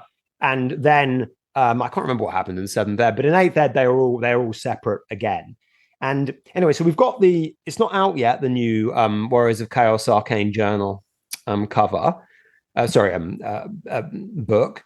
Only 48 pages in length. And when we consider, quite frankly, compared to these two, 600 pages in these, The Lost and the Damned and the Slaves to the Darkness, down to 48. So it better be 48 pages of good stuff, although I question that. Why are they so small? It's no good.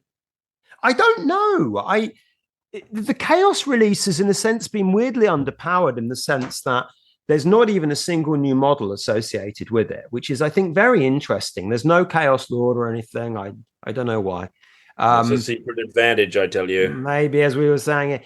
Anyway, so what we've got. So these are the one in the middle here is the 4th ed Chaos Army book, and the one on the left actually the 5th ed one actually, and they're very similar. Obviously, very similar kind of images, although for two very related kind of expansions of the game, which to be honest weren't actually massively different from each other anyway. And with the current one, so what do we have here? So there are lots of Chaos Warriors. There's like a dragon spitting some fire. There's a dragon. So there's a giant there in the background swinging his club. I think the fact that there's a very limited color palette to all this is quite nice. I do think that there is undoubtedly an air of menace about the new image. The fact that there's diversity in the Chaos Warriors, you've got one guy with the sort of holes in his mask. He looks a bit more nurgly. There is also not that much of, although I think this is quite coincidental, something that I don't really like in Chaos, which is all of this Norse Viking-y kind of stuff, which they put into it in 6th ed. And this can be perhaps more clearly demonstrated in these images here, where you start to see this. This is when they brought in Marauders, and when Marauders became, in a sense, the lowest level sort of Chaos foot soldier, and then a Marauder became a Chaos Warrior who then could become a Chaos Champion. And these two images, which I'm not entirely sure actually where they're from. I think they might be from 6th or 7th ed. And I don't know the artist, although I think it's the same artist in both cases. They depict warriors and marauders kind of together, and even the Chaos Warriors have got the big kind of fur coats, and they look as though they're very much Northmen. Whereas in the period of 4th and 5th ed, we still had chaos really being very much this disembodied kind of force, which was something you kind of turned to, something that existed all over the world, something that can infect men, dwarves, elves, and you could be possessed by demons, hide a mutation in society from, the sort of, I don't know, the witch hunter or the sort of the local temple or whatever it might be. That's the kind of chaos you see depicted in Woothrup, the kind of enemy within kind of chaos as something that, potentially distorts and corrupts and can be seen in many places, but is kind of hidden. And chaos armies being essentially small groups of those who have got nothing from society, have turned their backs on it. Maybe they've suffered heartbreak, they've suffered bereavement, they've been shunned for whatever reason, and they've joined like a chaos warband and started worshipping a chaos god and have got some minor rewards. And chaos armies being that, along with, for example, down the line, which is perhaps what you might get if you're depicting a chaos army on the table, some demons, even if it's lesser demons, just taking an interest, and it being a little bit more kind of cult-like and hidden, rather than chaos with its own geography coming from the north, invading the empire, with its Viking dudes, which I think gave chaos a lot of identity. I hasten to add, I don't think it's all bad. I just find it less interesting than the subversive kind of chaos, which is usually more about individual stories, to be honest, which is probably better suited to role playing. We're back to the individual journeys sort of discussion, similar to what we had before. Now, I think I agree with you to a certain extent, although I am also kind of fond of a lot of the artwork and a lot of the imagery that came up out of the 6th edition mutation that Chaos went under. And I also do like Beastmen split off on their own, although I'm with you with the demons. All right. I think Beastmen are strong enough to carry their own army. Oh, they became strong enough. It was a good idea on balance. But I can understand fully the whole Northman. It's kind of disappointing that the idea of the Viking sort of flavored faction, the North faction, has sort of been saddled with chaos in the Warhammer world, because I think there's some potential there for something else, like a distinctly Warhammer flavored Viking folk. Just Norse. It's like Norse. like in Blood Bowl. Just so. Yeah, it would quite so. And that didn't materialize. So everything that's Norse represented in the main games is always a chaos thing. Well, not always, because remember in Woothrup, there's the Norse Berserker career that you can start with. Yeah. And that's sort of a reflection of someone who isn't exactly a chaos cult member, but they come from a weird culture in the North and they've got a Berserker tradition. But Knights of the White Wolf would be, they were more some of those who were a bit berserkery, and then they came to an Empire City and put armor on. You're right. Yeah, I'd forgotten about the White Wolf, Middenheim and all of that. They've got some strong Norse overtones. The Ulrich cult, as opposed to the civilized Sigmar sort of military cult that exists. Yeah, that's interesting stuff. I forgot about that. Yeah, it is interesting because also because I was looking also at these. This is some more stuff from Slaves to the Darkness and Lost in the Damned, and I was looking at some of the stories that you get in these books, and in the 6th ed book and 7th, 8th, and we imagine Old World, the sort of stories that will pull out things they have, they tend to much more be about Chaos Lords, whether it's Archaon or Asavar Karl or Arbor the Undefeated or whoever it might be.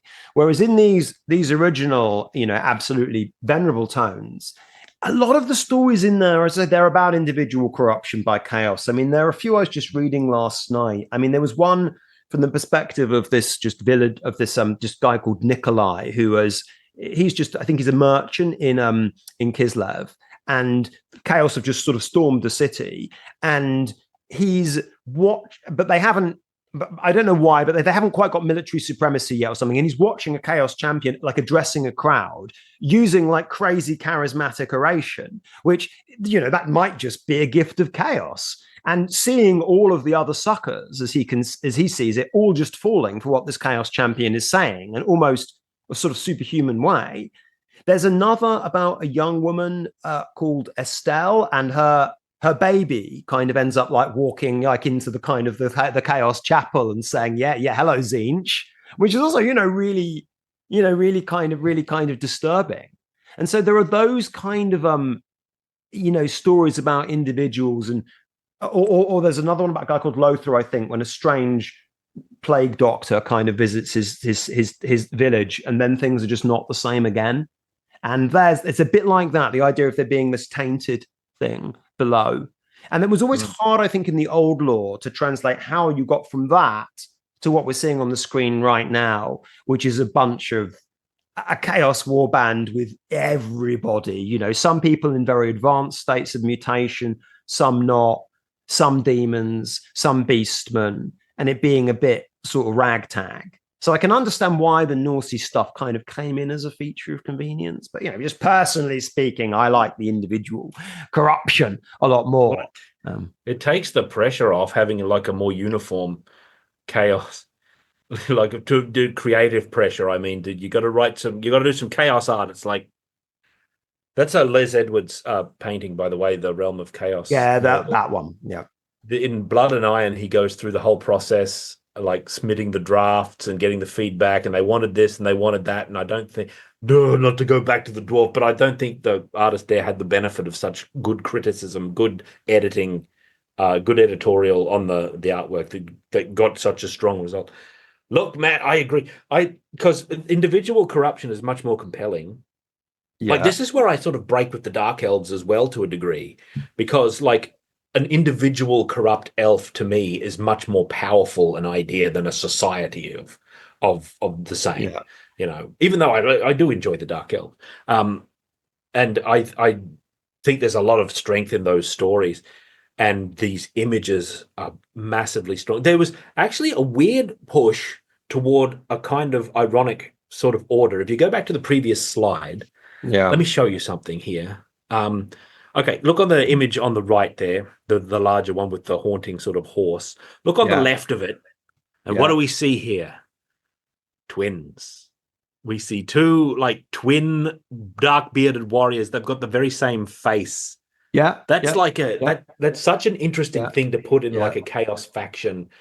It sort of is a suggestion of the inevitability of order within chaos, because within infinite possibilities, perfect order is one of those inevitable possibilities. That's the thesis of the inevitable city, isn't it? In Warhammer, and that really attached to chaos in the 6th edition. Like you said before, all of a sudden there is a hierarchical system and a set sort of path of ascension for chaos warriors, which is kind of oddly like sort of butted against the classic ideas of chaos, which we see here in these wonderful illustrations.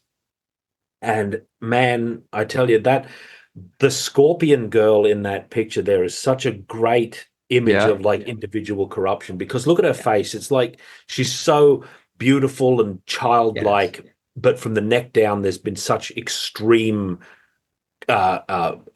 change and mutation. She's become completely inhuman. So you can because they gave her this humanity in her face, you can see the life that she would have otherwise had amongst humans. She should have been like married to some lord and had no wants and had beautiful children, but instead she's got this scorpion tail and she's a wretched thing, but she's like amongst a brotherhood of wretched things in this sort of sick and menacing chaotic arrangement. Look at the barbarism in the background with these suspended figures here on the banners.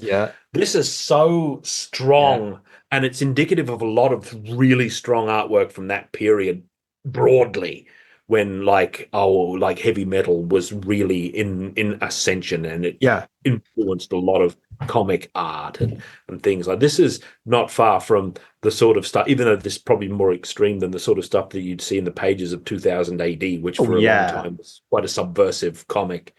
It's not really anymore, because things just caught up with it. It's hard to be really subversive. I think your point about the Scorpion Lady is a very good one. I mean, I think it's no coincidence that the only really anything of human we can see is a beautiful human face, and it's the well chosen. I mean, there are a few there are a few women in certain places in this in this book, and they sometimes can be used, I think, to depict that kind of that kind of the horror, the chaos of kind of mutation. There is a oneness in a certain sense, which is that if you go far along the realm of chaos, you become either one of two things. I find this very powerful. You become a demon prince or a demon in the earlier fluff, demon prince later, but a big demon, or you become a chaos spawn. And chaos spawn, man, I really like the idea of that, because there's the idea of the mutations making yourself more and more powerful, but potentially more and more completely socially alienated. Because in Wolfrup, there's the idea that you can have some mutations that you might be able to keep hidden. Some of them might be actually socially advantageous, like the orator's ability, or might make you beautiful or something. But some of them it's harder to conceal. But eventually the mutations can kind of overwhelm you. And there are some nice rules in the earlier Chaos books to transforming into a Chaos spawn. I mean, in this book, there are the D1000 mutation tables, and all manner of things can happen in that, like the face of a juggernaut, face of a fleshhound, crab claw, partly mechanoid. Oh my God, everything can happen. They never got back to that. No, never. They'd almost be compelled. They'd have to do a whole new table because of their creator's vanity, and nobody's got the stamina to do a D1000. No one would. Well, in those days, they not only had the stamina to write it all, they also had the stamina to depict each and every mutation with lots of, because of course, there were so many internal things in here. That's just the crackerjacks thing about it. And the rules also for becoming a spawn are interesting. I mean, even in the fourth ed book, what happens when you become a spawn is you get given all of these, you forget all of your spells if you're a wizard, you lose your equipment, you get given all these mutations, and then you lurch forward randomly. And if you roll a double immediately, the spawn, I think, just dies. And it can just die at any moment. And the whole point with it is that it might just have a few turns where it goes around and does a few things and then just dies under the force of mutation. And so it's kind of really unlikely to have an impact in game terms if you turn into a chaos spawn, but just be a retracted, really horrible, abstracted end. And that's, I don't know, I think there's only something cool about that. Unlike later on when Sick There just became a unit choice and you could have, 3 of them and that would be what it was. And the main thing about them would be that it would be unbreakable, and so they would have a certain function and move randomly. Not the old thing. Oh, that's really scary, the Chaos Spawn. There are some pictures of Chaos Spawn as well in some of these books, and they're just, well, the whole mess of just stuff, of just lots of random life and tentacles and beauty and hideousness, all malformed, just all over the floor, which is what Chaos Spawn should be. I agree. Phenomenal bit of fiction. Such a frightening concept. Yeah. Wonderful stuff. I rarely would you encounter like Chaos Spawn lore in later. I remember one, there was, I don't know where this was. I don't even know if it was recent or old. Yeah. But it was like the Chaos Spawn was somehow honored as being particularly blessed. It was like it was the father of some character. And he is it Skylar? I don't know. Is that it? There's a special character who's a spawn called Skylar. That might be right. I don't know if that's it. I don't know. But no, this is, I think maybe it is. But it was like a story about how Chaos Spawn are particularly blessed things in this particular village, or and they were just left in the wilderness in their cave or whatever it was, and it was considered a good omen if someone in your family became one, and something like that. And that's like, by that point it was quite rare. Maybe Skylar, I'd forgotten about it's kind of odd to me that there would be a named spawn. It's a little bit odd. What happened? What happened? Oh, well, he was just a great warrior in a barbarian tribe, and he got various mutations, and he became more and more powerful. But then, at a critical moment, Khorne, his patron, gifted him with the mind of a savage beast, and at that point, obviously, he lost his mind and was of no, other than having a basic loyalty to his tribe, like a trained animal. Then was put in a pen, and that was kind of, the end of him, really. Oh, yeah. I like that the invasion of the mind, because he had his mind still before that. Then when his mind was invaded, then that was the end for him. And there's a mind versus body kind of dynamic there, which I quite like. Which is also quite, I think it's because it's transformation. It's a transformation trope point. But we didn't even talk about the body horror, like the Lynchian loss of control of your own body and that sort of thing. Really legitimately frightening things which can happen to you in life. Like, so. Yeah, so I think that the thing is in the profiling the realm of chaos, Slaves to Darkness, Lost in the Damned, they were trying to do lots of subversive, or they were experimenting with probably more subversive kind of ideas that I mean, not for nothing, Bard does, of course, the original Slaves to the Darkness carry my favorite part, which says, suggested for mature readers. Yeah, they're not going to put that on Warhammer the Old, even though in a way Warhammer the Old World is probably for mature readers, not because it's mature content, but more for, I don't know, for the senior. It would have been a daring move if they made it for mature, like if they sort of went a little further. Would have been a daring move, acknowledging the aged status of the player base of old wheel and maneuver fantasy games. Maybe we could have withstood a return to mature readers.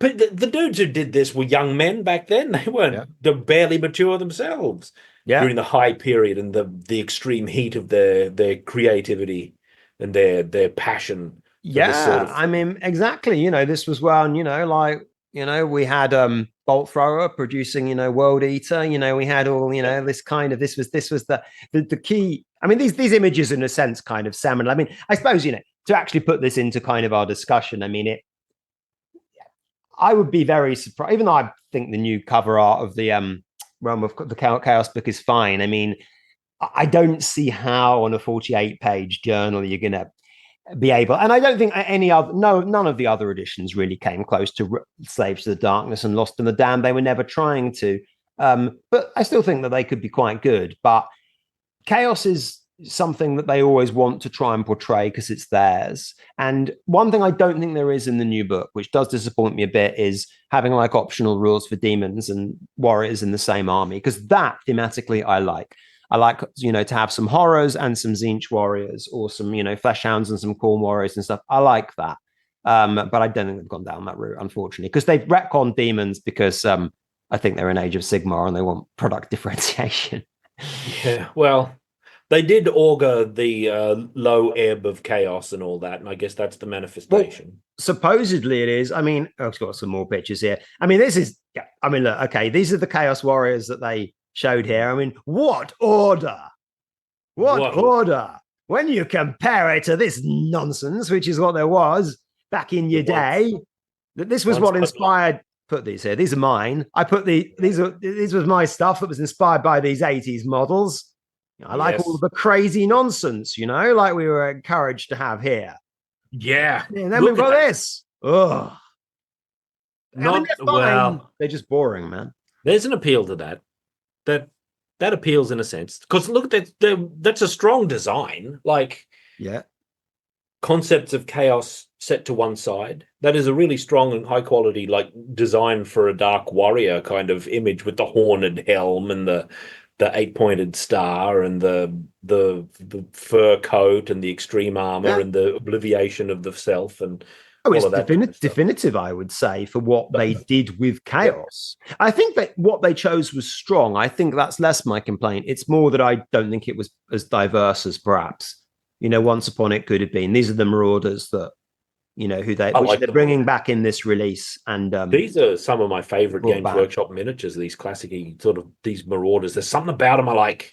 These evil barbarians. They multi-pose these. There was a 5th Ed Marauder that was around for a while who was a bit more, he had a kind of, they wore masks and they all looked like executioners. Whereas these were multi-pose 6th Ed kind of sculpts where you could build a lot of different stuff. A bit like those Chaos. I mean, these plastic sets have had a very, very long gestation. I struggle with the uniformity, you see, but then I also have another subconscious thing, which I know they're plastic, and I don't like plastic models. I like metal models, but then that's idiosyncratic.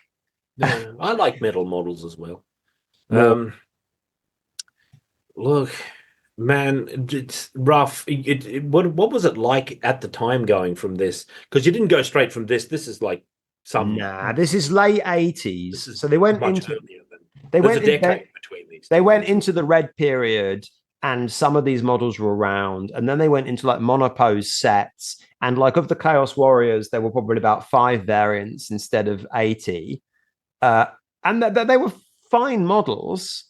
And with some of the stuff they didn't have models for, the third ed ones were still around, but there was definitely a hard breaking point though, because when I was first interested in the hobby, which was as a kid at school when it was like 4th ed, 5th ed, these models were gone. These third ed models almost all gone, except for a few pieces here and there where there was old stock. And thus I looked at them and I thought, wow, what happened here? Because it all looked quite uniform by the time I'd got into it. I mean, these things here, 6th ed, 8th ed, this is BARD says is another, we're missing out several stages in between here to illustrate kind of the extremity. But the middle hammer period of chaos was actually okay, I think, but it's not as nuts as this. You couldn't keep this up. That's part of the truth, which is sad, but you couldn't expect them to keep this up. You couldn't do it.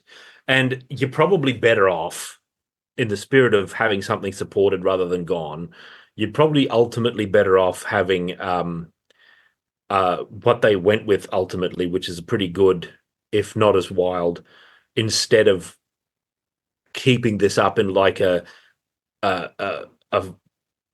creatively bankrupt kind of a way where it loses all of this energy and they're just going through the motions trying to make these wild models and it doesn't work. And you probably didn't want that future to manifest, maybe. Don't know. Maybe. Who knows what could happen?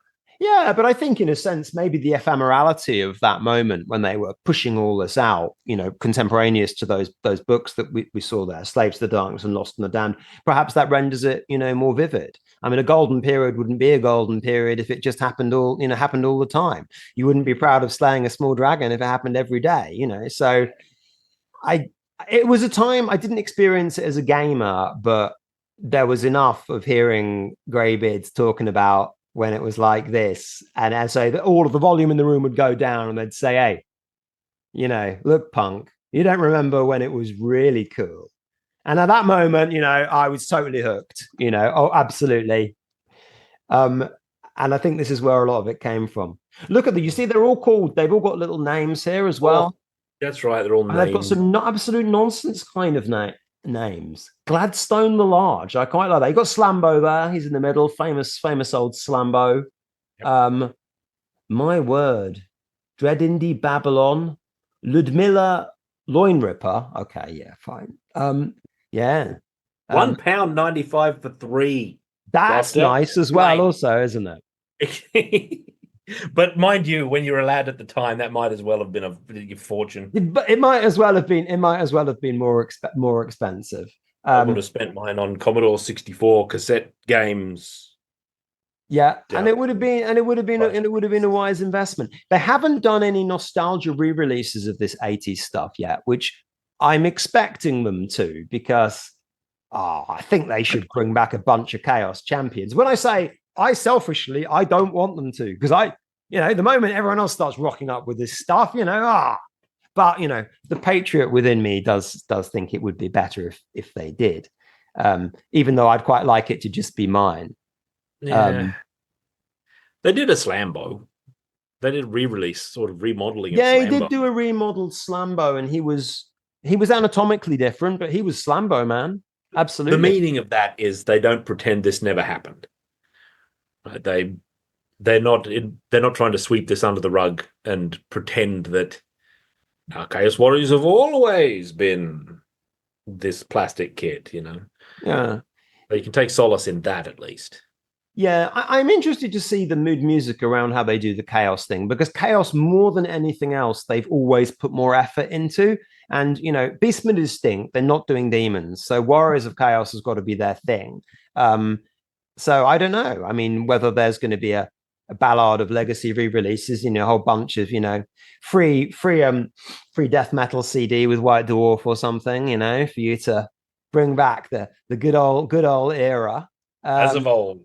Yeah, because I always thought these Chaos Warrior armies, I thought they were listening to the right kind of music where they went into war. There's probably someone on, like in Mad Max with electric guitar, but Whereas the Vikings, I don't know. I don't know. I suppose they just play their, their Nazi music rather than the real music of chaos, which is heavy metal, of course.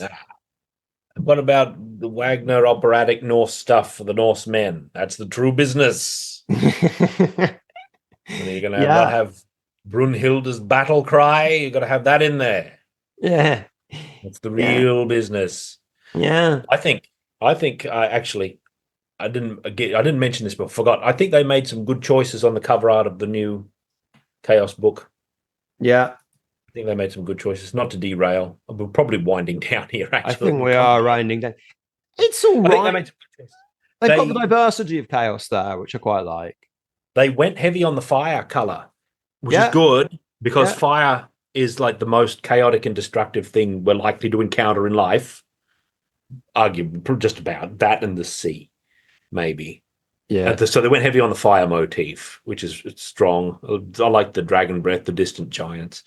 I'd like to see it in more detail, which I haven't yet, but I think it's a good cover. Yeah, they've got fire on the other two as well. Yeah, the fire motif is still there. The middle one has the juggernaut with its inevitable onrush. Yeah. The grand background there. Yeah, it's kind of an absurd image because it's so huge. It's like ridiculously huge.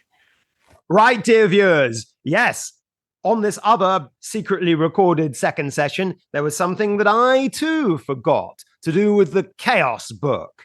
And that, having been, well, unofficially released, let's put it like that, is a very important point, which is the scaling back of the Chaos God pantheon. There's very little in there about Khorne, Tzeentch, Nurgle, or Slaanesh. And instead, they have been, to a much greater extent, replaced by the singular deity, Chaos Undivided, and its 8-pointed star. Now, of course, Chaos Undivided represents all four of those Chaos gods, but it also, importantly, in my view, represents lots of other Chaos gods who aren't actually represented. One of them is actually the Horned Rat. One of them is Malal, if you want to go back into Third Ed. And then there are all sorts of other kind of deities as well. So they worship Chaos Undivided. They've also removed certain god-specific troop types, including some quite iconic ones. There's no Disc of Tzeentch in there as a mount option anymore. There are no Steeds of Slaanesh. And so there are no Hellstriders of Slaanesh, who were Marauders who rode Steeds of Slaanesh, who I never liked that much because I never thought Marauders should be given Chaos mounts. I think it was a bit too lowly for that. There are no Juggernauts of Khorne, which I don't like because I really like Skull Crushers, although that's partly for some gaming reasons. Perish that thought. And then there's also the magic as well. So there used to be separate magic decks for all the Chaos gods, but now in general, the magic system has collapsed into something very boring and very simplistic. So there's just one spell per god that you can take if you've got that mark.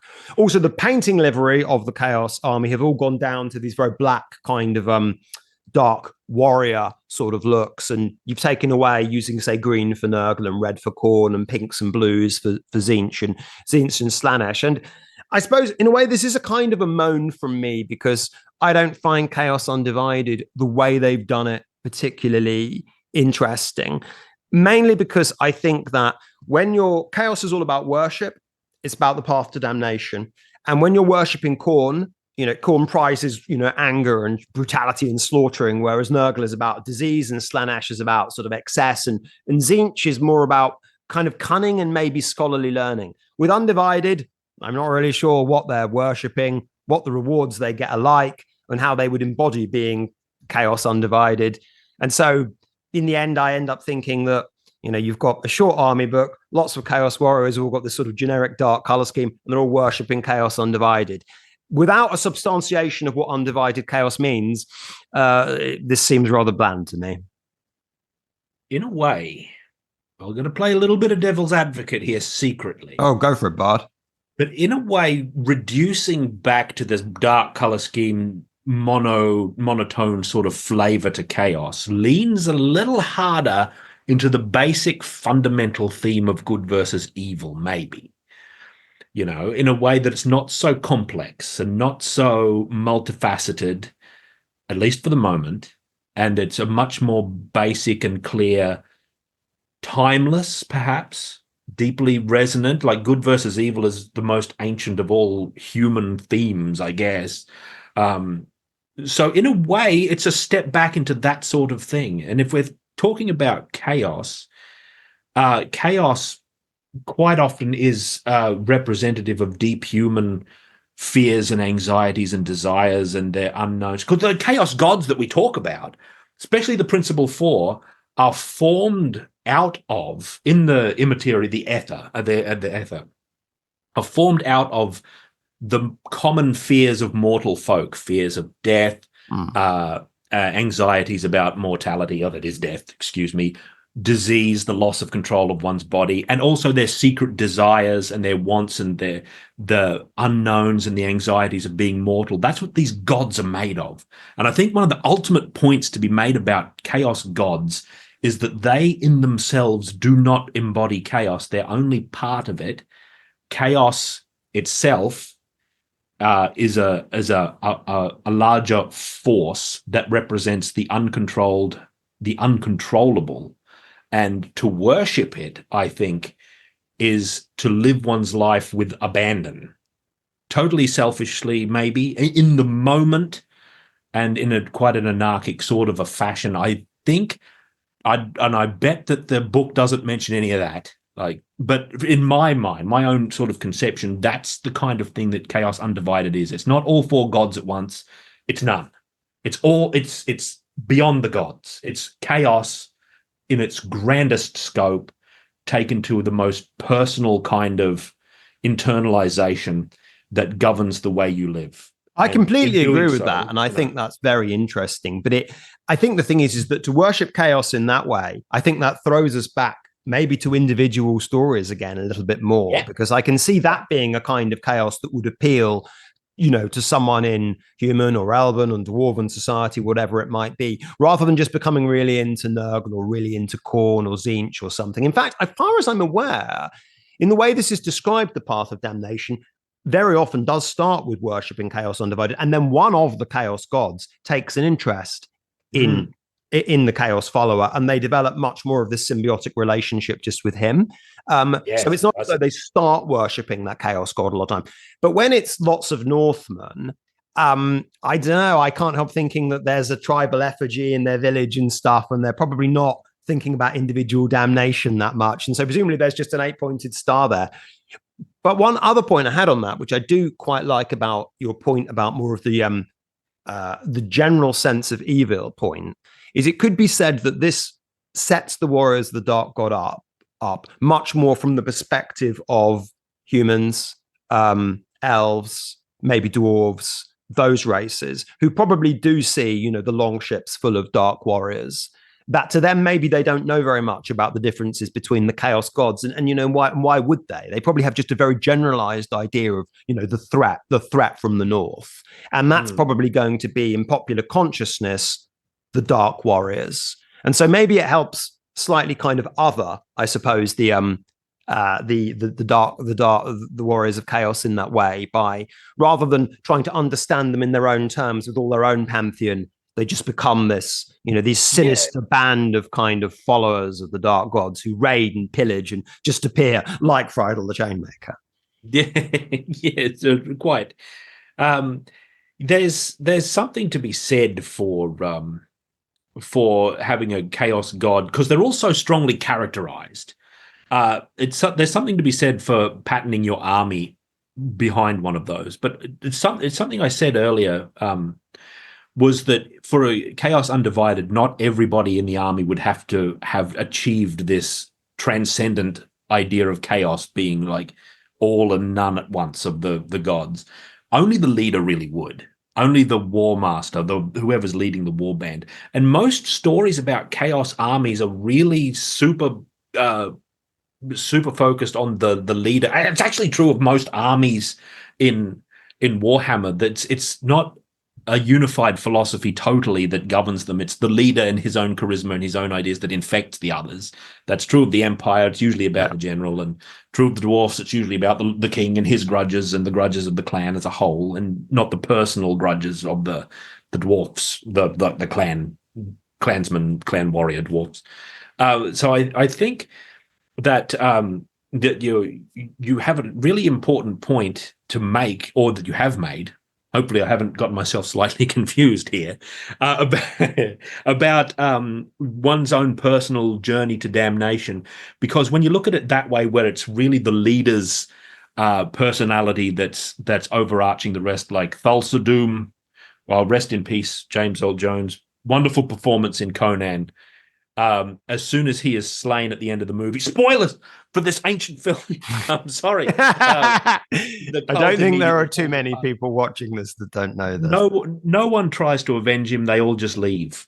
The singular character leading this army, their own personal journey into damnation, acts like a sinkhole, and it takes all these other people with it.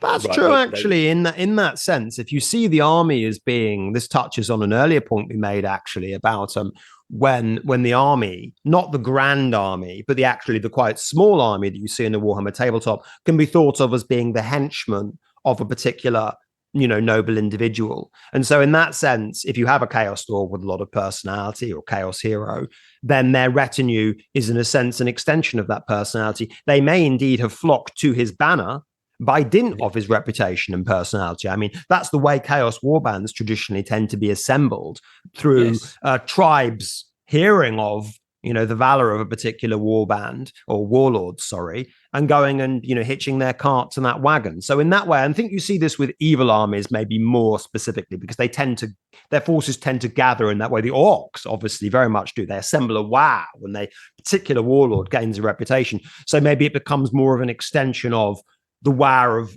Morglum Neck Snapper, for example, or the War of Azag the Slaughterer, or Gorbad Ironclaw. So I do take the point there that you can have an army that can represent the personality of an individual hero. It's probably best when you only have one really dominant hero in an army, I think. Whereas if you have, as in the tournament matches you do at the moment, a Duke and a Baron in the same list, or 2 Barons, or 10 Paladins all riding Pegasi, then it probably becomes a little bit more abstracted. But never mind. Starting to think these tournaments are non-canonical, actually. I think they must be viewed as non-canonical there are many simple and sad things that happen in the tournament where, you have the nearly a monogod chaos army, and and then surprise, surprise, the Marauder Horsemen have turned up and they all have the mark of Slanesh. I wonder why. Because it's the best in game terms. Funny that they've just sort of, turned up on their own, as these kind of refugees. And then all my 10 Pegasus Paladins, the legend of the 10 Pegasi. I can imagine it being told the length and breadth of the sea, and coming and saying, "Oh, I can only see 8. What? 2 of them are dead. Oh, I'm going back to Brion." No. So I think Chaos is, in a sense, when they bring the Chaos book out, it probably I feel it reveals more of their cards, maybe. And I think maybe the lack of new models and stuff with this Chaos might be, in a sense, revealing the cards of Warhammer the Old World, maybe being as it is a legacy nostalgia kind of a product. So we'll see. But I feel that Chaos, that's when with Games Workshop, I always feel as I know what their real plan is. Yeah. Which is, well, I don't know until I've read this 48-page book. Maybe I have a feeling it might be probably nothing. A bit like, there being no quest book in the Silver Tower Bard. It might be just a kind of, it's gone. Wow. Yeah, maybe. That was a disgrace. Of course, the quest book comes from the ancient age. Yeah. The grand old era. Maybe yeah. Maybe it'll be the Warhammer equivalent of Golden Axe Beast Rider. Oh, Golden Axe Beast Rider, which I haven't played yet. I see. So I'm pretty well versed in the classic Golden Axes Bard, as I know. Me too. Good evening, dear listener. Now you've made it to the twilight zone of 5 hours. We thought you would have no objection. Nay, in fact, would literally be crying out for it, to hear some additional extra thoughts we had on some unrelated topics. These concern elves, good and evil, vampires, Age of Sigmar pillaging, and Streetfighter. I disagree with myself again, secretly on a secret point. I said that one corrupt elf was more powerful than a whole society. But the Dark Elves actually are an example of an overarching personality defining a large group of people, because Malekith and his mother Dark Elf society is almost a macrocosm of those two on a grand scale. This eternal king and this eternal, I was going to say queen, or she kind of is, but mother of the king, that rule the goings on quite dominantly and can't be dislodged. That's like a nationwide example, because you can't get rid of him. Contrasting that, the High Elves, at least they used to, have that rule intrigue at court where you weren't allowed to actually pick who was general. You had to roll for it. Yeah, that was a lovely rule. They got rid of that much more in 8th edition. It became much more about, they do the Phoenix King's bidding loyally rather than that. Whereas you say you could end up with your crappy leadership 8 level 1 mage, getting the slip on your prince and suddenly becoming leader of the army. Which is cool because it shows something political before the battle, which is represented in the game. And that's always interesting. I like the factions that have more politics in them. That's why I like Skavens. Skaven are also very political. Without that, you don't get a sense, because it's in High Elves specifically, it's really interesting because it gives you just a little touch of what their society is like. I often believe you don't want to fully explore, especially elven societies, fully, because they start becoming mundane. And I think that's very bad, because elves in particular have an ethereal kind of flavor to them. And even the lowest elf really has a lordly kind of color. All elves in this way are sort of a lordly figure. That's kind of interesting with their female warriors as well, because they have that inherent lordliness that elves inherit. Because there isn't really, not to pull back to this old topic we finished with, there isn't really much call for like lady fighters to start appearing in the ranks of imperial regiments, and where they're going to die in a dung hole for really petty reasons. They're going to bleed to death because two dukes have a disagreement. There's not much call for that. But the elves have an inherent lordliness. They have elves are like these mystic things. They're all varieties of elf are superior to nature itself almost. Yeah. They transcend the natural world. Even wood elves, you might make the point, but wood elves are all about nature, right? Of course, a fair point, maybe. Wrong. Because wood elves are actually all about Athel Loren. And Athel Loren is not a natural place. That is a haunted wood, right? It's superior. It's nothing natural about it. Nothing natural about magic in general. It's one of those little ancient paradoxes of like Dungeons and Dragons where there's druids and the main thing they do is magic, but magic by definition subverts nature. If you want to do druids properly who worship nature, you have to have them be non-magical entirely almost under certain points of view. But the ones who do subvert nature, do they require nature from which to derive their powers and thus are using it? Yeah, you've got to have something to subvert. They're very deep into commanding the trees to do what they will, and it looks like it's nature magic, but is it really, or is but it doesn't look like the industrialist chopping down the trees and then turning them into cabins or burning them. He's using the trees in his own way, but the druid likes to leave the tree standing to use it in his. To use it, not to receive what nature gives naturally to a man, but to take it in his own way. That's subverting it in a sense. Yeah, these elves are all very subversive. We've not seen any of the elf books yet, dear viewer, but we wonder whether these elves will have some of these depths explored in them. I mean, we're only going to get high elves and wood elves, of course, because they've retconned dark elves. I think what they'll do with wood elves, I predict they'll make them a lot more good and a lot less kind of neutral. I mean, they were initially, when they leaked the faction list with good and evil, the good elves were listed as good. So they might well just go back into more like sort of environmentalists in a more general kind of way, I suspect, rather than this slightly more ambiguous kind of role. They used to have the demarcation of order and destruction, right? I never really liked that. I prefer good and evil. If they're going to have a divide, I like good and evil better because it's so classic. It's a beautiful concept of good and evil. Yeah. Eternal cosmic struggle, that sort of, we could talk about that extensively. But no, wood elves, if you're going to make them anything, evil doesn't suit. Good is closer because they're more likely to oppose rampant destructive forces, which are more fitting to the evil banner, I guess, the evil category. Well, they live in Lauren Forest, and obviously that's more likely to kind of be invaded by the evil races in the Warhammer world. They sometimes fight with Bretonnians because, of course, it's in Bretonnia, but more often than not, I think they have diplomacy with Bretonnia, which I actually think is quite cool. But because they're defending, I think generally speaking, the good factions probably in most fantasy worlds tend to be defensive in their nature because they tend to be being invaded by the evil section. I mean, it would be almost interesting unless you're going to have like a witch hunter crusade where the good faction are invading the lands of the evil, probably to purge them from their lands. But Warhammer factions, their armies and the nations are too nuanced to blanketly put under good and evil, really.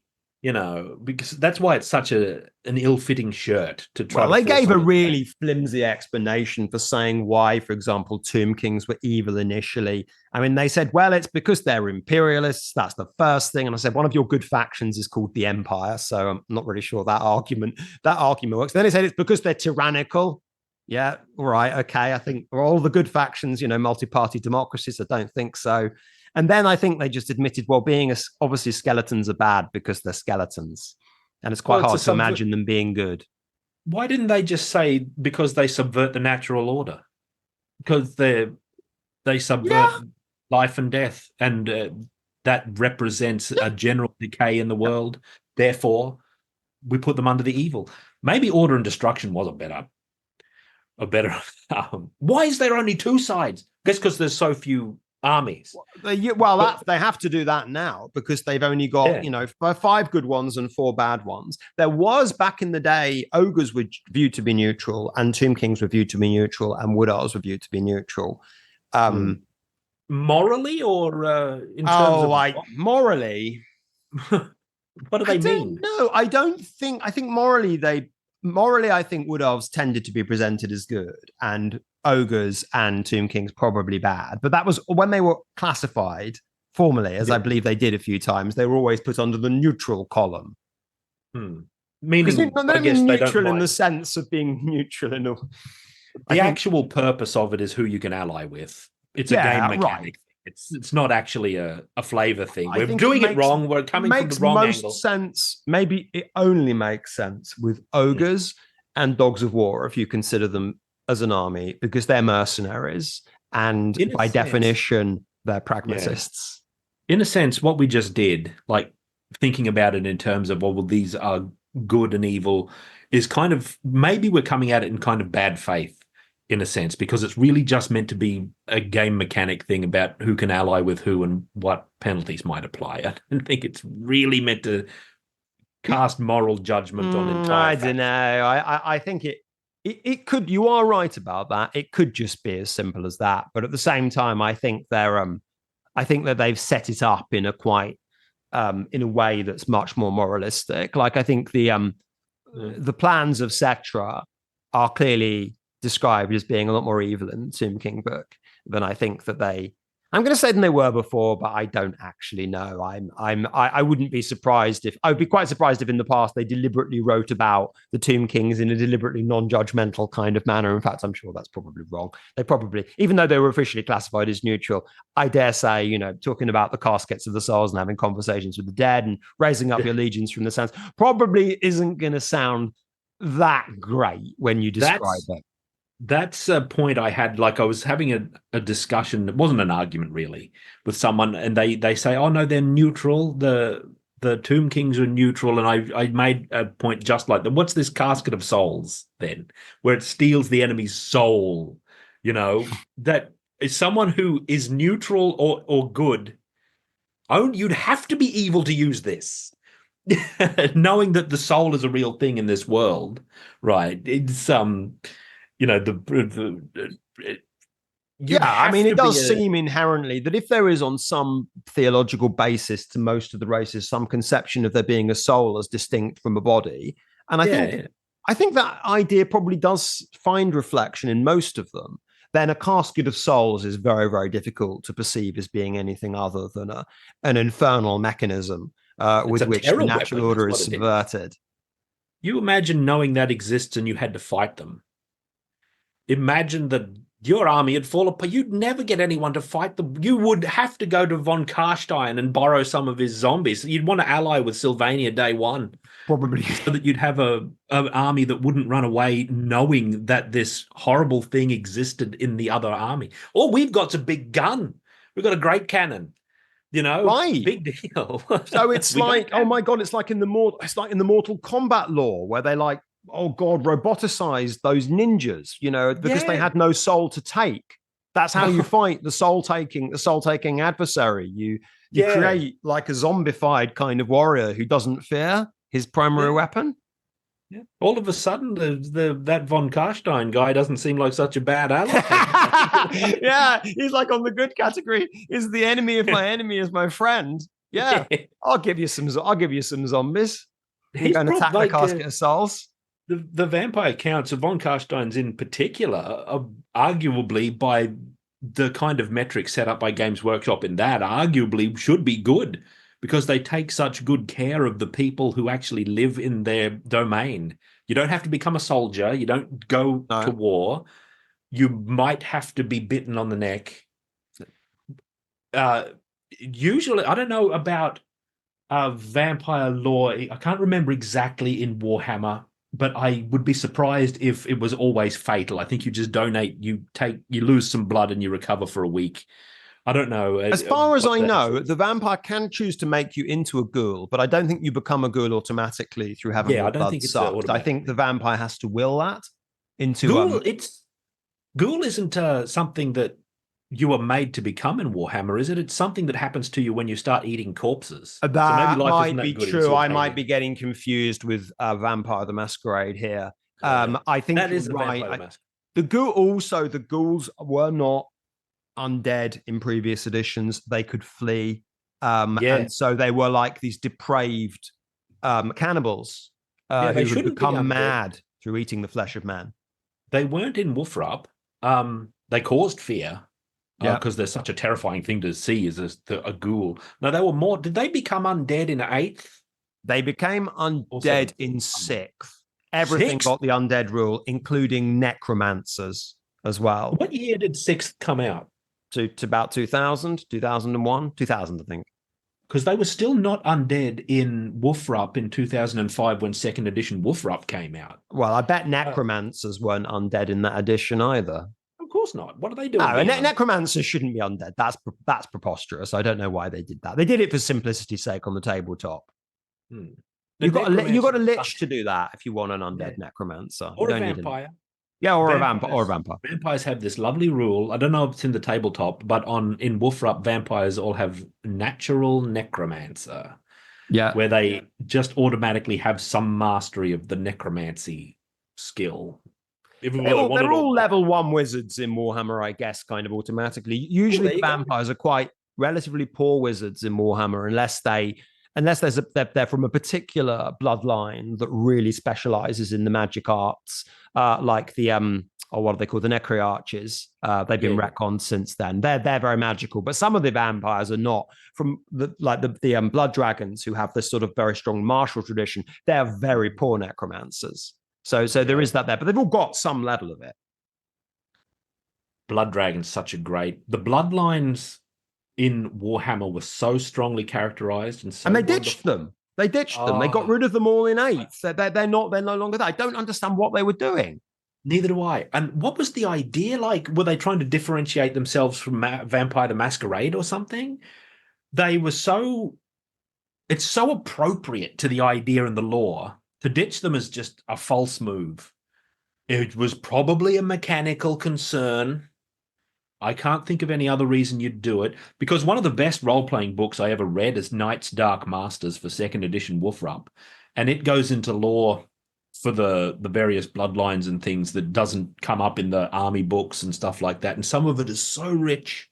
Some of it, I mean, again, to call back to the women warriors, you've got the Lamians in there, who are a very, very appealing kind of bloodline, I think. I mean, obviously, vampirism is within its whole nature, is the portrayal of women in the realm of vampirism has, something on which many, many words could be said. But that's that's kind of nice as well, I They're a think. And it's very not, it doesn't mean that feminine- all women vampires have to be Lamian in that No. lore, because you've got like Isabella von Carstein, for example, as well. So, but no, I thought they were very strong, the different bloodlines. They, maybe they weren't that original exactly, but at the same time, they drew upon, well, quite a lot of Vampire the Masquerade stuff, to be honest. And that might be why, for some reason, they got rid of them. Even though they're mentioned in the fluff sometimes in the 8th Ed book, there's no way of representing them on the table. I like Warhammer vampires better than Vampire the Masquerade, and I like the Vampire the Masquerade lore, the way it's set up.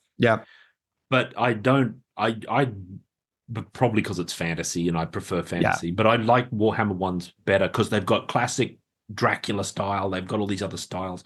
They've got the Lamians, who I guess aren't really warrior women. They're very feminine with their, like, the idea that they're very seductive and they trait and all that sort of. I bet you there are some lady blood dragons out there. Yeah. Right. I love the blood dragon lore, how they've got this. They've got vampirism for all the benefits, and now they've just got to get rid of the curse part, and they think that drinking the blood of dragons will do it for them. That's that's the basic lore of what the blood dragons are trying to do. And they're so knightly and honorable, and they've still got all these great knightly traits, but there's a darkness to them. Yeah. And that is very traditionally vampire flavored as well. Hey, good stuff. I love that. Yeah, there's a lot of richness to it, actually, and you say different reasons why the different bloodlines might be on the battlefield. Like the blood dragons have a reason, I think, because they have this strong. I don't know whether maybe the imagination is that long ago some of them used to be Bretonnians or something. I'm not quite sure, but they've got a certain warrior tradition, which a chivalric tradition, which kind of commands them to take the table. Then you've got like the von Carsteins and the Lamians, who are much more political, I think, especially the von Carsteins. I think the von Carsteins are probably Von True in Vampire the Masquerade. They're the they're the kind of master of the politicking kind of game. And then you've got the more ghoul-like. Well, the Strigoi are actually ghouls, but then you've got the Necri-Archers, who are they're probably Nosferatu, I think, in the Vampire the Masquerade kind of equivalent. Maybe. And they study magic, and they're the best necromancers, but they're also physically the weakest, and they look the most horrifying as well. I'd actually argue that von Carstein are more of a Sabbat kind of, if they're not a specific clan, but the Sabbat philosophically, because von Carsteins think they rule by right. Yeah. Right. They don't have to hide the fact that they're vampires. They rule over the land. Their subjects are under their will. They live well enough, and they give their due. That's kind of like the way I understand the Sabbat are. They don't have to hide their monstrous nature. They're not worried about that masquerade. The Shemizi will do all that weird flesh sculpting, and they're not worried about that stuff. That's Camarilla nonsense. This Ventru politics hiding from the mortals. Bah. We rule them by right. The night is ours kind of idea. There is, I think, one broader point, though, to make about areas, because, of course, vampires are one of the legacy armies. They're not dealing with any of this. And, like Skaven, like Dark Elves, who we mentioned, and demons as well. And I think that with that, one of the reasons why my understanding is, and this is more slightly conspiratorial, is that they've used a lot of those things, some of those very, very powerful Warhammer pieces of lore and GW creations in Age of Sigmar, and they ported them over there, and they've got that. Whereas in fantasy, in a sense, we've kind of been left with the things they didn't really use in Age of Sigmar, and thus things that are probably a little bit closer to myth and closer to Tolkien: the elves, the dwarves, the men, the orcs, these warriors of the dark gods without necessarily their deities, the Bretonnians with their very historical kind of lore.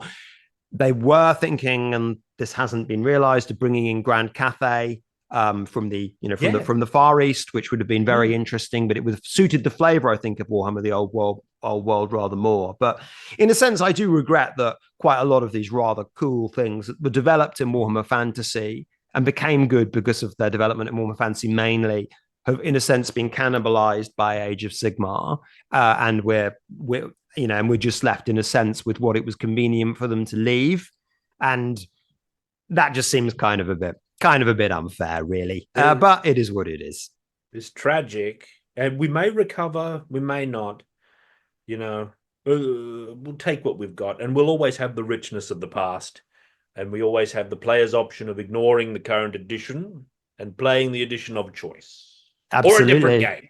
Yeah, absolutely. A liberty which is being exercised very regularly by Warhammer fantasy players, or in some cases, of course, to not play at all as well. Yeah. Yes, which is I think is the ultimate Warhammer fantasy player's choice. Because I think if you were able to do a poll of people who liked something but didn't play, I think Warhammer fantasy would be very, very high on that list. The number of fans to players would be a very large ratio in favor of That's the why fans. I play old Wolfrup editions instead of like the actual tabletop game, because that's got the stuff I like. Plus, but I can really understand that though, because I actually think Wolfrup is much more immersive for all sorts of reasons. Actually, in that way, it's a role playing game. It's not a tabletop war game. You know, we can't compare oranges with apples, but it's got that there. And people who like the Warhammer lore who haven't read the Wolfrup stuff would be strongly advised to look at that, because that's where it's described in an interesting way that's not just about military as well, politics, society, culture. That's where I think it can be found. There's some very good novels. There's some terrible ones, but there's some really good ones. You know. Yeah. The old canons of Warhammer. Bittersweet, this conversation's becoming, Doctor. Yes, it is becoming rather bittersweet and only extended and rather kind of mournful, because inevitably you dwell on what there was, and that's and that's to say nothing also of the nature of kind of gaming culture and what it once was. And I could have actually just started talking about Streetfighter then, actually, if anything. Oh yeah, God. Because we made that point in the thing before about why you choose a character, why you choose an army. You know, how it was that if you choose an army in Warhammer because of how good it is on the battlefield, that you choose Bretonnia because you want to just run over your opponents, or you choose the latest book because you think it's got an unkillable dragon in it. But there's something very depressing about that. There's got to be something that calls to you about an army, I think. And some of that might come from the lore, which is a shame. It's a shame they've minimized some of that. Some of it will just come from the aesthetics and the models. I think that's the most powerful thing. And they're using lots of old artwork and stuff. And so that's all, that's all there. But it was like how, in the grand old days of Street Fighter, I always choose Zangief because he just kind of became my character because I liked his design. I found out that actually, he was a character from the USSR put in 2 months before the Soviet Union collapsed. And so there was this tragic heroism to Zangief just forever. And so then he kind of had to be mine. It had nothing to do with how good he was, because he wasn't very good, or at least not for classically anyway. So yeah, it's got to speak to your heart, man. He's my favorite Street Fighter character as well. Excellent. I went on special Zangief training before Street Fighter 6 came out. Long ago, I learned the secret of the spinning pile driver. Back in the day, when we were kids in school, we didn't believe it was actually possible to do it without jumping, right? But sometime later, you eventually just get the knack. You understand you don't have to go all the way around. You just have to go that far, and it works. Zangief's great. I mainly liked him because he's a wrestler, and I like wrestling moves and wrestling characters and stuff like that. And he was an imposing Russian, like in James Bond. I think so, but I do agree with your point about the screw pile driver. If you have a move that's really, really hard to do, it becomes a bit of a holy grail move, and in order to do it, you feel as though you have to jump, which has problems for all sorts of other reasons. Then it becomes more exciting. In Zangief's ending, Gorbachev appears as well, which is also again super cool as well. Even though Zangief's ending is not the best Street Fighter ending, because I think Guile and Ryu's endings are better, but it's still pretty good. Of course, well, he's the best character in a fine game. I was going to say best character in the best game, then we'd have to insert a new wrong. I disagree with that.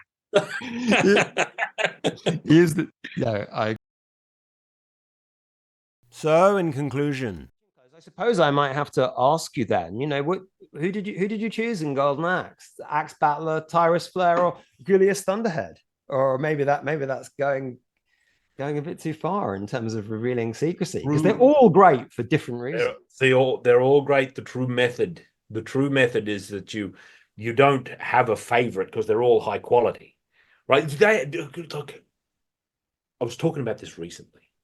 Golden Axe is one of the games with like one of the beat 'em ups that has a full cast of high quality characters. There's not a lesser character, not like your guy in Final Fight who isn't the most. Obviously, Hagar is the most popular and best in truth. Hagar is the best character. Cody is the one that's actually easiest to get through the game through, though it's still nightmarishly hard. And he's probably still Cody, I think, might be the most popular character overall. Yeah. No, surely Hagar, because they treat Hagar with such a mythical. And then again, Cody's really popular in Street. It's hard to gauge. But in the magazine culture back in the day, Cody was always like the pick of all the reviewers, these fools. Hagar's the true character. Yeah, well, Cody came back in Street Fighter as well, right? He had he returned. He's got his Street Fighter following, which is distinct from Final Fight. They treat Final Fight with such reverence, but we haven't seen a Final Fight game for a long time. Yeah. Someone else made that point recently. It doesn't matter. What was I talking about? Final Fight. You were talking about Golden Axe. Final Fight. We're talking about Final Fight now. We're talking about Golden Axe. I really like Tyrus. Streets of Rage as well in a minute. Yeah, exactly. So I just played through like the old Streets of Rage games and Streets of Rage remake. I haven't gotten around to playing. Real remake is hot, man. Really good. Like it? You like the fan remake? I don't like it more. I like it. I'm impressed by the fan remake and how they mix up the Streets of Rage 1, 2, 3 enemies. You know, there's a whole, they do everything with the full canvas of stuff. They do, but I think it's too hard. It's balanced for people who have been playing Streets of Rage for 20 years. That's probably me though, to be honest with you. Yeah. I couldn't complete it. Like I got a 1cc on Streets of Rage 3. I don't think I got 1 credit on Streets of Rage 2, but I completed Streets of Rage 2. And I was trying to get good at Streets of Rage 1 was my favorite. Yeah. And I was trying to get through it on the hardest difficulty. I still haven't done it. I've kind of stopped playing it now because it's just plain old not good enough, man. That's how it is. But I gave it a pretty strong play. But Remake's an impressive fan project, but I don't think it replaces the originals. It's very impressive and very interesting, but I don't think it's I never really do think that ROM hacks or fan projects, fan games and the like are as interesting in a historical sense as what was actually released. The actual game, the choices that came out, the choices that were made, the culture at the time that influenced those choices in the game design and that sort of thing is really interesting to me. And without a doubt, Streets of Rage is the most important, is the best of the console beat 'em ups. There's better beat 'em ups in the arcade, most definitely. And Final Fight is the most important beat 'em up ever made because it's the definitive one. There's a lot that came before. Double Dragon, for example, came before, but Final Fight is the definitive one that showed what a beat 'em up could be and like canonized a lot of what is assumed about the genre in later periods. Capcom's model for the beat 'em up was emerged in Final Fight. So it's really important, but as a series, Streets of Rage is more important. And Golden Axe has fallen by the wayside. Golden Axe also has a really impressive fan project game. I don't remember the exact name of it. Yeah. Golden Axe something. Yeah, I played that.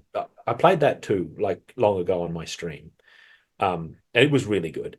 And I've played all the other Golden Axe games, of course. Golden Axe Revenge of Death Adder in the arcade is a very sort of strong beat 'em up with some very deep and puzzling flaws, but it's pretty good. Yeah. But anyway, about those damn characters, I think the interesting, one minute. But I think one point though that's nice though in there is that you say about the originals versus the kind of the ROM hacks, and which we bring that to Warhammer the Old World is. Warhammer the Old World is very reiterative of old editions. Is Warhammer the Old World a ROM hack edition, dear viewers? Is it that, or is it something with its own kind of integrity, its own its own cultural influences, its own attempt to try and push out certain conceptions of aesthetics and the hobby and all the rest of it, that places a flag on the map in 2024, for that team of new men who produced this. That's where I doubt it slightly. I think it's a bit more of a ROM hack for something that goes back in the past. But I did just say I love the Streets of Rage remake. Yeah, the Streets of Rage remake, very good. It might be a ROM hack. Yeah. So it's definitely a hack of some sort. It's a little bit of a Frankenstein, this old world. But ultimately, I think there's a pretty strong appeal. It may well be the once and future game, Warhammer. I think Warhammer Fantasy Battles has a future. And on the balance, I don't think Old World is actually a weak step toward that future. I think it's a reasonably strong one. Competitive folk such as yourself have their issues. Casual folk such as competitive and casual should not, in my ideal, be oppositional forces. No, they're not. I think one can do both. You can do both, but there's like separate cultures that start emerging. Yeah, that's almost a whole other discussion. We should have had it. The time's passed. But that's all. Yeah, exactly. But I agree with you. I think it's on, I think it is on a reasonable footing. I think there are issues with the game and stuff, and competitive stuff is quite generative of discourse within the hobby, even though it's relatively few people. And that's why I think it has comparative power. But weirdly, with Old World, I think that a lot of the, how you win the, even if it's advice tactica kind of stuff that I've read, I think as a competitor is actually really not very good at all. And in a way, there's something perverse that's actually quite good about that, because in a sense, it means that if there was like a massive kind of, sort of meta tower that broadcast and said, you should do this, you should do that, you should rank all your troops up in a line, etc., things would get more depressing quite quickly. But because there are so many gobs on so many sticks and everyone seems to think they know what they're doing, then confusion prevails. And maybe that's actually a good thing. Maybe a little bit of chaos. You might get more chaos in the rules than you will in your chaos lore book. Even if the lore's terrible, right, and they don't deliver on any of the promise of Warhammer, and I walk away ultimately disappointed, it can still be a strong game. Yeah. Especially if they do, as I hope and predict they will, which is get a really good, strong, characterful magic system in there. Yeah. I think they can do that. I think there is the capacity for patching, and there's always edition 2 of the Old World. I mean, remember, 3 years or something might be the going rate now for a major edition of a game. So, in 2 years' time, we might be in a different place. And, when we compare it to the old editions, we're comparing a very young game to a super mature, patched game with all of the add-ons. And that's not a fair comparison, of course, although it's the one people tend to go for.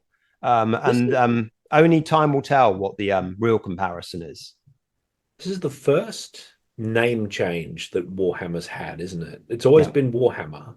Yep. This is the first name difference. The strapline the game of fantasy battles was added, and when 40k became dominant and people started calling 40k Warhammer, which I do not agree with, they started adding Warhammer Fantasy to it, and now they've called it Warhammer Old World. It's not Warhammer the Old World. It's Warhammer 9th edition, Warhammer Fantasy 9th edition. And I still like to call it Warhammer because I think that's, you can call 40k is 40k. This is Warhammer. Still, we've got to say Old World for clarity in these discussions. Yeah, we do. Yeah, we do. It is still Warhammer. Like, they haven't made a new game. It's not like it's Age of Sigmar where it actually is a new game. And with new lore, that's a different topic. Oh, it's the real legacy. There's absolutely no question about that. I mean, they're probably a bit too reverential to what they were standing on top of, I think, and made some funny tweaks. But nonetheless, they carried the vast majority of what was good in with them. And that, to be honest, I think they could have got that by just making a sensible decision at the beginning. And they did take that decision. And that's why what they've got is very good, even though it might be flawed in my view in comparison to the other editions. But as I say, what they inherited was fantastic, and and they're being carried by that, and they can put their own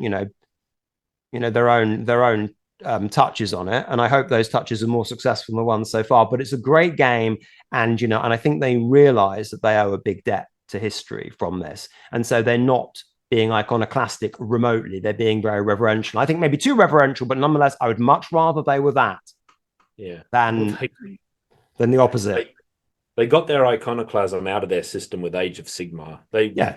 End Times was iconic. It was the most embarrassing thing I've seen Warhammer ever do. Age of Sigmar is nothing compared to the End Times demystification and salting of the earth.